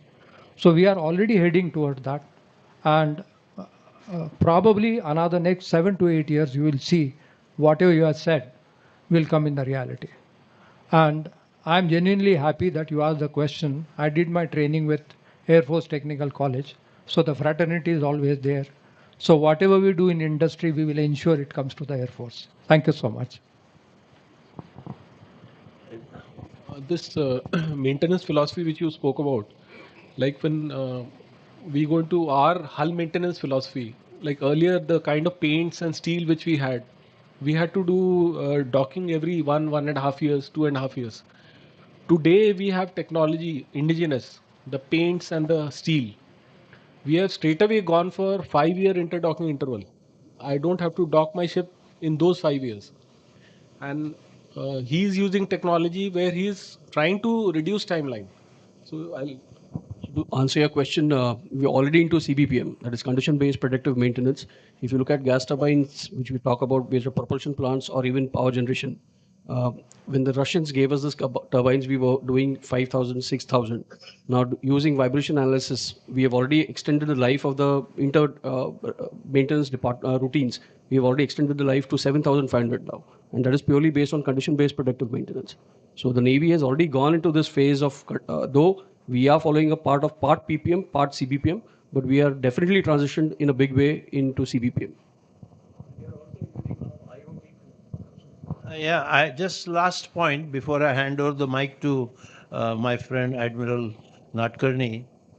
I used to visit Mazgon docks long back when Mazgon docks had just remained under British rule or British management pattern until the Mazgon docks was taken over by the new ministry in the government of India called Ministry of Defence Production.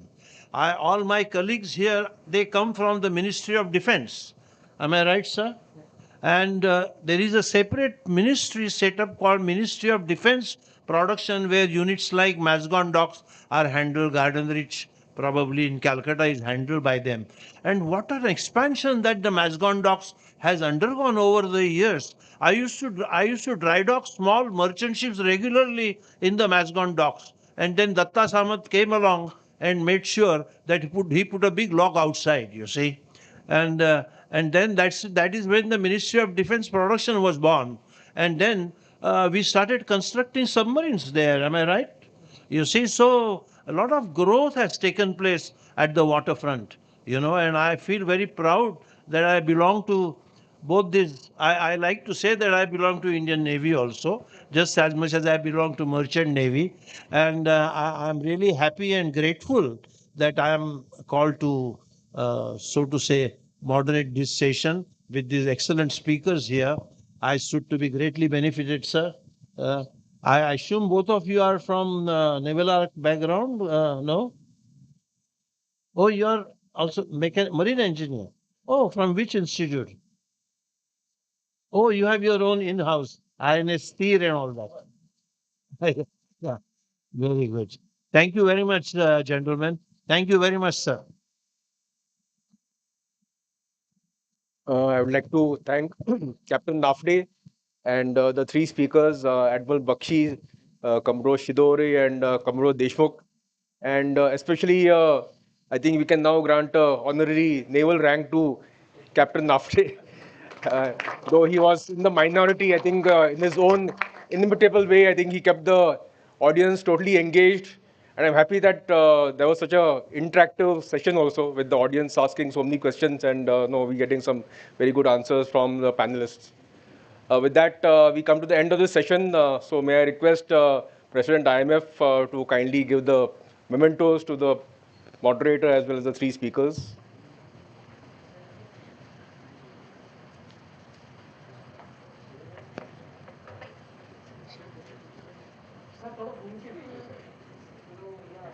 Firstly to Captain Nafde.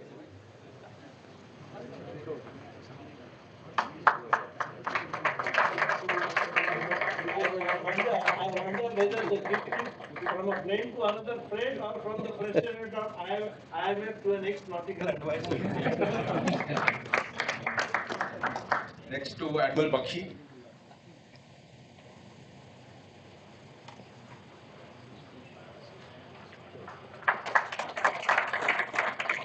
Then we have Commodore Shidore.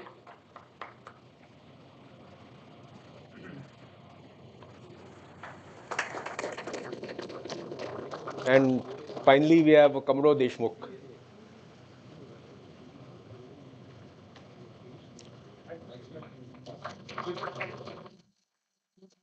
So also, as it happens, we have finished this particular session well ahead of time. And it's possible that the tea may not yet be fully laid out, but we can still use the time available to interact outside in the terrace. And we'll commence the next session at 15:25. Thank you.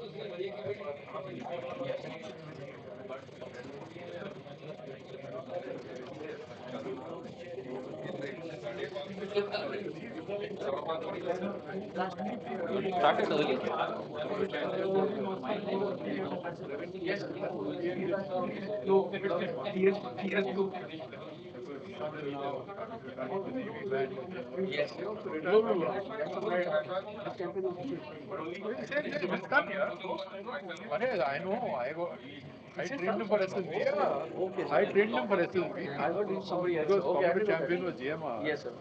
So he said, can you give some tips for SLB? Oh, okay, okay. I didn't know that.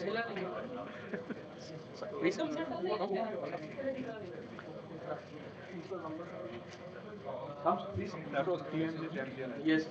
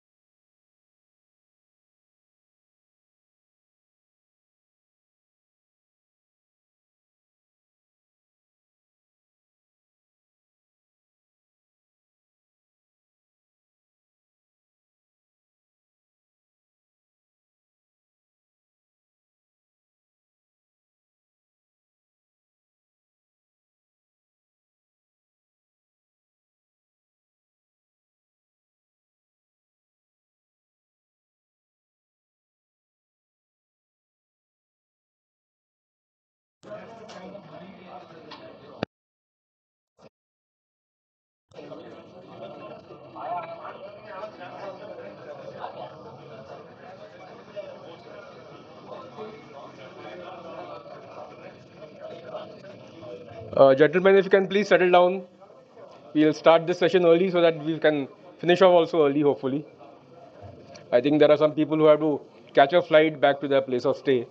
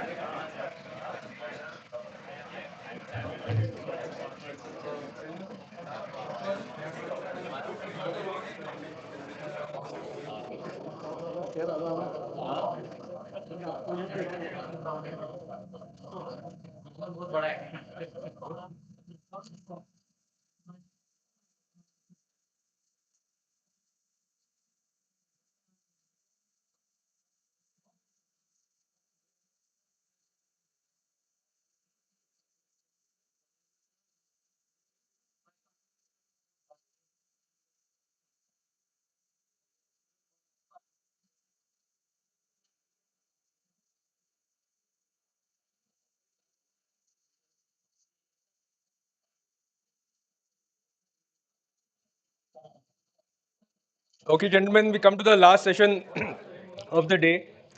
And this is on the topic port and industrial safety as shown on the screen. And the moderator of this session will be Mr. Ajoy Chatterjee, or Dr. Ajoy Chatterjee rather, who's a former chief surveyor of the Government of India and the ADG Shipping. And he will be joined by the speakers, of whom there are three. One is Rear Admiral G.K. Harish, AVSM, VSM, former Director General of the Warship Design Bureau and presently the head of the shipbuilding business of Larsen & Toubro Shipbuilding in Kattupalli. Second, we have Mr. Biju George, who is actually a regular, I think, to our seminars. He has been coming for the past two seminars also. And he occupies the position of Director Shipbuilding at the Mazgon Docks Limited. Certainly a very busy role that he has to fulfill, and we are very grateful to him that he has found time to come and attend this seminar. And lastly, we have Captain Unmesh Abhyankar, who's the head of ports and shipping at Adani Cement. For those who may not know, he was one of the people who was instrumental in bringing up the Mundra port from its earliest beginnings. So I'm sure with this panel, again, this session 3 will be a very interesting and interactive one. May I invite the moderator and the speakers to please take the table, sir, and commence the session.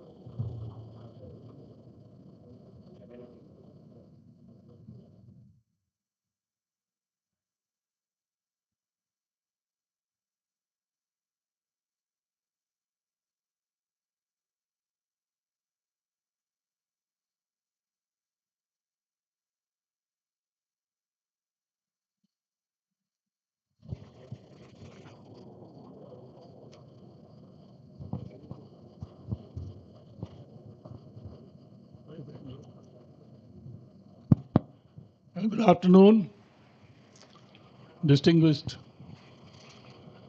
members of the forum, admirals, colleagues. Yeah. So we are in the last session of this wonderful seminar, and I have been invited to chair this, moderate this session, and we look forward to some very interesting discussions. So I need not mention the protocol of maintaining time for all my distinguished speakers. And I will not introduce them because it is already there in their biodata. They are all distinguished and qualified to speak on their topics. So my first speaker is, sorry, not you. Okay. First speaker is Mr. Biju George on industrial safety, zero incident approach adopted at MDL where ships and submarines are built and repaired. So Mr. Biju George, please.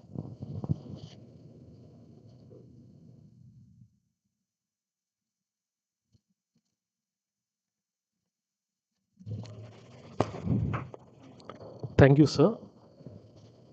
Distinguished naval veterans, eminent speakers on and off the dais, serving naval officers, ladies and gentlemen, very good afternoon. And at the outset, let me thank the IMF for giving me yet another opportunity to be part of this seminar and bringing in a talk on industrial safety, which is a subset of maritime safety. I'll be limiting my talk into the industrial safety purely from the perspective of a shipyard. So I'll be as brief as possible.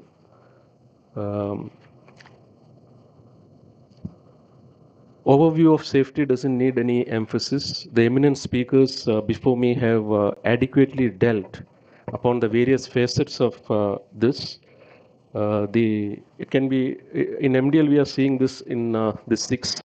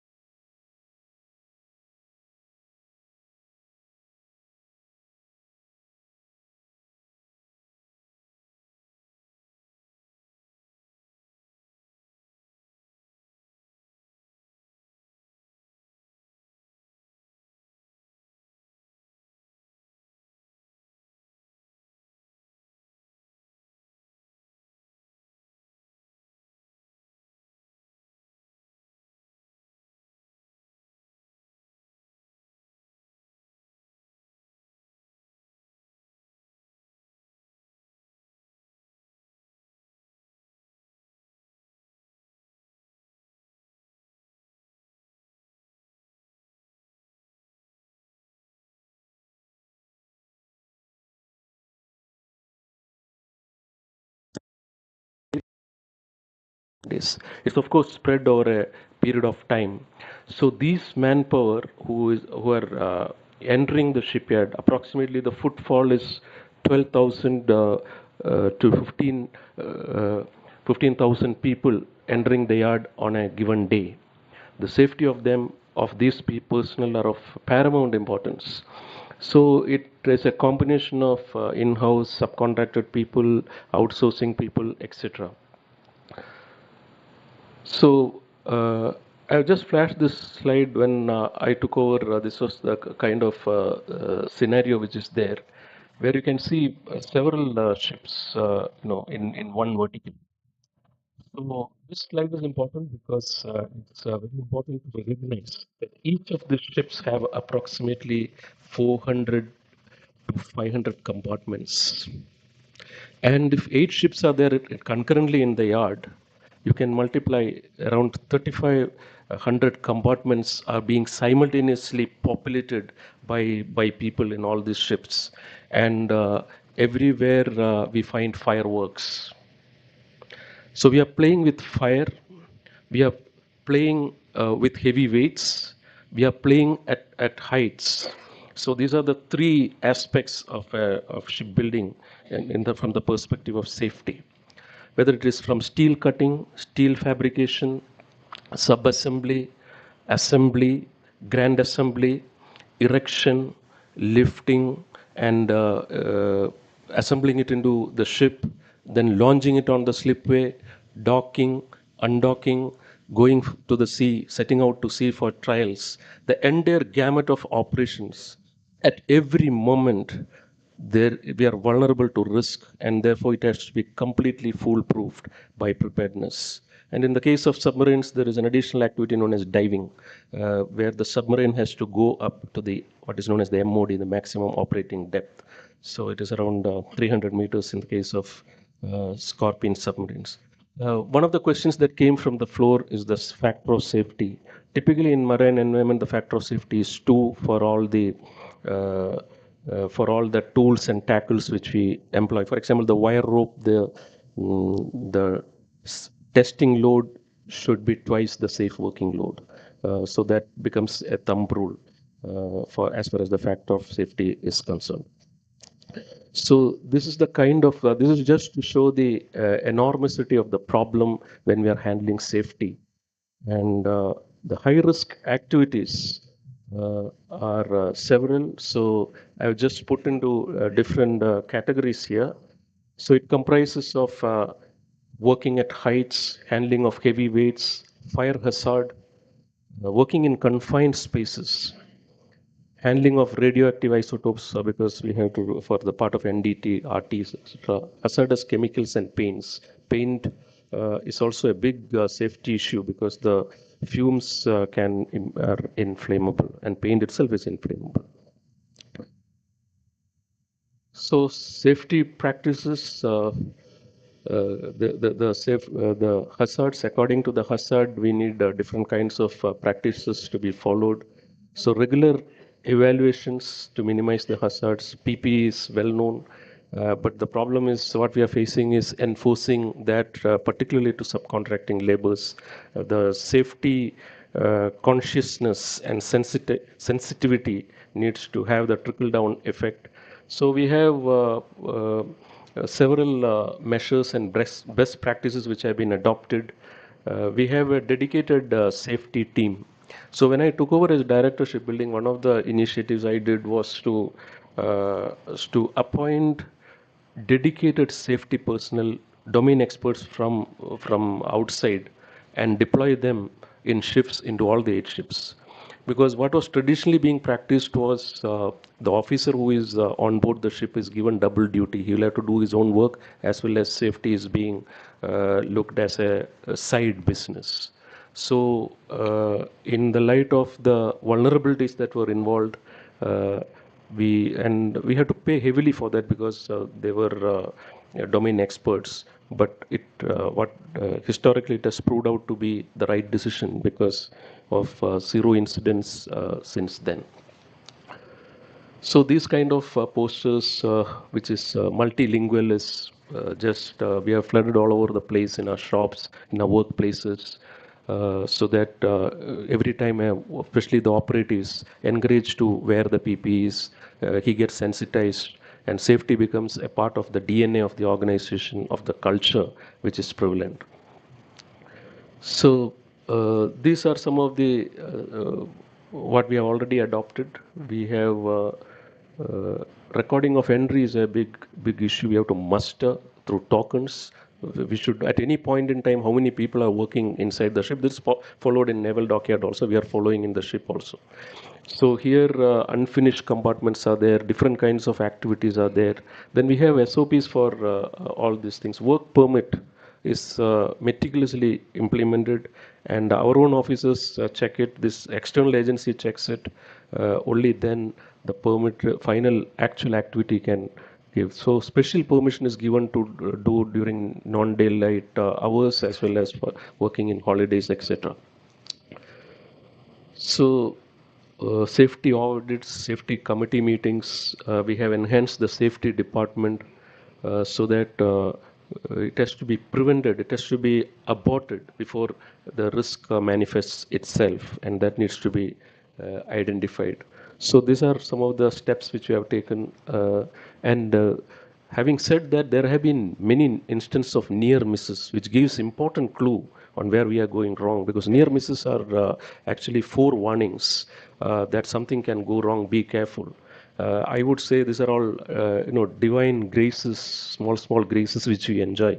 Near misses, nothing has happened, nothing has gone wrong, but the vulnerability was very, very high. So, regular training programs, mock fire and safety drills are being performed. Lockout tag-on system for confined space entry, accounting of manpower, in-house firefighting department, 24/7 readiness. This is for the people who are already working in the payrolls as well as in the subcontractor payrolls. We have also implemented for a safety moment for visitors. Any visitor who is entering is briefed on safety protocols, because this is an industry. If they are, particularly if they are going to the yard, not confined to conference rooms. So we are giving this handout now with do's and don'ts and safety briefings. This is a standard procedure in most of the industry. We are also following this. So safety briefing is important. What are the do's and don'ts inside the shipyard, and the importance of PPE, etc. Having said all this, these are systems that are in place. In the 4 years, by and large, it has been incident free. But that's not the case when I trace and track the history of shipbuilding in MDL. So I'm just taking you through 4 sad incidents which had happened. So these past incidents, I have cherry picked these 4 incidents because in all the 4 there were casualties. So this incident is pertaining to one of the destroyers which we were building. There was a carbon dioxide gas discharge test, GDT, which was to be performed on board. So carbon dioxide is a firefighting system on board. And what has happened is carbon dioxide is stored in sub-zero temperatures. I think it is minus 51 to be precise, degree centigrade. So in the discharge test, what is in liquid form is issued out as gas into the compartment as a part of the test for firefighting. So in that process, the volumetric expansion of carbon dioxide is 1 in 450. That means if I have 1 bottle of carbon dioxide as liquid form, I can collect 450 bottles as gas. That's the kind of volumetric expansion. So one of the valves in the system failed, and the casualty was a naval officer, young officer who was on board. So because of the density of the carbon dioxide, almost to 2-3 feet, the carbon dioxide settled down in the ambient atmosphere inside. So the officer, tripped and he fell, and so he was inside the layer of the carbon dioxide, and he succumbed to his, he died by, asphyxiation. So that was what happened. So it is one valve malfunctioning. So this is one of the instances. So of course that officer was not meant to be here because he was over enthusiastic. He should not have been near the compartment. So that is one incident which was there. Commander Raghunath sir is here. So this happened when he was director shipbuilding, and we have been working to solve. In the aftermath, we had to go through a lot of issues to fix these kind of problems and to avoid recurrence in future. any safety mishap can completely malign the reputation of the company. It can adversely affect the business, the reliability, and the confidence of people can get shaken if such an incident takes place. The second incident is again on a destroyer. There was a fire on board an under construction ship. So the double bottom tank, typically what is known as the 40 deck and below, this is where all the tanks are. There's very constricted space. So there was an electrical short circuit, and because of that, it caught fire. Somebody worker was doing a grinding operation, and there was one casualty in this. So so it led to the spark, and it caught fire. And what happens, material like insulation, rubber are highly toxic. Toxic fumes get generated, and it becomes very difficult even to come out of the constricted spaces because the visibility will be absolutely zero, and there will be completely filled with gases. And the third incident is, this is also a very unfortunate thing which has happened, where a worker went to as a part of the maintenance of a lift, he went and he entered the lift, and the limit switch which stopped after reaching the top didn't stop. It went and ultimately resulted in the snapping of the wire rope, and there was a free fall resulting in a casualty. So these are all this all came like the Murphy's law. It came completely took us unaware. And the fourth and the last incident which I wanted to showcase was this. An old crane was there. We all find this in naval dockyards, in shipyards, which is a fixed crane. So we wanted to dispose it off. And disposal we had given to a contractor. So contractor came with their personnel. They are not well trained in shipbuilding or those kind of things. There is a scrap dealer basically. He has taken this thing. So unfortunately, this is the mindset. Our officers also didn't give that much of concentration and attention. So somebody is dismantling a crane, but the safety team went and examined whether because it is working in heights, he is cutting away layered by layer. So he went and inspected whether the harness is there. That was inspected, whether the PP is there. All check boxes, what we were talking this morning, all were checked. But unfortunately, the harness, and that was at a height, had put on the piece which they were cutting. So because probably maybe it was not visible because it was at that height. So when it was cut, the whole thing crashing down. It was near the wet basin. The crane and the personnel just came together down, and he got dislodged from because harness was completely loose. And in fact, from a WOT officer who saw that, ran to the basin and jumped into the basin and tried to save him, but ultimately he lost his life. Yeah.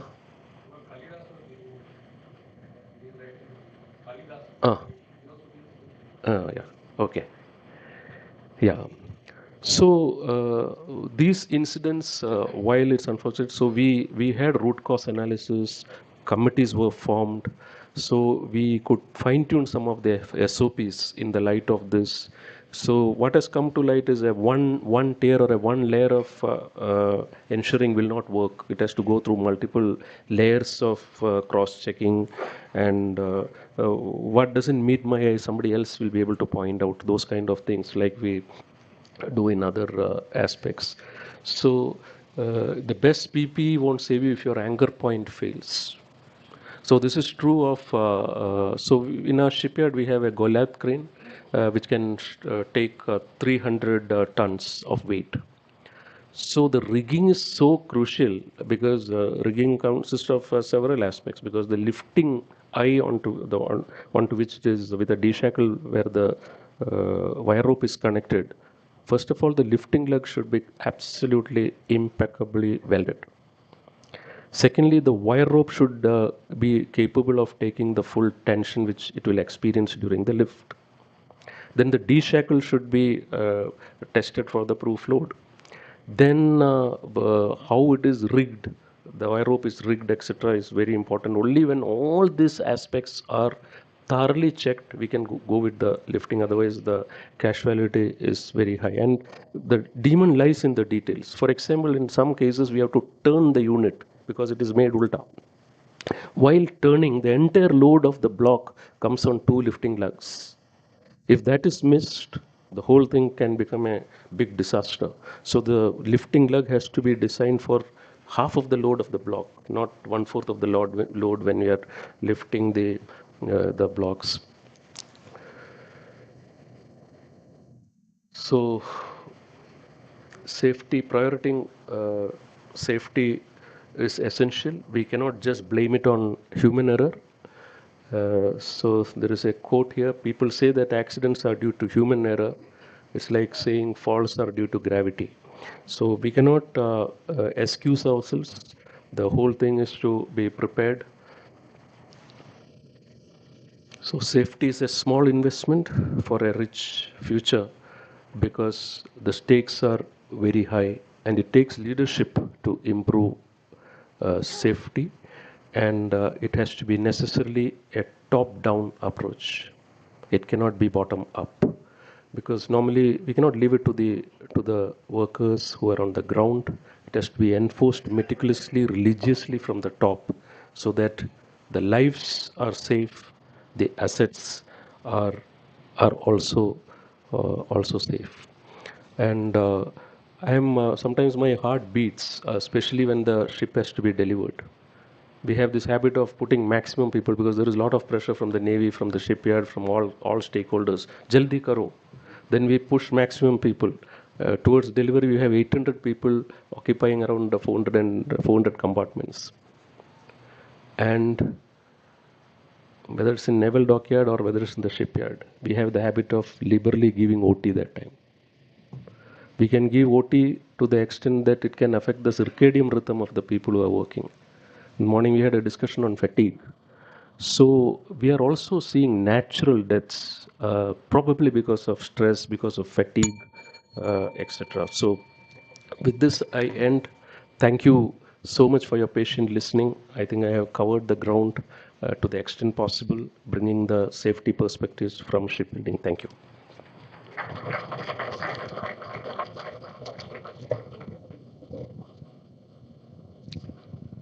Thank you, Mr. George. You just made it on time. I need not have pressed the bell. Our next speaker is Rear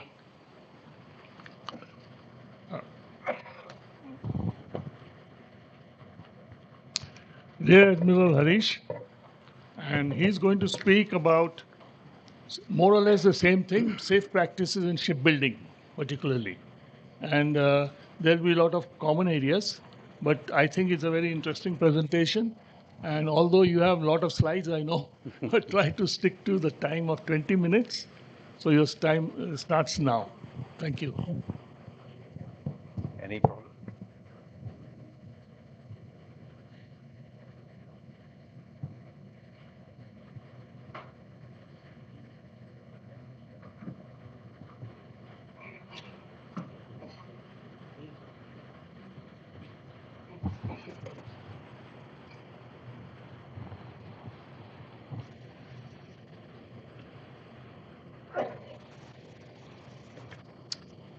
Good evening to everybody.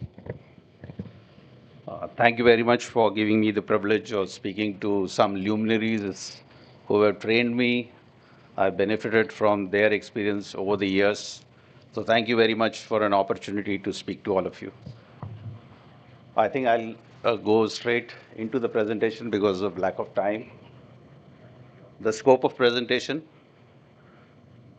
We start with the general. I just give a general overview of my shipyard. EHS is a key result areas, safety policies, safety culture, safety case studies, and we have L&T Safety Innovation School, which I'll touch upon. So the yard is located on the eastern seaboard at Katupalli. and about 970 acres of land. The Adani port, the L&T shipbuilding, we have future land for development, and we have the L&T's hydrocarbon modular fabrication facility. Linear material and process flow, you can see the strip lift. And this whole facility, including the marine works, has been designed and built in-house by L&T. Dry berths, wet berths, in-house design and engineering, fully digital shipbuilding with Industry 4, 100+ vessels delivered in 15 years, naval and coast guard ships, interceptor boats made ready ahead of schedule, almost 2 years ahead of schedule.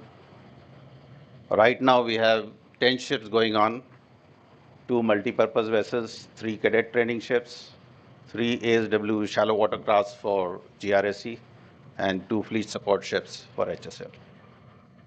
We also signed master ship repair agreement with US Navy in 2023, and we repaired 4 ships. We have been L1 for 4 projects, which is a global competition. But unfortunately, because of some visa issues, we have not been able to get that ships going. But the problem is being solved by the Ministry of Home Affairs, so hopefully this should work out. We also repaired ships for the Royal Fleet Auxiliaries of the UK Navy.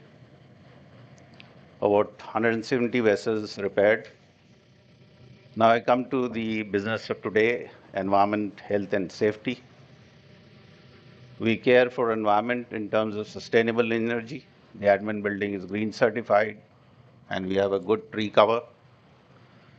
As far as the corporate goals go, we want to be water neutral by 2035 and carbon neutral by 2040. And every quarter, the chairman reviews the progress on this. We have an occupational health center in the yard. Safety is a top priority for us. If we look at the shipbuilding safety compliance, as mentioned by my friend Biju, the regulations, the occupier of the factory has to comply, and if any accident takes place, he goes to jail. So it's very stringent. The financial risk, sealing of premises, we have had an incident recently in one of the shipyards which has been sealed because of a death.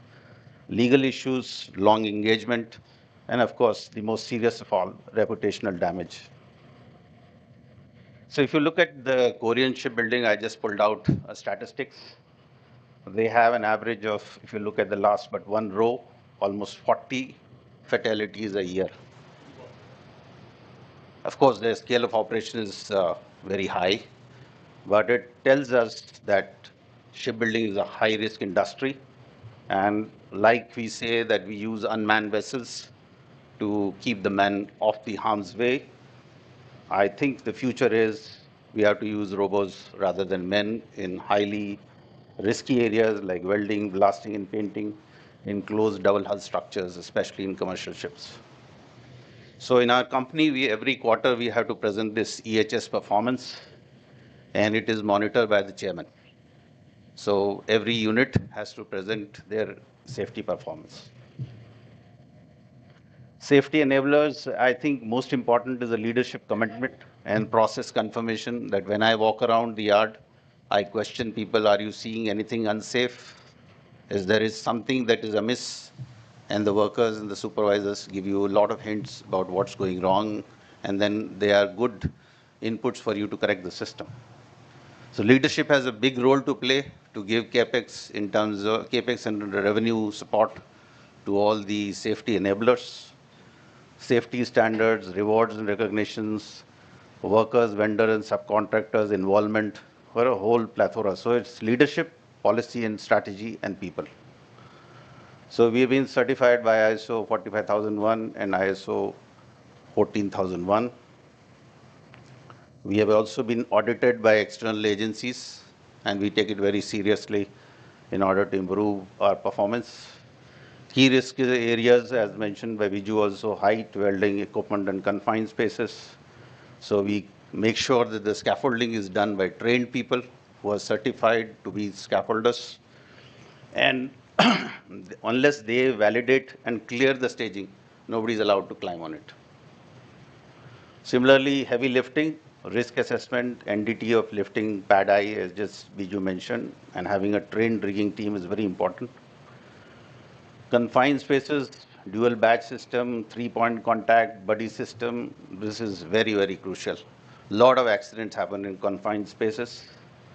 So we have regular exercises and we have made special equipment like tripod stands, rescue pallet, etc. And we carry out drills and exercise. We also have a portable air supply arrangement because carrying air cylinders inside confined spaces becomes difficult. So safety policies and procedures are well written out. Most important thing is, as been said since morning, 300 near misses. If you miss analyzing them, then it leads to a one major injury. We all know about the Swiss cheesecake model, and what is important is to avoid concurrent failures. So I think safety culture comes from leadership, employee involvement, open communication, and behavior-based safety. So we have a procedure for new workers. They get medically examined and they are briefed on safety before they can go on board ship. Of course, the permit to work system, and I think all of us are aware that how permit to work system works. We have, this has been very useful, we have vessel safety coordination committee meeting every day in the morning before people go on board, where we have the LTSB staff, we have the ship's representative and contractor supervisors attending this. So whichever areas where there's a conflict, one can influence, say if you're doing painting and you want to do hot work there, those kind of things are decoupled here in this meeting. EHS communication is very important. I have my safety officer, Mr. Senthilnathan, with me. So every day he keeps sending messages of all over the world. Whatever accident takes place, it is communicated by email to each and every person. This is the accident taken place. This was the root cause analysis. And how do we make sure that it doesn't happen in our yard? So we have something called as a reportable safety concern on WhatsApp, in email. Every employee is authorized to write about safety concerns as he notices it. And it's the duty of the line production engineer to solve it. And this is a record is kept to make sure that we have good, we clear issues at we nip it in the bud. It's also important for, we have workers coming from all over India, and it's important for they understand Hindi. We work in Tamil Nadu, so it's always language confusion is there. So it is important that you reach out to the workers and tell them how important their life is. CNC talked about social indifference. I think we somehow have a feeling that whatever we do, God will protect us. So unless we do right things, God cannot protect us. So it's important to imbibe that safety culture in people. So this is what we have been stressing. Every life which comes to the yard is part of our family and is precious. We make sure that the PPE, the contractors were not providing quality. So we have decided we'll provide the PPE to the contractors and we'll not risk their workers' life. Avoid overconfidence.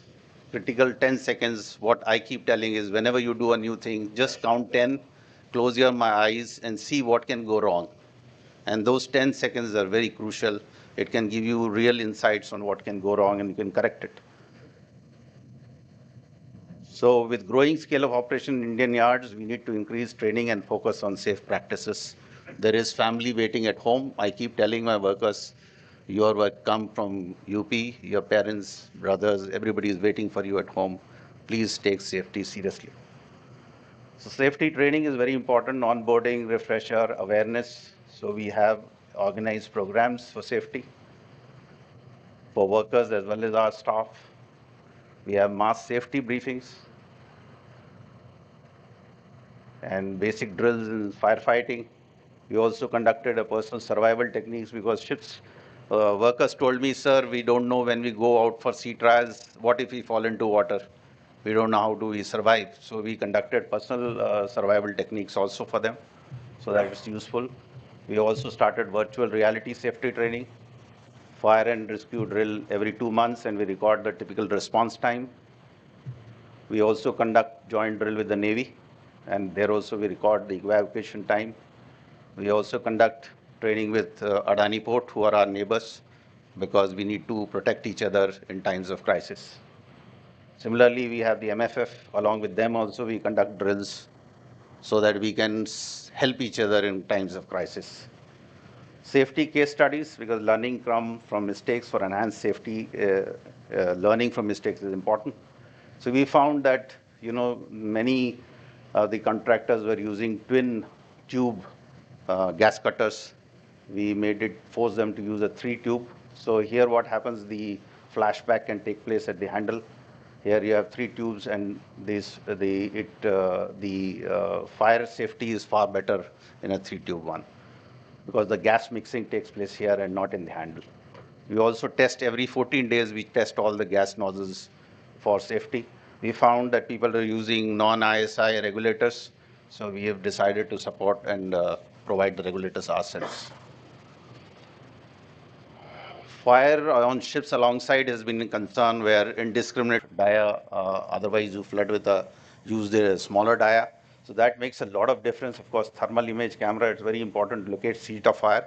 Otherwise, the fire is somewhere else and you are spraying water somewhere else. It doesn't make sense. So we also bought a special equipment from US, which can give you very good flow rate with very good, almost it creates a mist and a cloud, and there is no whipping. Normally when you're using these, the fire hydrants, it whips on your hand because of the high pressure.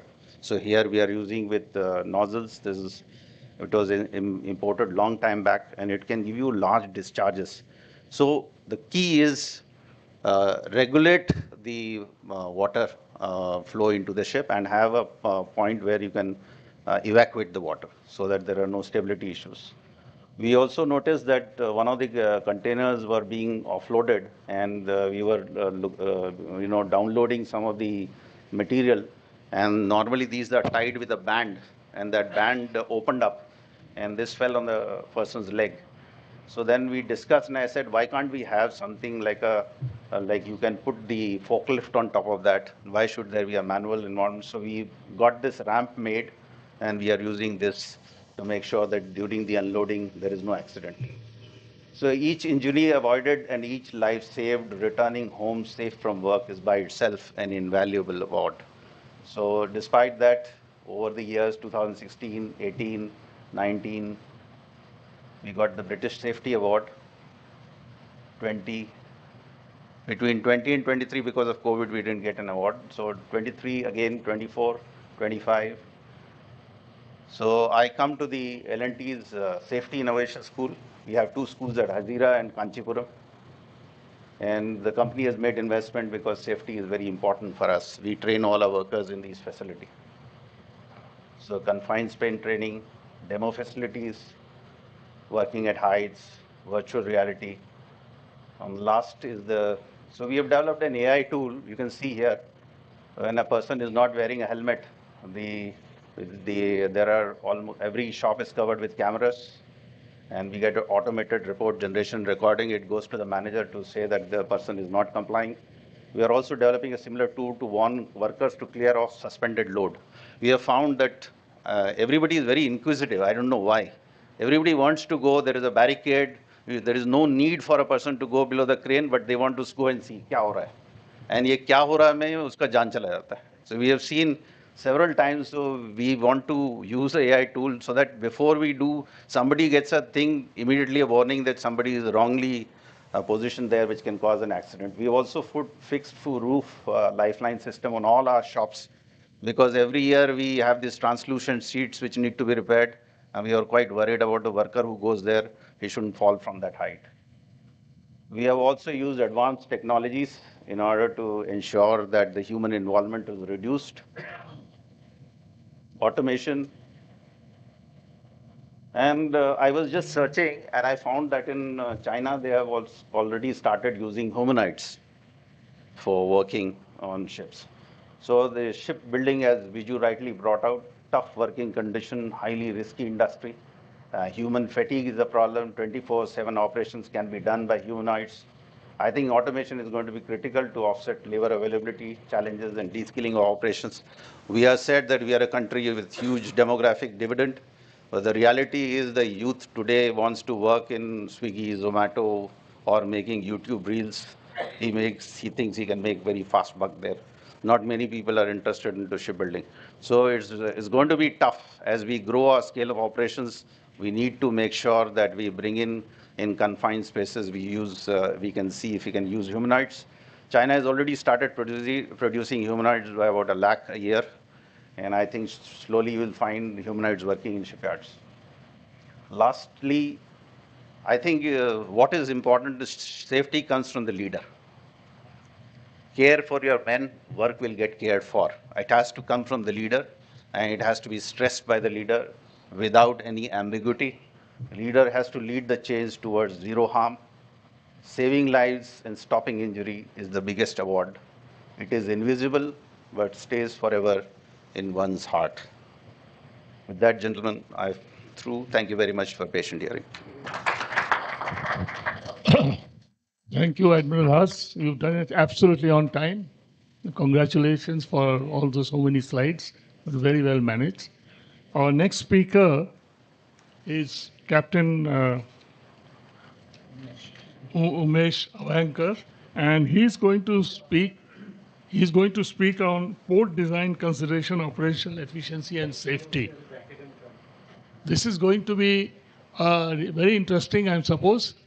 And I've seen the slides, and as usual, I'm sure there will be a lot of interest after all the 3 presentations have been completed. Over to you, Dr. Avankar. Good evening, distinguished speakers on the dais and ladies and gentlemen sitting over here. First and foremost, thank you for calling me for this session. I think all of us have been talking on maritime safety, that is what is in the water. And the last session was on the shipyard. I think I'm going to talk about the port. That's where I am from. That's what I do for a living. And somebody had said major ports. Just to point out, India has major and non-major ports. Incidentally, non-major ports also have a 50% share in the overall scheme of things. But thought process is major, major, major. Non-major is doing equally well. In fact, I would say they're doing better in terms of efficiency. So Mundra Port, what started off in 1998, that is the example I've taken. That's where I was for 10 years. It has taken 27 years till today, trying to compress the entire safety in about 20 minutes, what has taken 27 years to build. It's a tough task, but doable.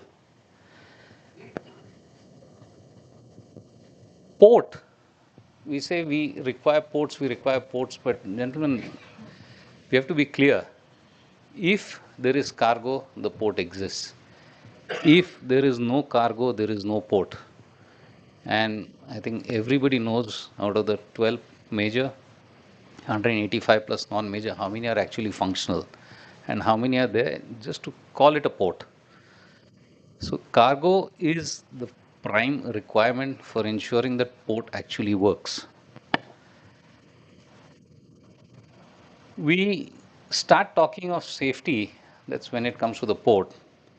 And when we talk of safety, the first thing that comes to mind is the port design. If I were to give you an example, in Mundra Port, which handles 200 million, it's from 2013 onwards, it's been the number uno port in terms of cargo handling. On an average, there are about 9,000 trucks which enter the port every day. Every day. There are about 400 plus trucks which operate within the port. In the container terminal itself, there are about 250, and in the bulk, you have about 150. And if you look at this vis-a-vis the human beings, you're looking at any given shift, you will have about 2,000 people. So there is more machine than man over there.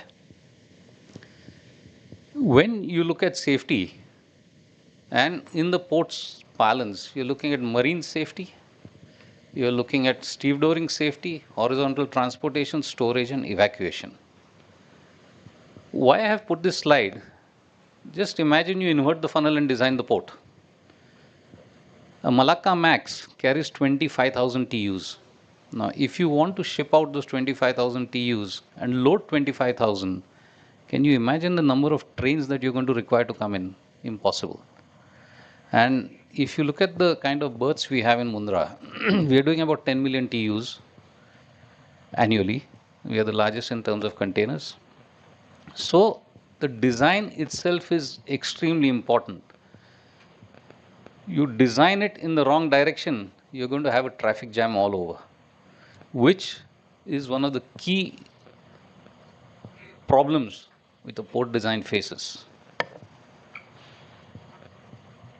Safety. I've purposely put achieve a Indian. If I were to ask everybody what is our appetite for safety, Norway to Australia. I will give you an example. We own the Abbott Point port in Australia. We have multiple stacker reclaimers for handling coal, doing about 120 million tons of coal in the country. An average stacker reclaimer costs about 38 crores. So we assumed if we were to do that for Abbott Point, it would cost 10% more, 42 crores. So when we actually sent the design over there, they said we would like to do something on it. I said, okay. By the time the design came back, it was costing 105 crores versus 38 crores in India. That is the level of safety that they look at versus the level of safety we look at.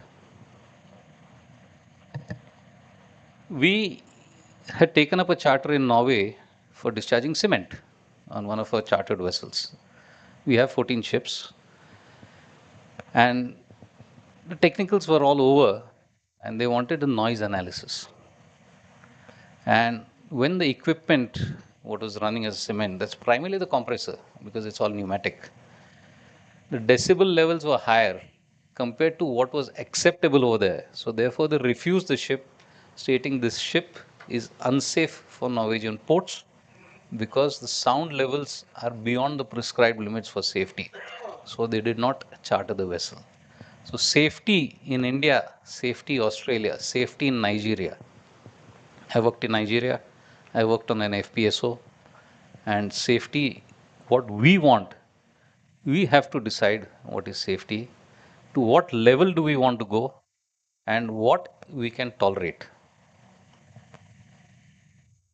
We have been discussing on how to change human mind.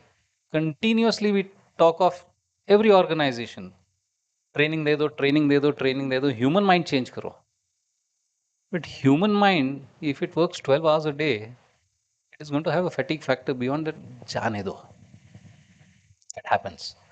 How many of us think of hard controls vis-a-vis soft controls? And this, I'll show you the next slide. Mundra has a 60 million ton per annum coal import terminal, what we call the West Basin. There are 4 deep water berths over there. And on the conventional port, which was started in 1998, we have the soft cones where the port entry is there.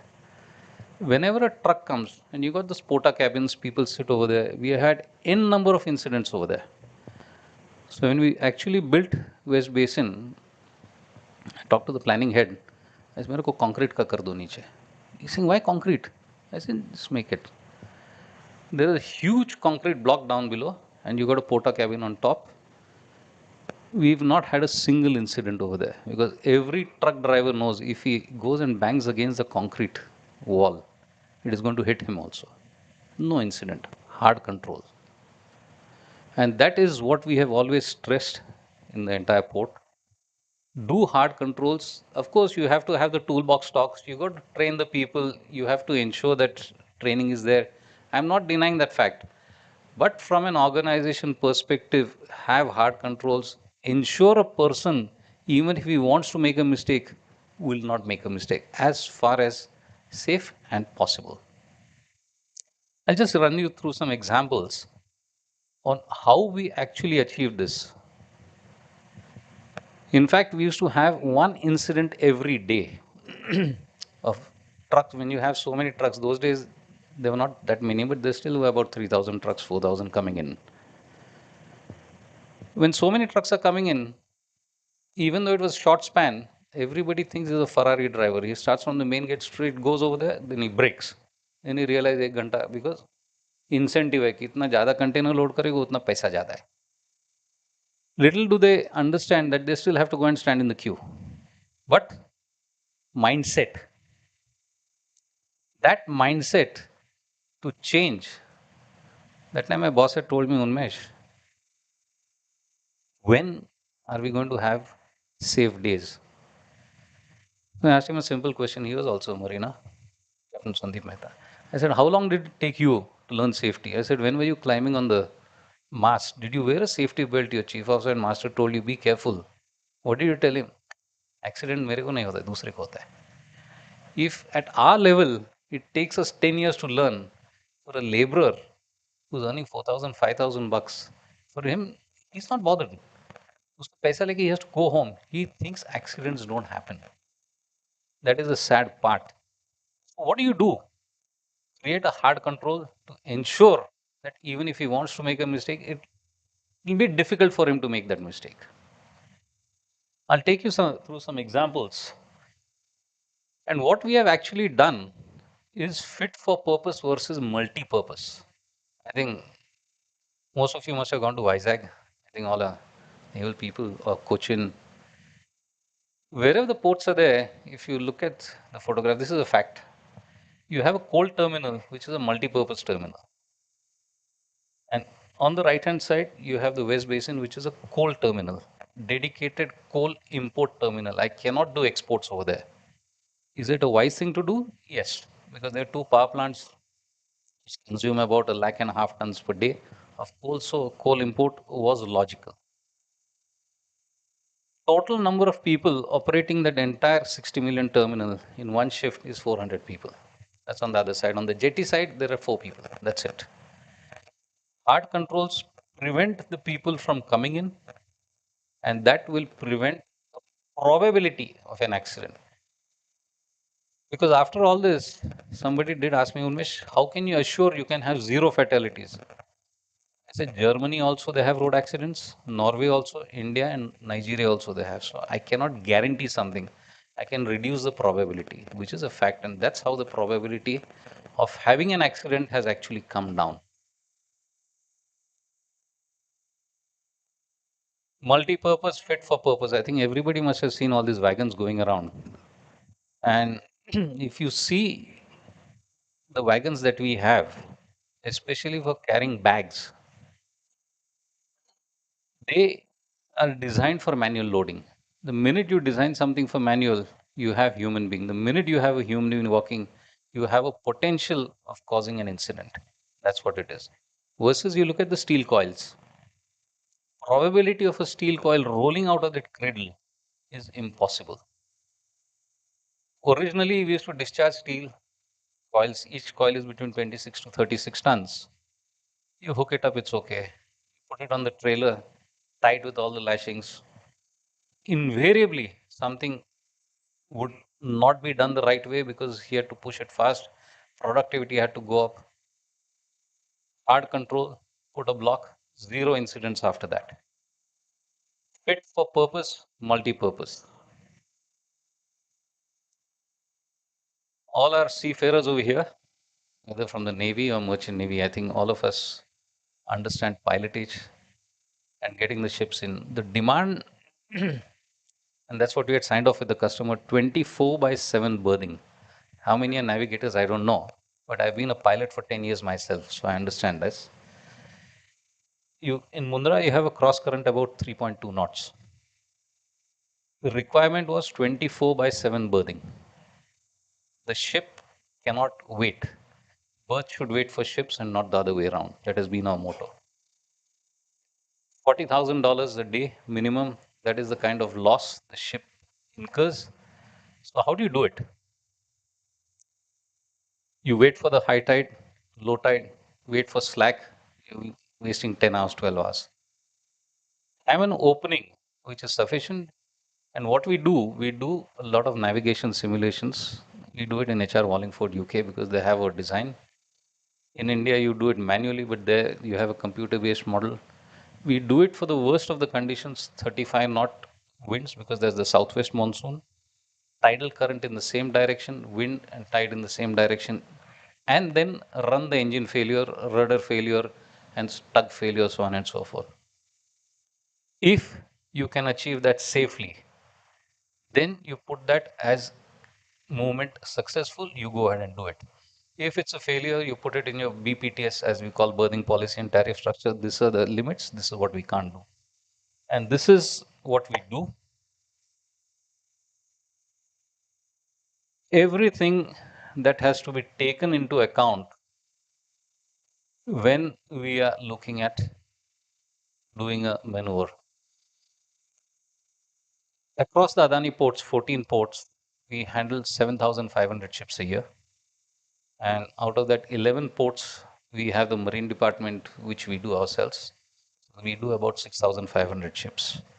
You can know what is the kind of frequency that we are having every day. And touch wood, we have a fairly decent safety record. And KPIs for the pilot are no grounding, no collisions. Somebody had discussed on Dali and went and banged into the terminal. What went wrong? I don't know anybody has seen our website. In our berthing policy tariff structure, we've called something called a cold move. I know every commercial person who has used our port curses me for it, but it has helped me. Because the charges I levy are 3x the normal charges. What I've said is the engine should never fail during a maneuver. In spite of that, we have about 10 to 15 engine failures. So most of these are brand new ships, 1 year, 2 year old. But the way we have designed it to ensure that we don't have an incident, in a very interesting case, I was sailing and I had a master, he read about that, and ship was diverted from Persian Gulf into Mundra. Got stopped at Singapore, and all the spares that he had asked for 3 years back, all the spares were given with one bold message. He showed me the message. Please ensure when you go into Mundra port, your engine doesn't fail. It's a very, very, very expensive affair. And with that, luckily, we've had very, very few incidents. This is not a revenue stream for us, but it is more of a hurdle for everybody to ensure that they come, they're fully fit. When our ships have been sailing for 17 and a half years, every time you go abroad, something goes wrong. Bada fine aata hai. But in India, they say, nahi, chalta hai. Why chalta hai? Why can't we have the same standards that we see outside? And that is what we have actually implemented.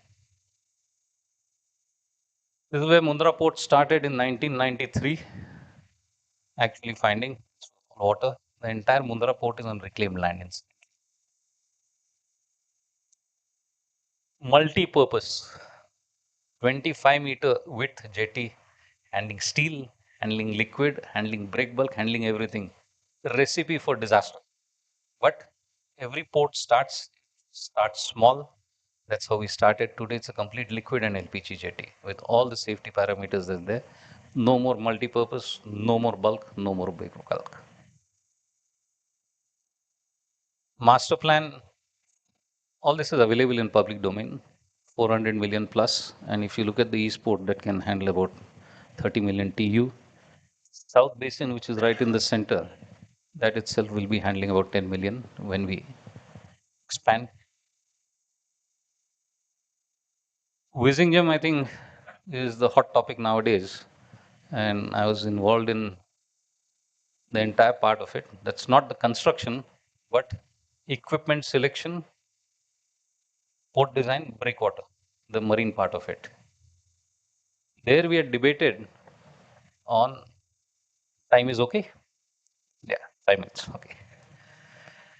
We wanted a fully autonomous terminal with QCs, AGVs or straddle carriers, CRMGs. When we did the costing, it was costing 650 crores over and above a manual terminal. Payback of 72 years. So that was scrapped from day one. But nonetheless, we got the QCs, which are remote operated. We got the CRMGs, which are remote operated. We debated inside whether to have the cabins on the cranes or no. Conscious decision, I said, the minute I keep a cabin, operator to jayega hi jayega, cabin nikal do. There are no cabins over there. Every person remote, you've got a 100% redundancy factor over there, so you don't lose out. Fully remote operated. And youngsters, in the sense, I think we've got a mix of 60-40, 60% females, 40% males operating the entire container terminal. That's the crane operators. Fit for purpose, again, West Basin, a closer look versus multi-purpose. Hard controls, and these are the two mottos that we use to ensure prevent an accident rather than think about an accident happening and then see how to correct it. Try and prevent it in the first place. Car carrier Mundra has a tide of about 5 meters. Before we had the pontoon, what you can see over here, it's a floating pontoon. We used to have a shutout of about 10 hours because every time the ramp went down, the ramp weighs about 300 odd tons. If somebody missed lifting it, or if there was a failure, you can imagine ship is going down, the ebb tide, ramp is still stuck on top, asking for trouble. Prevent that, have a floating pontoon which can take the weight, 24/7 operations. Hard controls on no more, and there are no cars on there. You have a separate parking lot and you got the jockeys taking them in. Same, it's on the ramp. Earlier was on the jetty. Three components which I made a statement about. Evacuation is again the first inverted funnel. How do I manage to evacuate the kind of cargo? If you're doing 200 million every year, this year I think we'll be clocking about 205 million. So that's the kind of volume that has to go out. We're handling about 35 trains every day and 9,000 trucks. That is the kind of volume that moves in and out of the port every day. Steel yard, originally there were about 30 odd cranes, two people hooking on, waiting for somebody, please lift up, take the weight. Probability of having an incident was very high. Today you got a Goliath, vacuum, stack on top, puts it down, one man operation. That's it. Working 100% safe, no issues. Project cargo handling, we are talking of 100 tons, 200. The biggest one we've had is two cranes of 1,500 tons each, 3,000 tons. I think Thermax was exporting a boiler. They've got a plant over there, 1,500 ton boiler. Two pieces, one was lifted and second was rolled on under the vessel with the Mediterranean move. Fertilizer cargo complex, you don't see a lot of headlines during the monsoon season for fertilizer not moving. Originally, there should be about 3,000 laborers in the port to evacuate one rake or two rakes. Today, 10 rakes, 24,000 tons with 200 people. Assembly line. Reduce manpower. Mechanize, not automate, mechanize as much as possible. Small elevation. This is a fishing net. If it starts raining, you can imagine how many people are required to undo it. And we used to have so many incidents, people falling into the hatch. Since there was DOC, de-oiled cakes, that's soybean, people didn't die, but soft landing, but things happened. Hard jali, 25 tons. Again, the hooks that we use, you don't require human beings. You just lock it, it stays locked. Hook costs 3x the normal hook. Otherwise, you hold on to the hook, somebody is taking the weight. Lock it, forget it.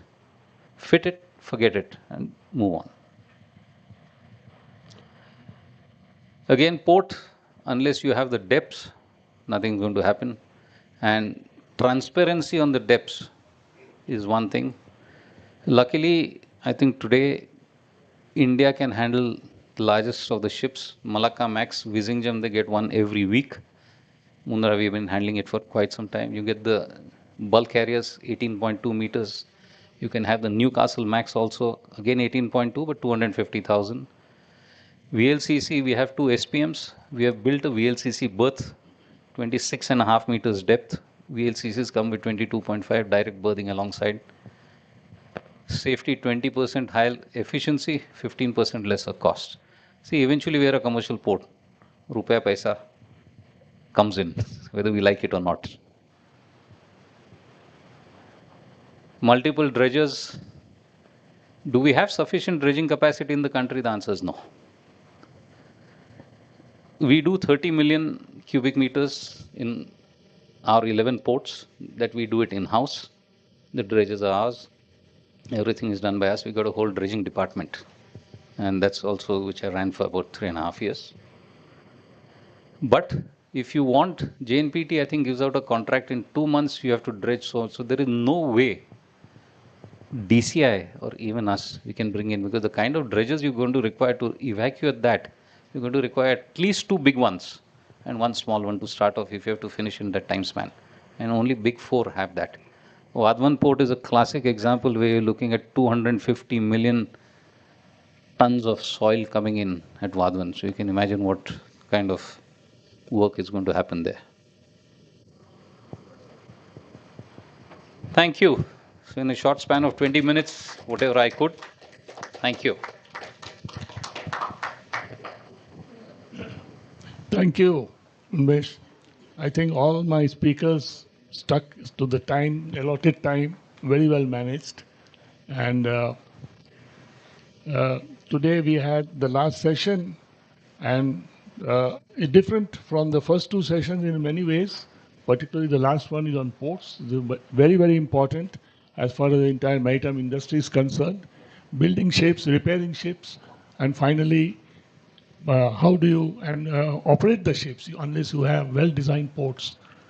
So before I sum up the presentations made, may I invite questions from the audience, please? Please mention whom you are. Yes, your name, please.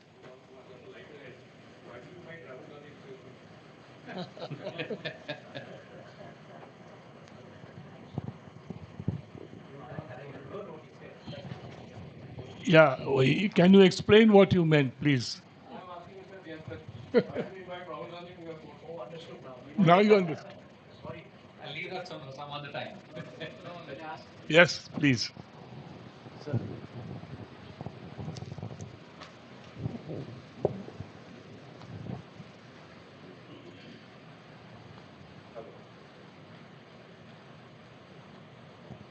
Hello. Sir, I'm Commodore Pankaj Mehrotra. I am from a merchant navy family as such. My question is that most of the things we have heard today pertain absolutely correctly to cargo, to safeties, connected machinery, ships, engines, various things. But now I think the government is also trying to put a lot of cruise ships into our waters. So we have to get geared up perhaps on the safety of the passengers, the ease of disembarkation, their luggage control, more or less like an airport. How do we, because the volumes are going to be massive. So I would suggest that some thought may kindly be given to this in the next seminar on similar subject. Thank you. Okay. I think Admiral Nadkarni will note this suggestion. It's a good suggestion and very timely. Unless any of my speakers want to throw some light on that, on MDL, or okay, we'll leave it for the next. Any other question, please? I'm Commander Hastak, ex-Indian Navy, and I spent 5 years in main fleet and 10 years with DCI. So my question to Captain Abhyankar is, since he said there is a shortage of dredgers, and I'm ex-DCI, I'm told now DCI is going to go in for a large number of dredgers, because otherwise the foreign companies, like you said, the big 4 will be into it. Is this true? Yes, DCI is building 1 dredger in Cochin shipyard, 12,000 CBM hopper, with a technical tie-up from IHC. And what I read in the news was they're planning to build 2 more after that, but 1 is under construction, that is for sure. But the 12,000, is it going to suffice? To the best of my knowledge, from what I understand of dredging, since you are also ex-DCI, I don't think it's going to be enough. The kind of dredging work which is there, it is not going to be enough. You're going to require far bigger dredges, because if you're going to get a time span of 2 months to dredge a channel, you're going to require at least 3 machines to clear it. And that luxury is not there even with one dredger that is going to be built. Yeah, if I may add to that, during the just last week concluded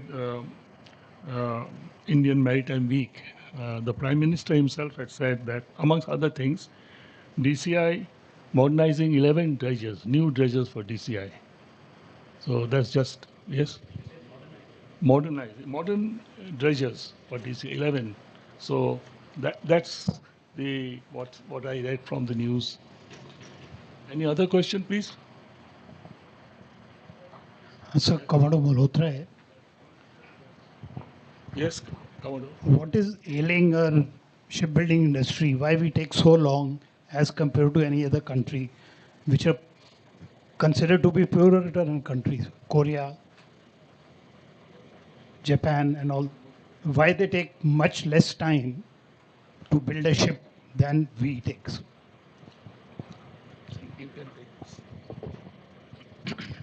So I just, about 6 months back, I went along with the Secretary of Ministry of Port and Shipping to Korea. And that was my first, opportunity to see the shipbuilding industry in Korea. If you go to any shipyard and you turn your head, everywhere you will see a Goliath crane. And about 4 dry docks, 3 floating docks, 3 floating cranes of capacity of 8,000 tons. So you can lift a destroyer with a floating crane. That is the kind of capacity they have. So I think the first and foremost factor is, the infrastructure. Infrastructure, I think we are, I think 150th or maybe they are 100 times more than us in terms of infra. Because in shipbuilding, you will realize that it is a highly capital intensive industry. And they have come up to this stage over 40 years. If you see the Korean shipbuilding industry's history, they started off in 1960 with a law on shipbuilding. Every business enterprise needs consistent policy, and laws gives you consistent policy. So if you look at Japan was useful in Korea developing their shipbuilding industry, and from Korea, China has developed. So the infra is number one. If you look at our labor costs, it's 1/10 of what is there in Korea. But if you look at our productivity, is it 1/10 again? So the main hassle and thing is productivity. The third factor is they're building ships to standard designs. So it's like an assembly line industry. When I was talking to them, they said, I asked them whether automation will help. They said automation is limited because in shipbuilding, especially in outfitting, hull construction, yes, you can get automation in, but ultimately outfitting has to be rigorously and manpower intensive. But what they have done is they produce ships, 200 ships to one design. And if you're producing 200 ships to one design and you have the infra to do it, your learning curve is very high. So every time you do this thing, they are able to reduce the timelines. And they also told us that if the ship owner wants some changes in design, like he said, make it tougher for them, the charges are very high.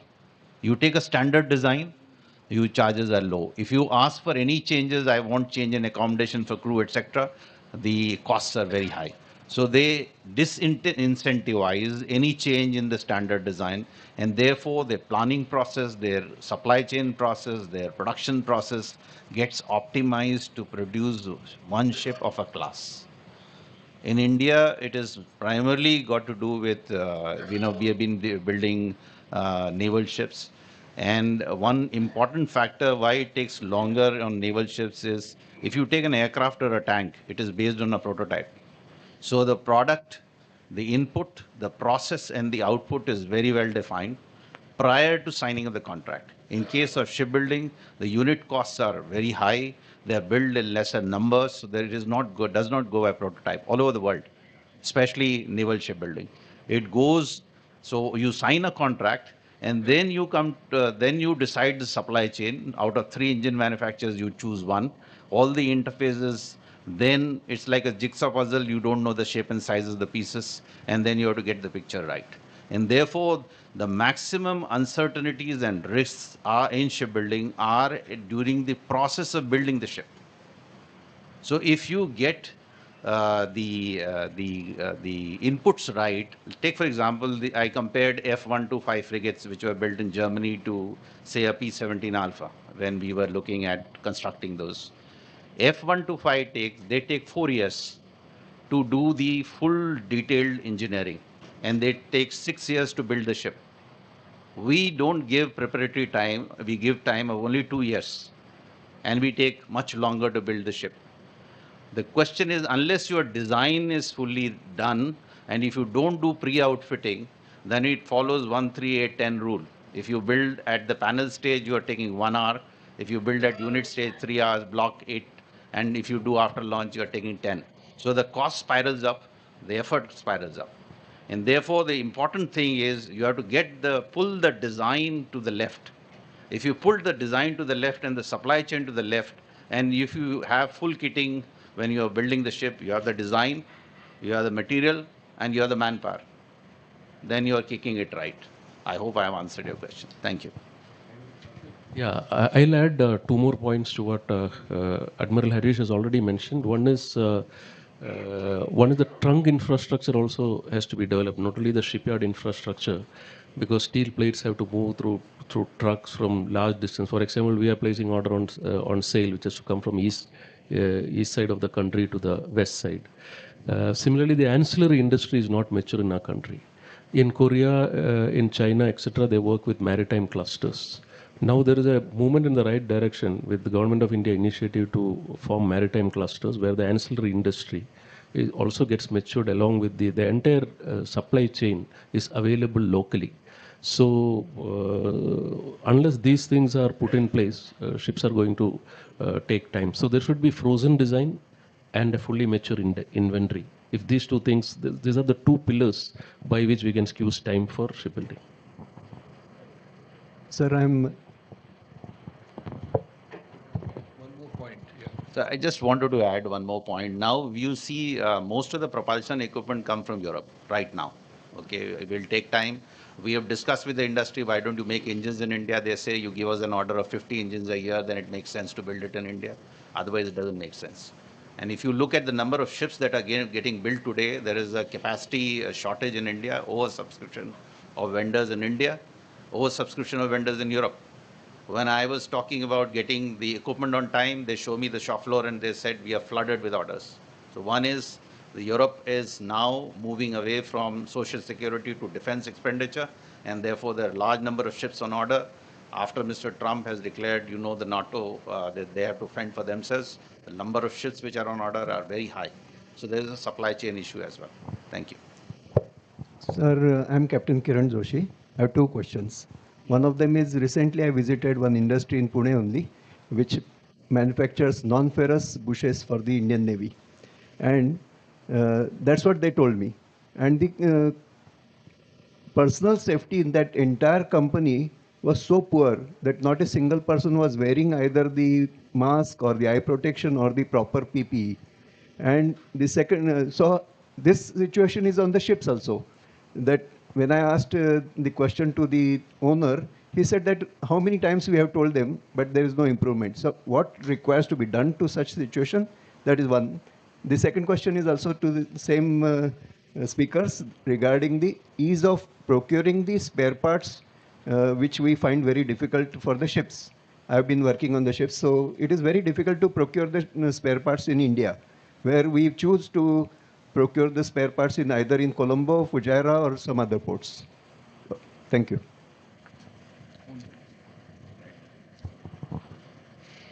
So I think eye protection is really critical. None of us wear eye protection in any of our yards. I think that is, we had And our company recruited a global expert as the head of safety recently, and he came to our yard to audit. And he said that everything is fine, but people don't wear safety goggles. I don't know. I think that is something which is a mindset issue. We have to change that, and very rightly pointed out by you. Thank you very much for that.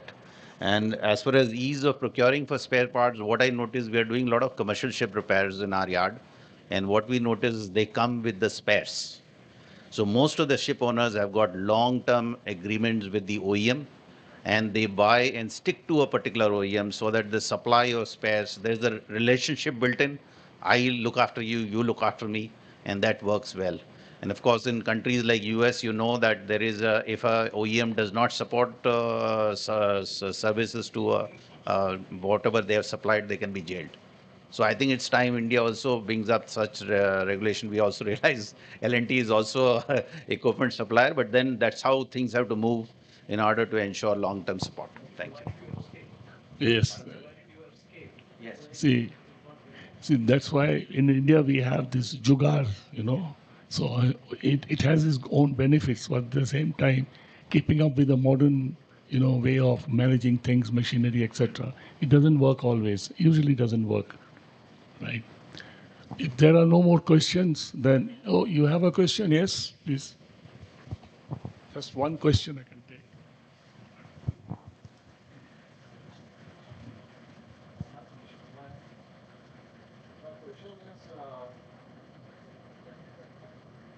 My question is regarding port design.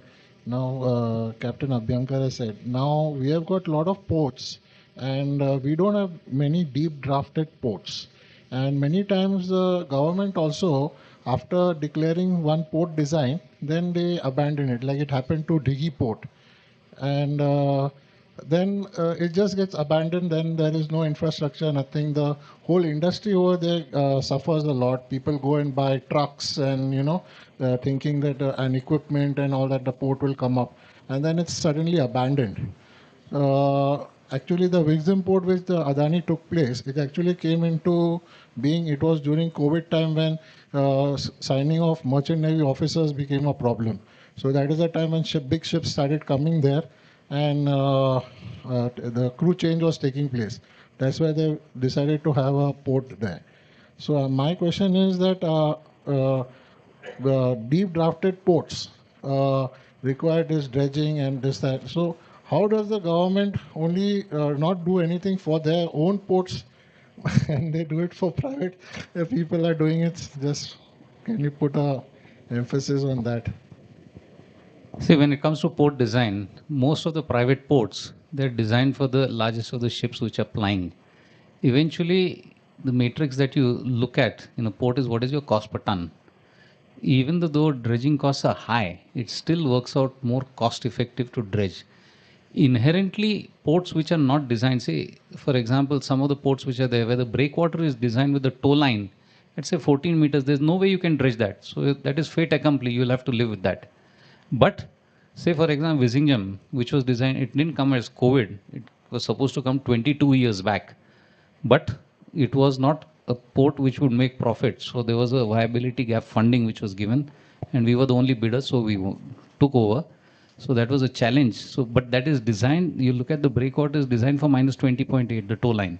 So therefore, you can dredge it to 20.8. You look at all the other ports, whether it's Gangavaram, Krishnapatnam, all are designed for a particular. But if you have an old port where the breakwater is designed with a tow line of 13 meters, then you can do nothing.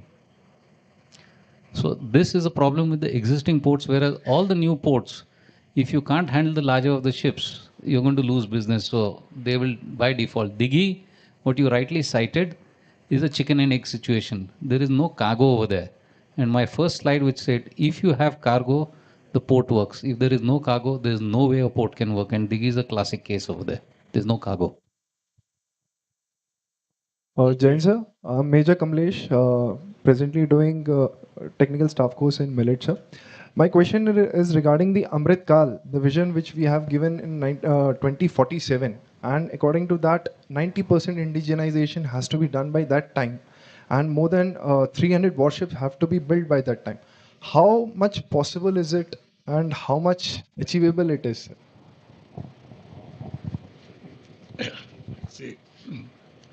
According to the last, what I read in the Indian Maritime Week 2025, it's not only, can you hear me? Yeah. Not only what you mentioned, there's a fleet expansion for SCI of 216 vessels, domestic vessel order 59 ships for oil and gas, green tug program, 100 eco-friendly tugs, Bharat Container Shipping Line, 51 vessels, and I mentioned about modernizing the DCI with 11 new dredgers. So there's an outlaw, there's a projected, 2.2 lakh crores. That's this from the Prime Minister himself. So Amrit Kal vision, if we have to go, we have to have hopes. And I'm sure that at least most of it will be achieved in another 15, 20 years' time. So that's all the youngsters can expect. And I'm sure we all, if we do our own bit, we can achieve this. It's not difficult.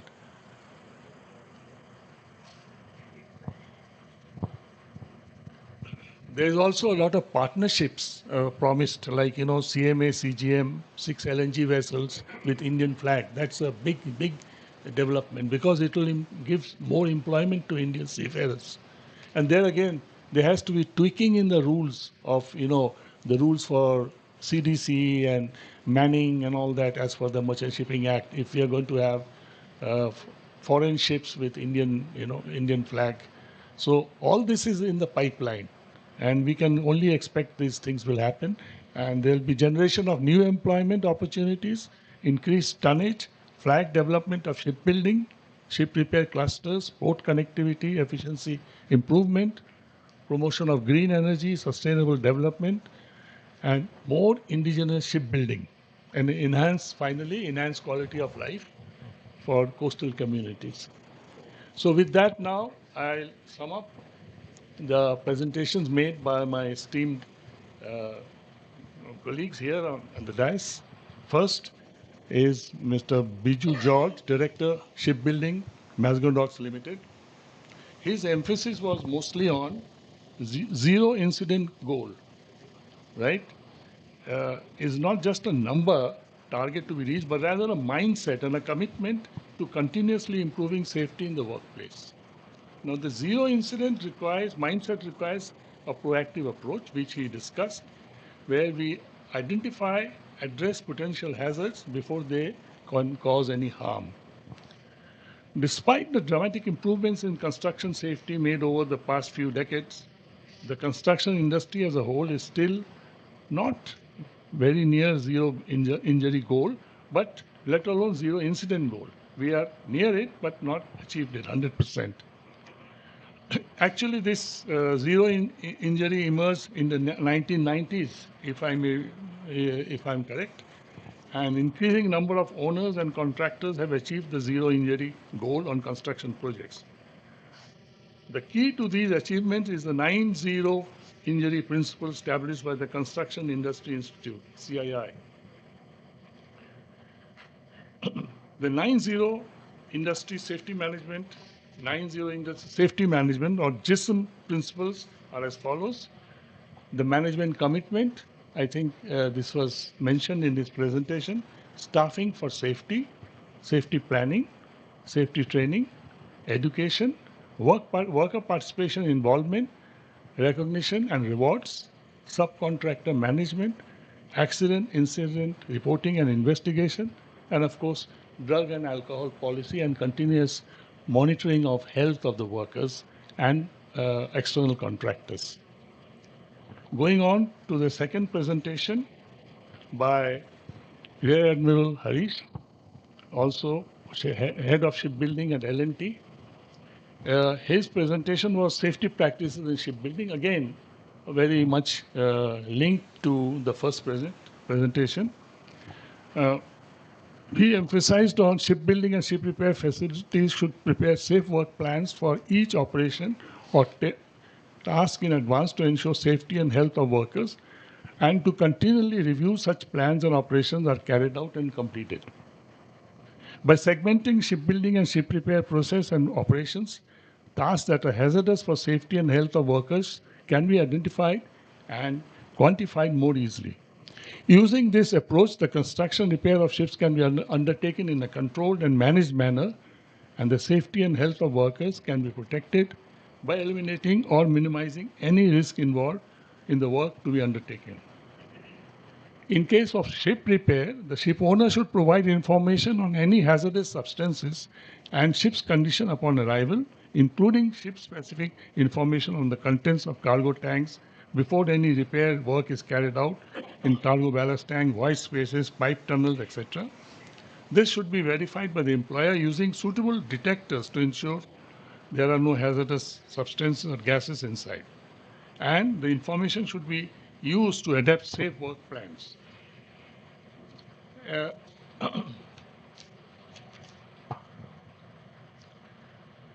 He discussed about the modern shipyard, what it should be, and I'm really amazed to see that in no way this is in any way, except maybe, okay, the infrastructure you cannot compare with what you have seen in Korea or Japan, but it's, nevertheless, in these few years, 100 vessels in 15 years, that's a unique achievement, I must say, considering from where we took off. So, vessel safety coordination committee meetings, and what can go wrong. The usual question, if you always adhere to these principles, I'm sure we can have more safety conscious workplace in the shipyards. The question about humanoids used for welding, this is a concept not only from the safety point of view, because there are some operations in any industry for that matter, and I think the automobile industry recognizes much before that repetitive jobs are better done by humanoids. Because if repetitive jobs, it gives, you sort of, the worker gets, his mind gets diverted, it's a boring activity, and then the chances of accidents or incidents. So, seeing that this is being employed in the shipyard is a very big step forward. Then we come to the last, not the least, presentation by Unmesh, Captain Unmesh Abhankar, head of the ports in Adani Shipping, Adani Cements. And his was on port design considering operational efficiency and safety. This is something, the ports is one of the most, I would say, the fourth leg of maritime industry. You can have ships, you can have seafarers, but what about ports? Without ports, ships mean nothing. And ports have to be designed for the purpose, fit for the purpose. And what he spoke very well about the inverted funnel concept, that means you must have a hinterland where what you do with the cargo, it's no point if the cargo piles up all over the place. I remember in the late 60s or early 70s, when we were getting food from US imported, under the PL 480 scheme. I don't know whether you remember. And we used to see in the ports of Calcutta, the warehouses stocked with powdered milk. And over a period of time, that whole area would stink because they had nowhere to, the trucks could not come in. There was no way they could come and take away the cargo. So all that was coming, nearly 50% was rotting in the port itself. Because Kolkata port is a very old port. It was not designed to take ships one after other and discharge the cargo. So effective port management goes beyond smooth operation of cargo handling logistics administration. One critical yet overlooked aspect is ensuring safety at all levels, including a port safety management system in place, which is ensuring the safety of personnel, the environment, and infrastructure itself. I think he has touched upon this. It is a systematic approach to managing safety within port environment, and with the proper policies, procedures, practices necessary to identify, assess, mitigate risks to ensure safety. IMO has already, and national laws cover all aspects of safety, including what you call the ISPS code, that is on security of ports, which is again very, very important.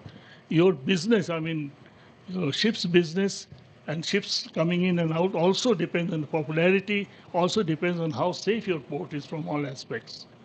So the new other thing which is coming in today is cyber security.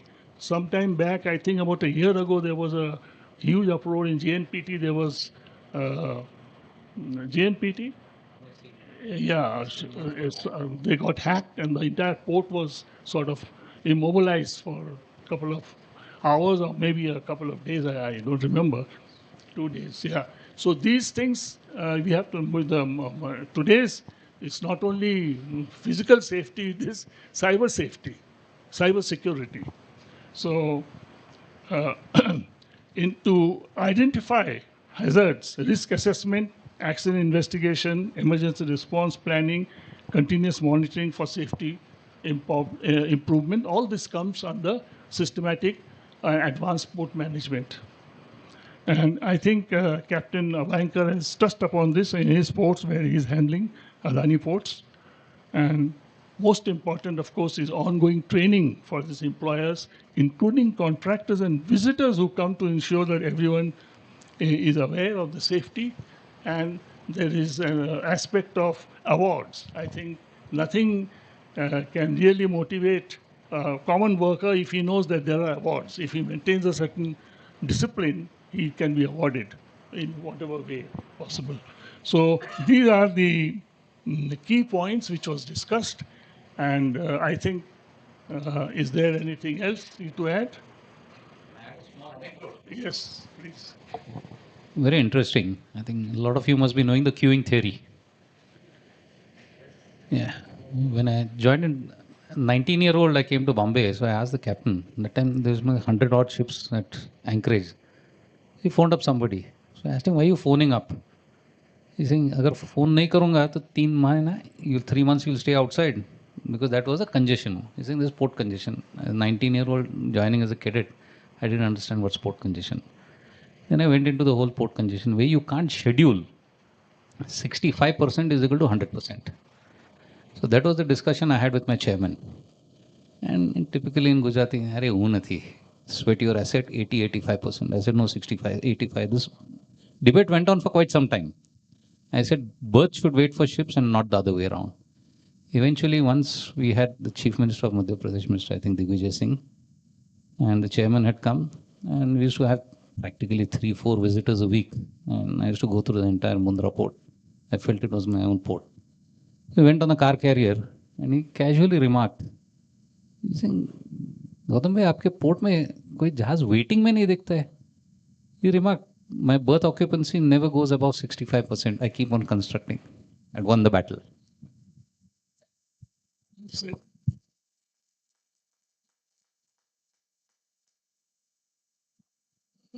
May I thank our distinguished audience, the admirals, and of course, Admiral Natkarni, Admiral Pasricha, for having us here for this event. And Captain Anand Dixit, I don't see him. There he is. Yeah, sorry. Thank you very much for organizing and calling us here. And I take this opportunity to a learning lesson for me also, although I have been associated with ports in a way in my previous position. But there's a lot of learning to do now. What is happening, eye-opener, particularly from Adani and L&T. I'm very happy and to know what is happening and latest information. So, Admiral Natkarni, may I thank you very much for this whole event.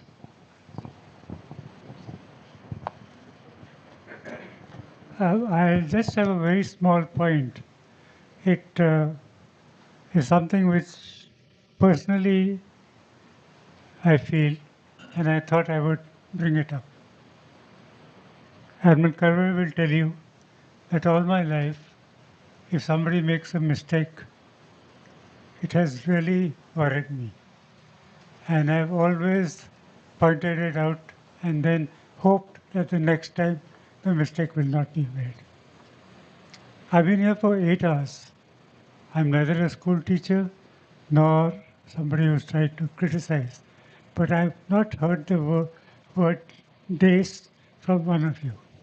The correct pronunciation and spelling of the word dais is days. So if you'd like to check that up, please do that.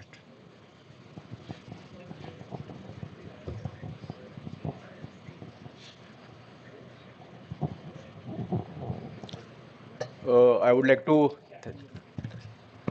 to thank the moderator, Mr. Ajoy Chatterjee, as well as the three speakers, Rear Admiral Harish, then Mr. Biju George, and lastly, of course, Captain Unmesh Abhyankar, who have taken time off from their undoubtedly busy schedule to be here with us. I always say that it is never too old to learn something new. And today, I think you will all agree that we have learned a lot of things, which most of us, even though we are several years old, may have not heard before in our lifetime or in our career. And despite this being the third session, I'm happy to see that it has been such an engrossing session, and the audience interaction also has been extremely positive. So I thank the panelists for this talk. May I now request the President IMF, Captain Anand Dixit, to kindly present the mementos to the moderators as well as the three speakers.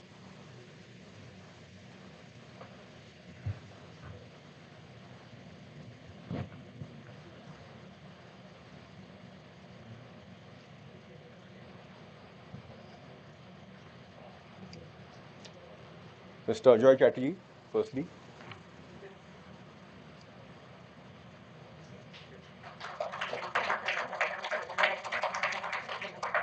Next is Rear Admiral Harish.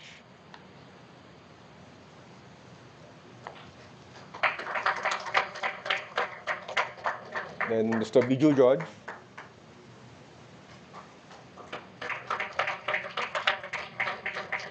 And finally, Captain Unmesh Abhyankar.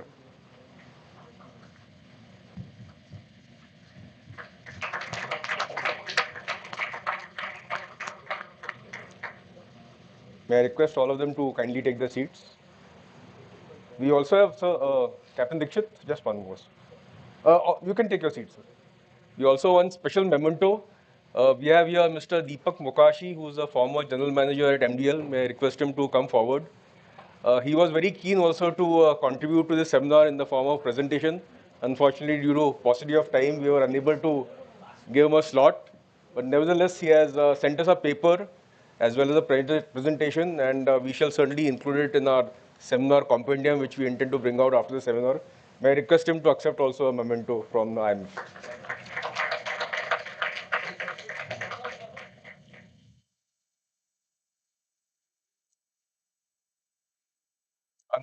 Once more. Retake. So with that, we come to the end of all the three sessions. And we now have the concluding talk, which will be delivered by Vice Admiral Karve. May I request him to kindly deliver the concluding address, sir.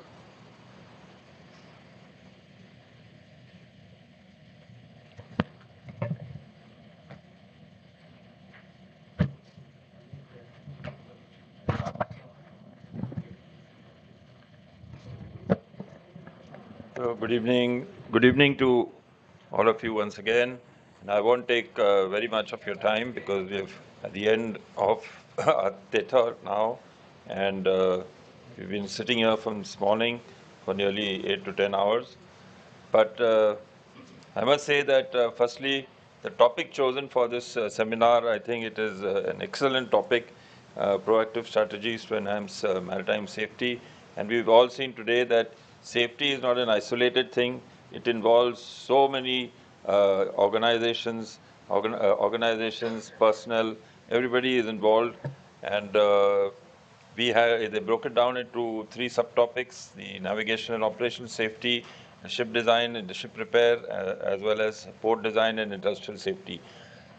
All of these actually play an important role. Operational safety, safety at sea, cannot be achieved in isolation. It has to be a whole of organization approach. There has to be a complete commitment by the people involved, the personnel, our seafarers, the people manning officers ashore. They cannot, people at sea cannot discharge their roles and responsibilities with regard to safety without complete support from, let's say, the business owner, the owner of the ship, or by the naval organizations or the Coast Guard organizations ashore. It is a very, safety is, I would say, cannot be achieved through accident. This is an oxymoron, but the point is, safety is a deliberate activity. It has to have full support of the entire organization. People have to have develop a safety culture. No amount of checks, SOPs, systems, whatever you put in place until a safety culture is achieved. My personal belief is it cannot. Overall safety will not be achieved, and you will continue to have accidents.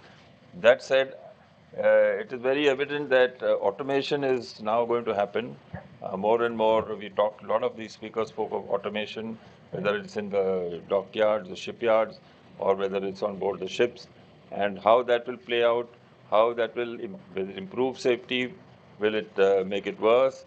That is a question that remains still unanswered.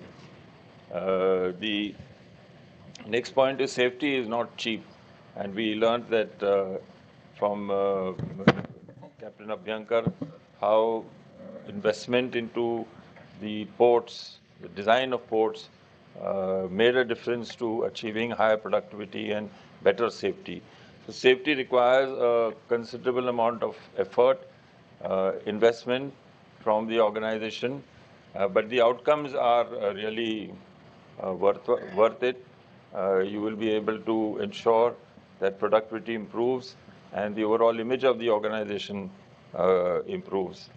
At the end, I would only like to say that there are so many questions that have been thrown up in this discussion today, and certainly follow-up discussions, follow-up by way of follow-up, maybe papers, maybe further seminars on select topics may be required to take this very important towards logical conclusion. I'm sure that IMF will bring out seminar proceedings as well as put it on YouTube, because this is a topic which I feel should not be limited to this audience. It is a wider audience. The current, seamen who are serving, the seafarers who are serving on ships at sea, the young generation, the captains, the masters, the crew, all of them must hear this out, because there's so many important points that have been brought out. And it will be, I think, unfair if it is limited only to this audience. I'm sure IMF must be doing that. And let's hope more and more people are exposed to such seminars in future. Finally, I think I must really commend the IMF and the council members to have come up with this very important topic.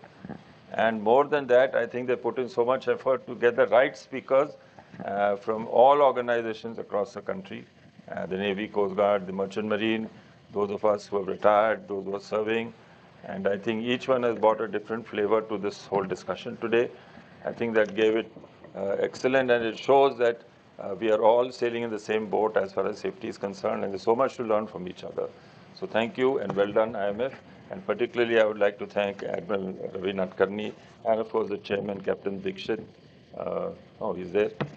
For both of them who really put in a lot of effort. I think the outcome is there for you to see. Thank you.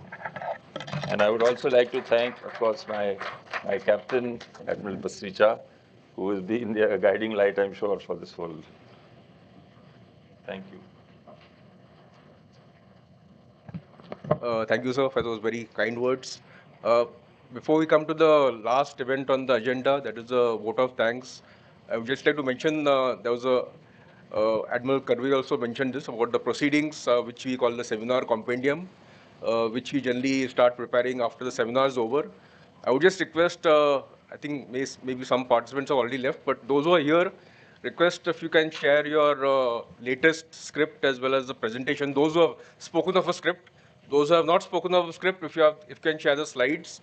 What we do is generally we put the script as the text part, and the slides we convert into images and then put them as insets in that particular text. Thereafter, as far as the people who have spoken extempore, we transcribe that particular talk and then put it in the form of a text speech as such. So I would just request all of you who have not done so to kindly send us that those details so that we can compile the compendium. With that, we come to the vote of thanks, which will be delivered by our Vice President, Commodore Ajay Chitnis, Shaura Chakra, Nausena Medal.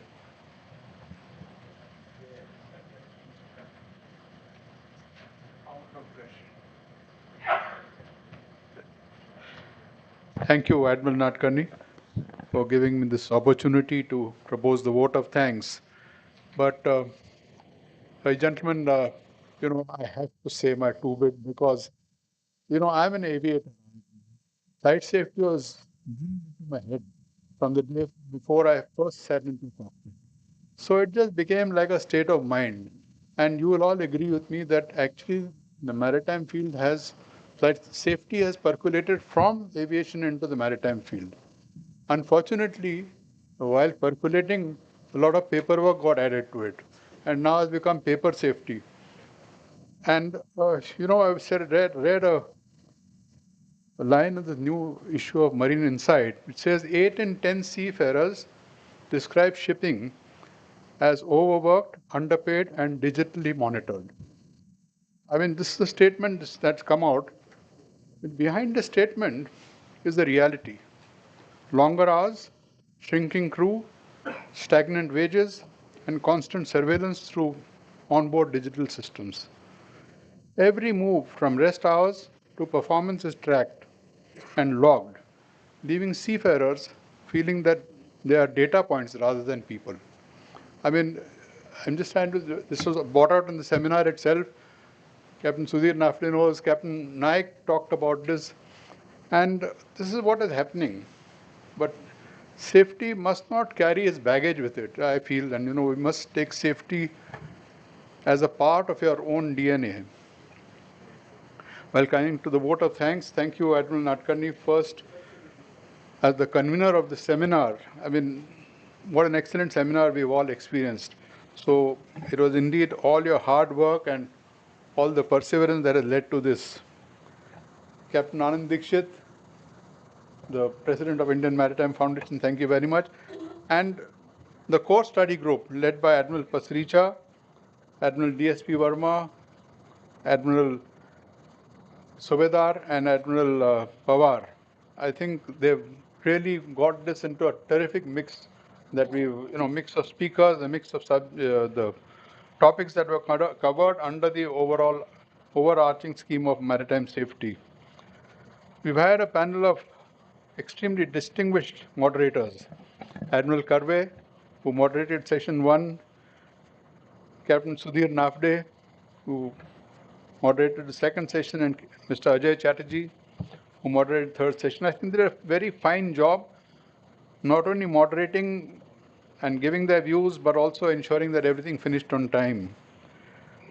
Our galaxy of speakers, I must thank, starting from the first session we had Rear Admiral Madula, IG Bhisham Sharma, and Captain Mohan Naik. Of session 2, we had Rear Admiral Sujit Bakshi and Commodore Shridore and Commodore Shrikant Deshmukh.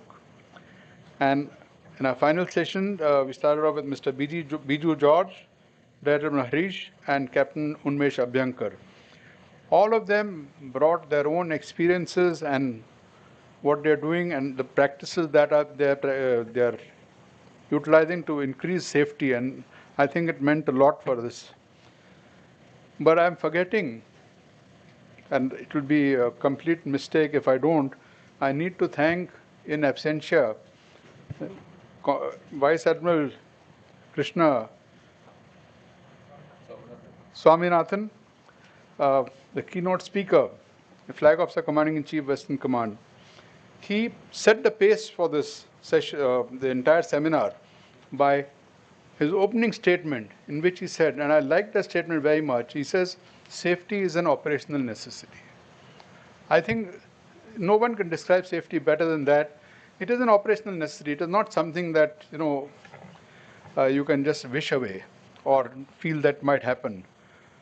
Personally, I have noted a number of quotable quotes from the speakers, which I will add to my repertoire whenever I talk about it. You see, I had a poster displayed very prominently outside my training center, which I set up for Great Offshore, which said, if you think training is expensive, try having an accident. So, I mean, this is the fact of life. People think that training is very expensive. So first thing that gets cut in a budget is training. So that is the thing. Thanks also due to our sponsors, Messrs. Wakefield Foods, Mazagon Docks Limited, and L&T Shipping, without whose valuable support this seminar would not have been possible.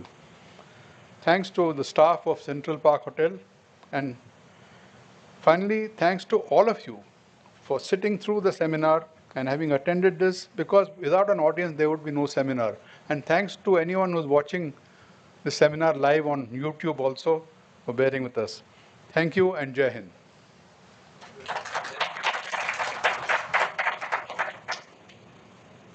Thank you, sir. And with that, we come to the end of the seminar.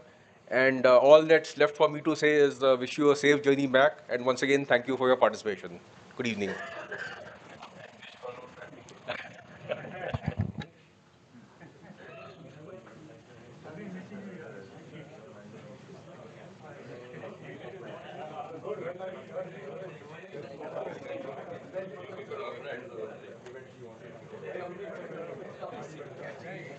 But after pending.